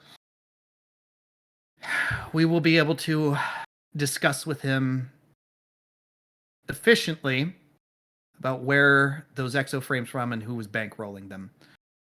Most of his associates are not aware of how he did it. He seems to be the primary one who was contacted. You've all done well. I have been informed by Chief Inspector Fujimura Satoru of your exemplary work in the field, and his continued hope that if the situation were to happen again, that you all would be recommended for any further missions. He has not quite fully accepted the fully accepted Drive, but he sees the work that you have done. And he looks in this, and I quote, "It has honored him to work with you." Now, I know it's late. Paperwork can wait in the morning. Get some rest. Unless there's any other questions.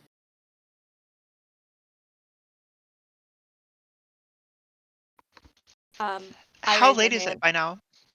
Yeah. By now, it's about I want to say like 8 in the afternoon, 8 in the evening. It's been a long day. Very stressful day. It feels later. So Makoto has no questions and just walks out the room. Minato raises her hand and says, Lieutenant Natsu. Natsu, I don't think that No-san his position was understandable. And I believe that it begs the question of whether we need to reassess some of the mechatronics laws to prohibit something like this from happening again.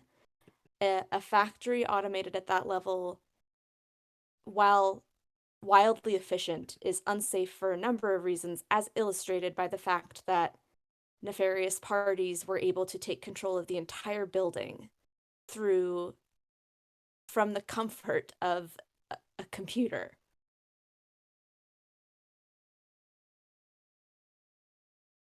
He nods. And seeing that Makoto has left and he seems to frown at the fact that, they weren't actually dismissed, but he doesn't say anything else other than that. That's a goldfish. And Poochie, yep, it's a goldfish. Another anime protagonist just thinks they can run roughshod. The wife that I abandoned a date for this. I know. It's all good.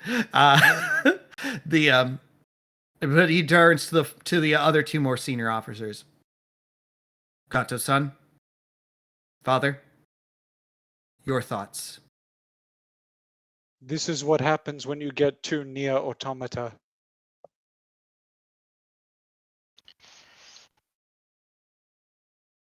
I get the feeling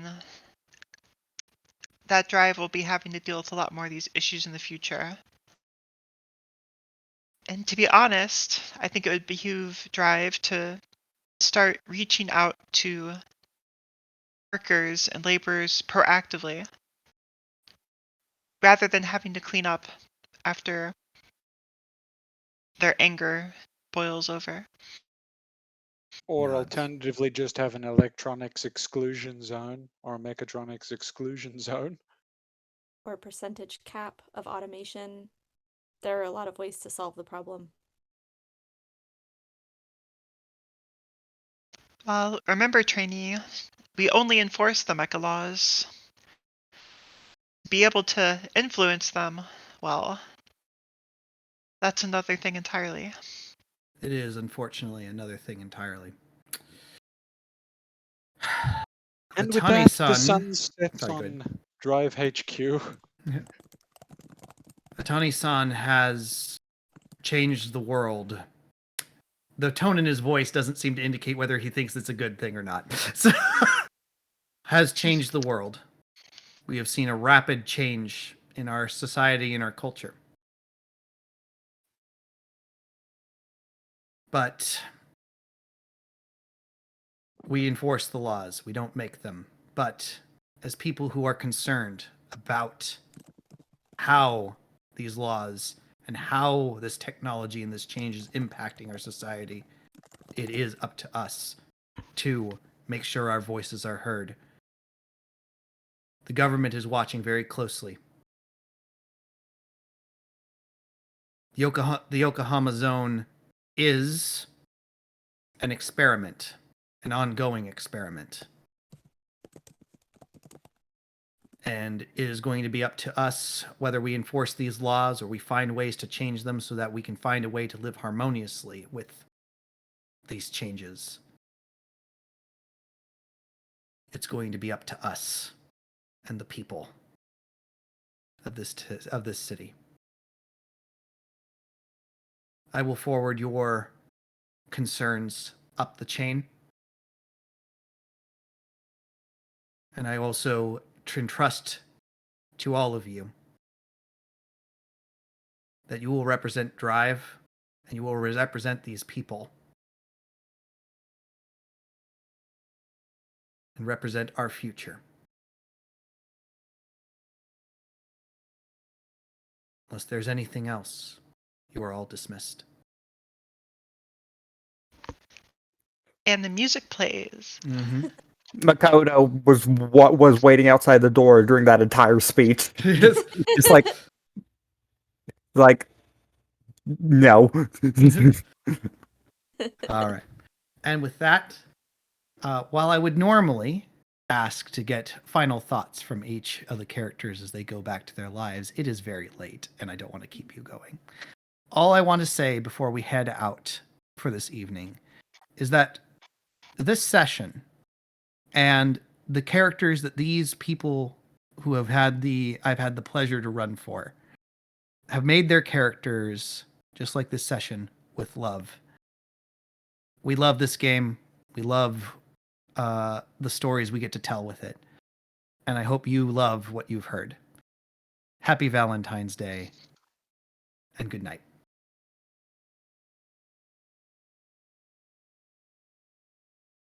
Cue to cut the stream.